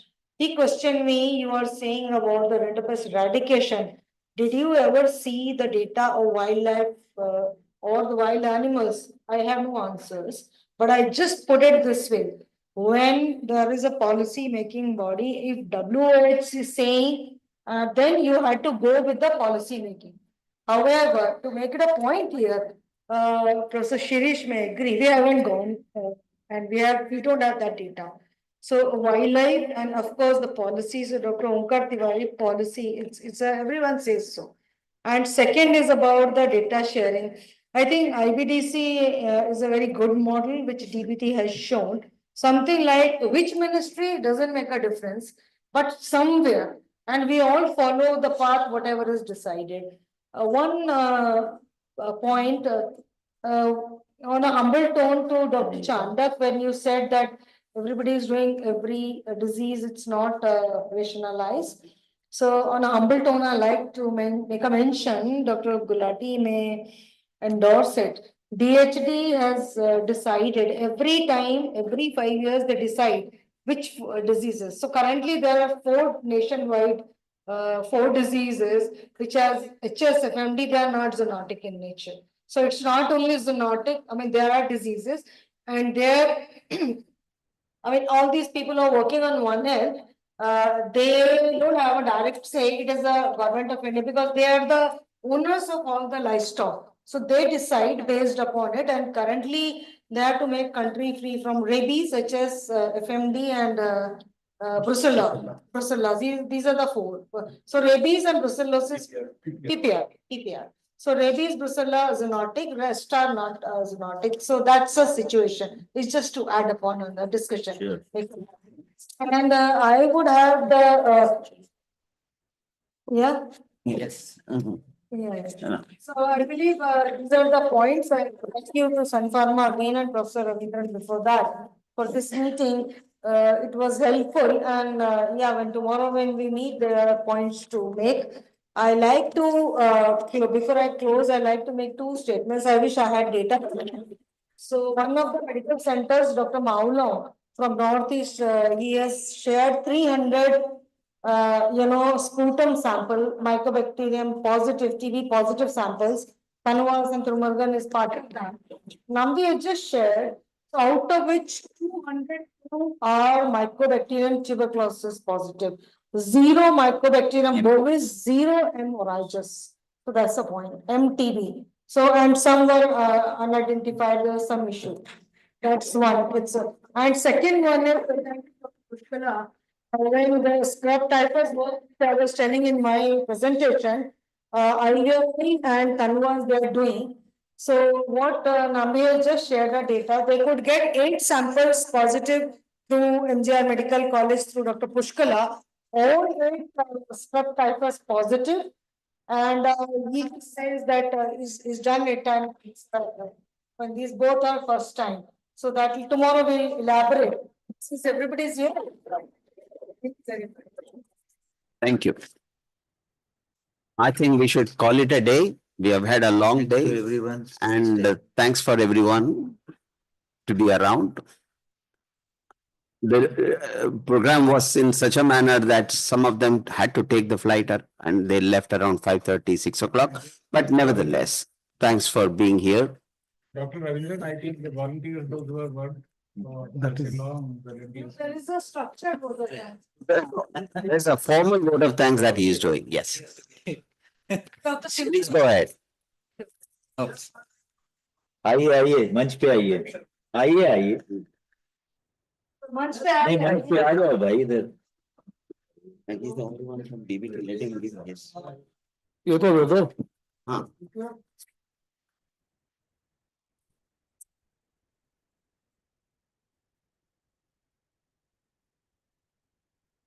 With respect to regulation, sir, if we look into the budget of this year, so there is a special mention of re-looking into the regulations of the non-financial sectors. So government has decided to constitute a very high level committee. And I believe that all sorts of regulation would be looked into that. Also inside DBT and Ministry of Science and Technology, we started discussing on the regulatory sandboxing approach. So probably some sort of regulation would also be discussed there. And third aspect is that if you are aware that there is a very high level discussion going on with the WHO. So they are working on an international pandemic agreement, and there is also a mention of One Health approach. So I'm part of that in representing Department of Biotechnology in that particular group. So what I will request to this group of experts that please come up with some sort of recommendations and your desire that which kind of regulation facilitation is required for the One Health approach, and that would make a good start. It's actually a bit funny. I have been noting down the recommendations. Ravi Kumar was asking me, why would you note down recommendations? You're not going to give these recommendations to Sun Pharma. And even if you give it, it's of no consequence to them. And if you are really wanting to have a set of recommendations as a part of the proceedings, I have noted down and we will certainly send it across. Yes, certainly. Even on 10th of this month, we have one in-house discussion and we have put one agenda item to kick-start discussion on regulatory. Very nice. It's very helpful. Thank you. Thank you. Yeah, please go. Thank you very much, all the panelists. So before we conclude, I may request Dr. Ravindran to kindly facilitate all the panelists. So starting with Mr. Satyananda Mishra. Yes, sir. ले चुके हैं क्या?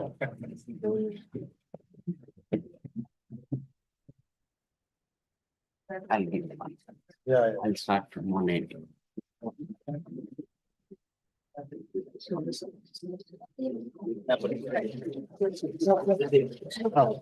Dr. Trimurugan.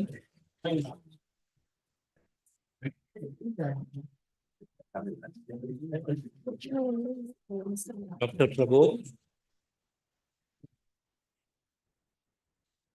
Coming in this sequence. Okay, no problem. Ready? No. We announced by alphabetical order. Dr. Vinay. Thank you very much. Dr.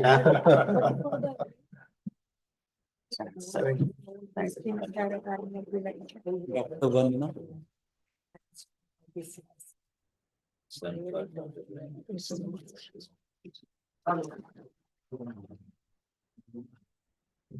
Dr. Chanda.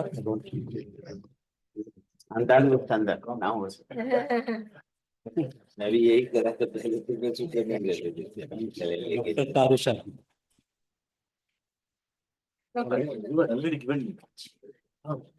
Thank you. So next all on stage, Dr. Harish, to kindly felicitate Dr. Yes, taking the pictures. Ravi. We want Girish to do the honors. I like that. Girish has done a good job. You need to build the foot soldier for all of it.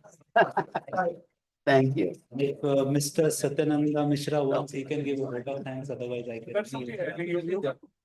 I cannot anymore.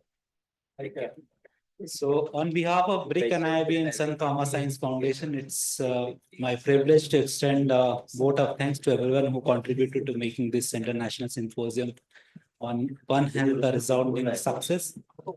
First and foremost, I express my deepest gratitude to all our eminent speakers from diverse domains who shared their valuable insight and expertise. A special thanks to Sun Pharma Science Foundation for their partnership in organizing this symposium, and to the organizing committee, administration, finance, ICT staff, especially the volunteers and supporting staff whose efforts ensured the seamless execution of this event. I extend my sincere appreciation to all the participants, researchers, and academicians who actively engaged in discussions and contributed to the exchange of knowledge. Lastly, we hope that the ideas and collaboration initiated here will pave the way for impactful research, innovation solutions, and strengthen policies in the One Health framework. Thank you all once again for your invaluable presence and participation. Yeah. Yes, in continuation, all the student volunteers who have been there, Girish, your all hard work and people who have done. And there was a very big team behind curtain. So that's how our commuting and logistics and boarding accommodation, and we were fed very well. So thanks to our team from South, who have really done it very well. And along with all our scientific colleagues for right from housekeeping till whatever. Thank you very much. Thank you.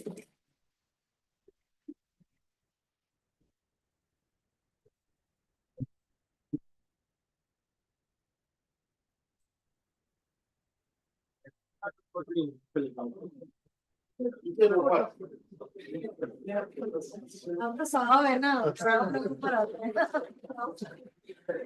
कैसा चांदन? ऊपर आ जाओ फिर एक बार। नीचे है यार, तुम तो जवान आदमी हो। This guy comes and creates.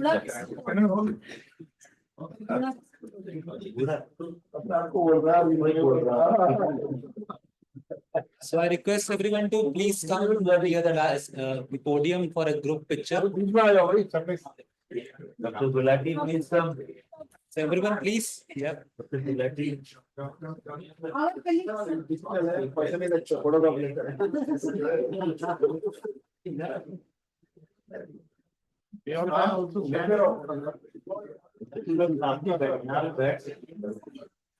Everybody can come sit here and read this. Chair लगा देंगे.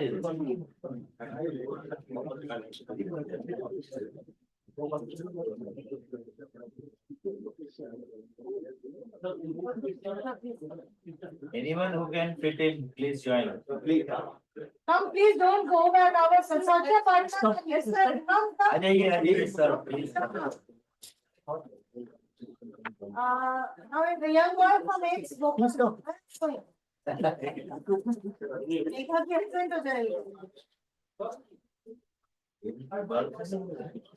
Yes, sir. We have 5 minutes.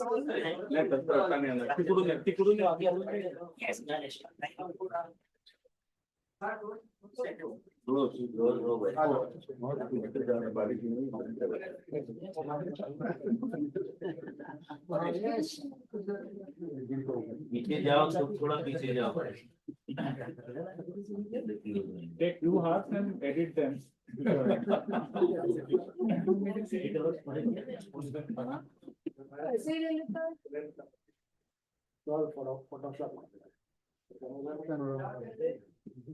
Yes.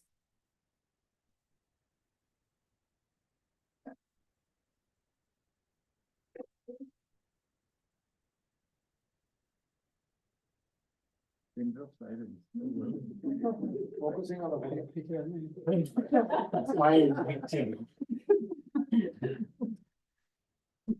Thank you. Huh? He is not satisfied. मुस्कुराते हुए एकदम थक गए. Thank you. Thank you very much. Madam, can you share some? Sure, sure, sure. Bye all. Thank you. Happy. Thank you for conduct. Some other day we meet over discussion. Maybe a detailed discussion. We'll have a class discussion.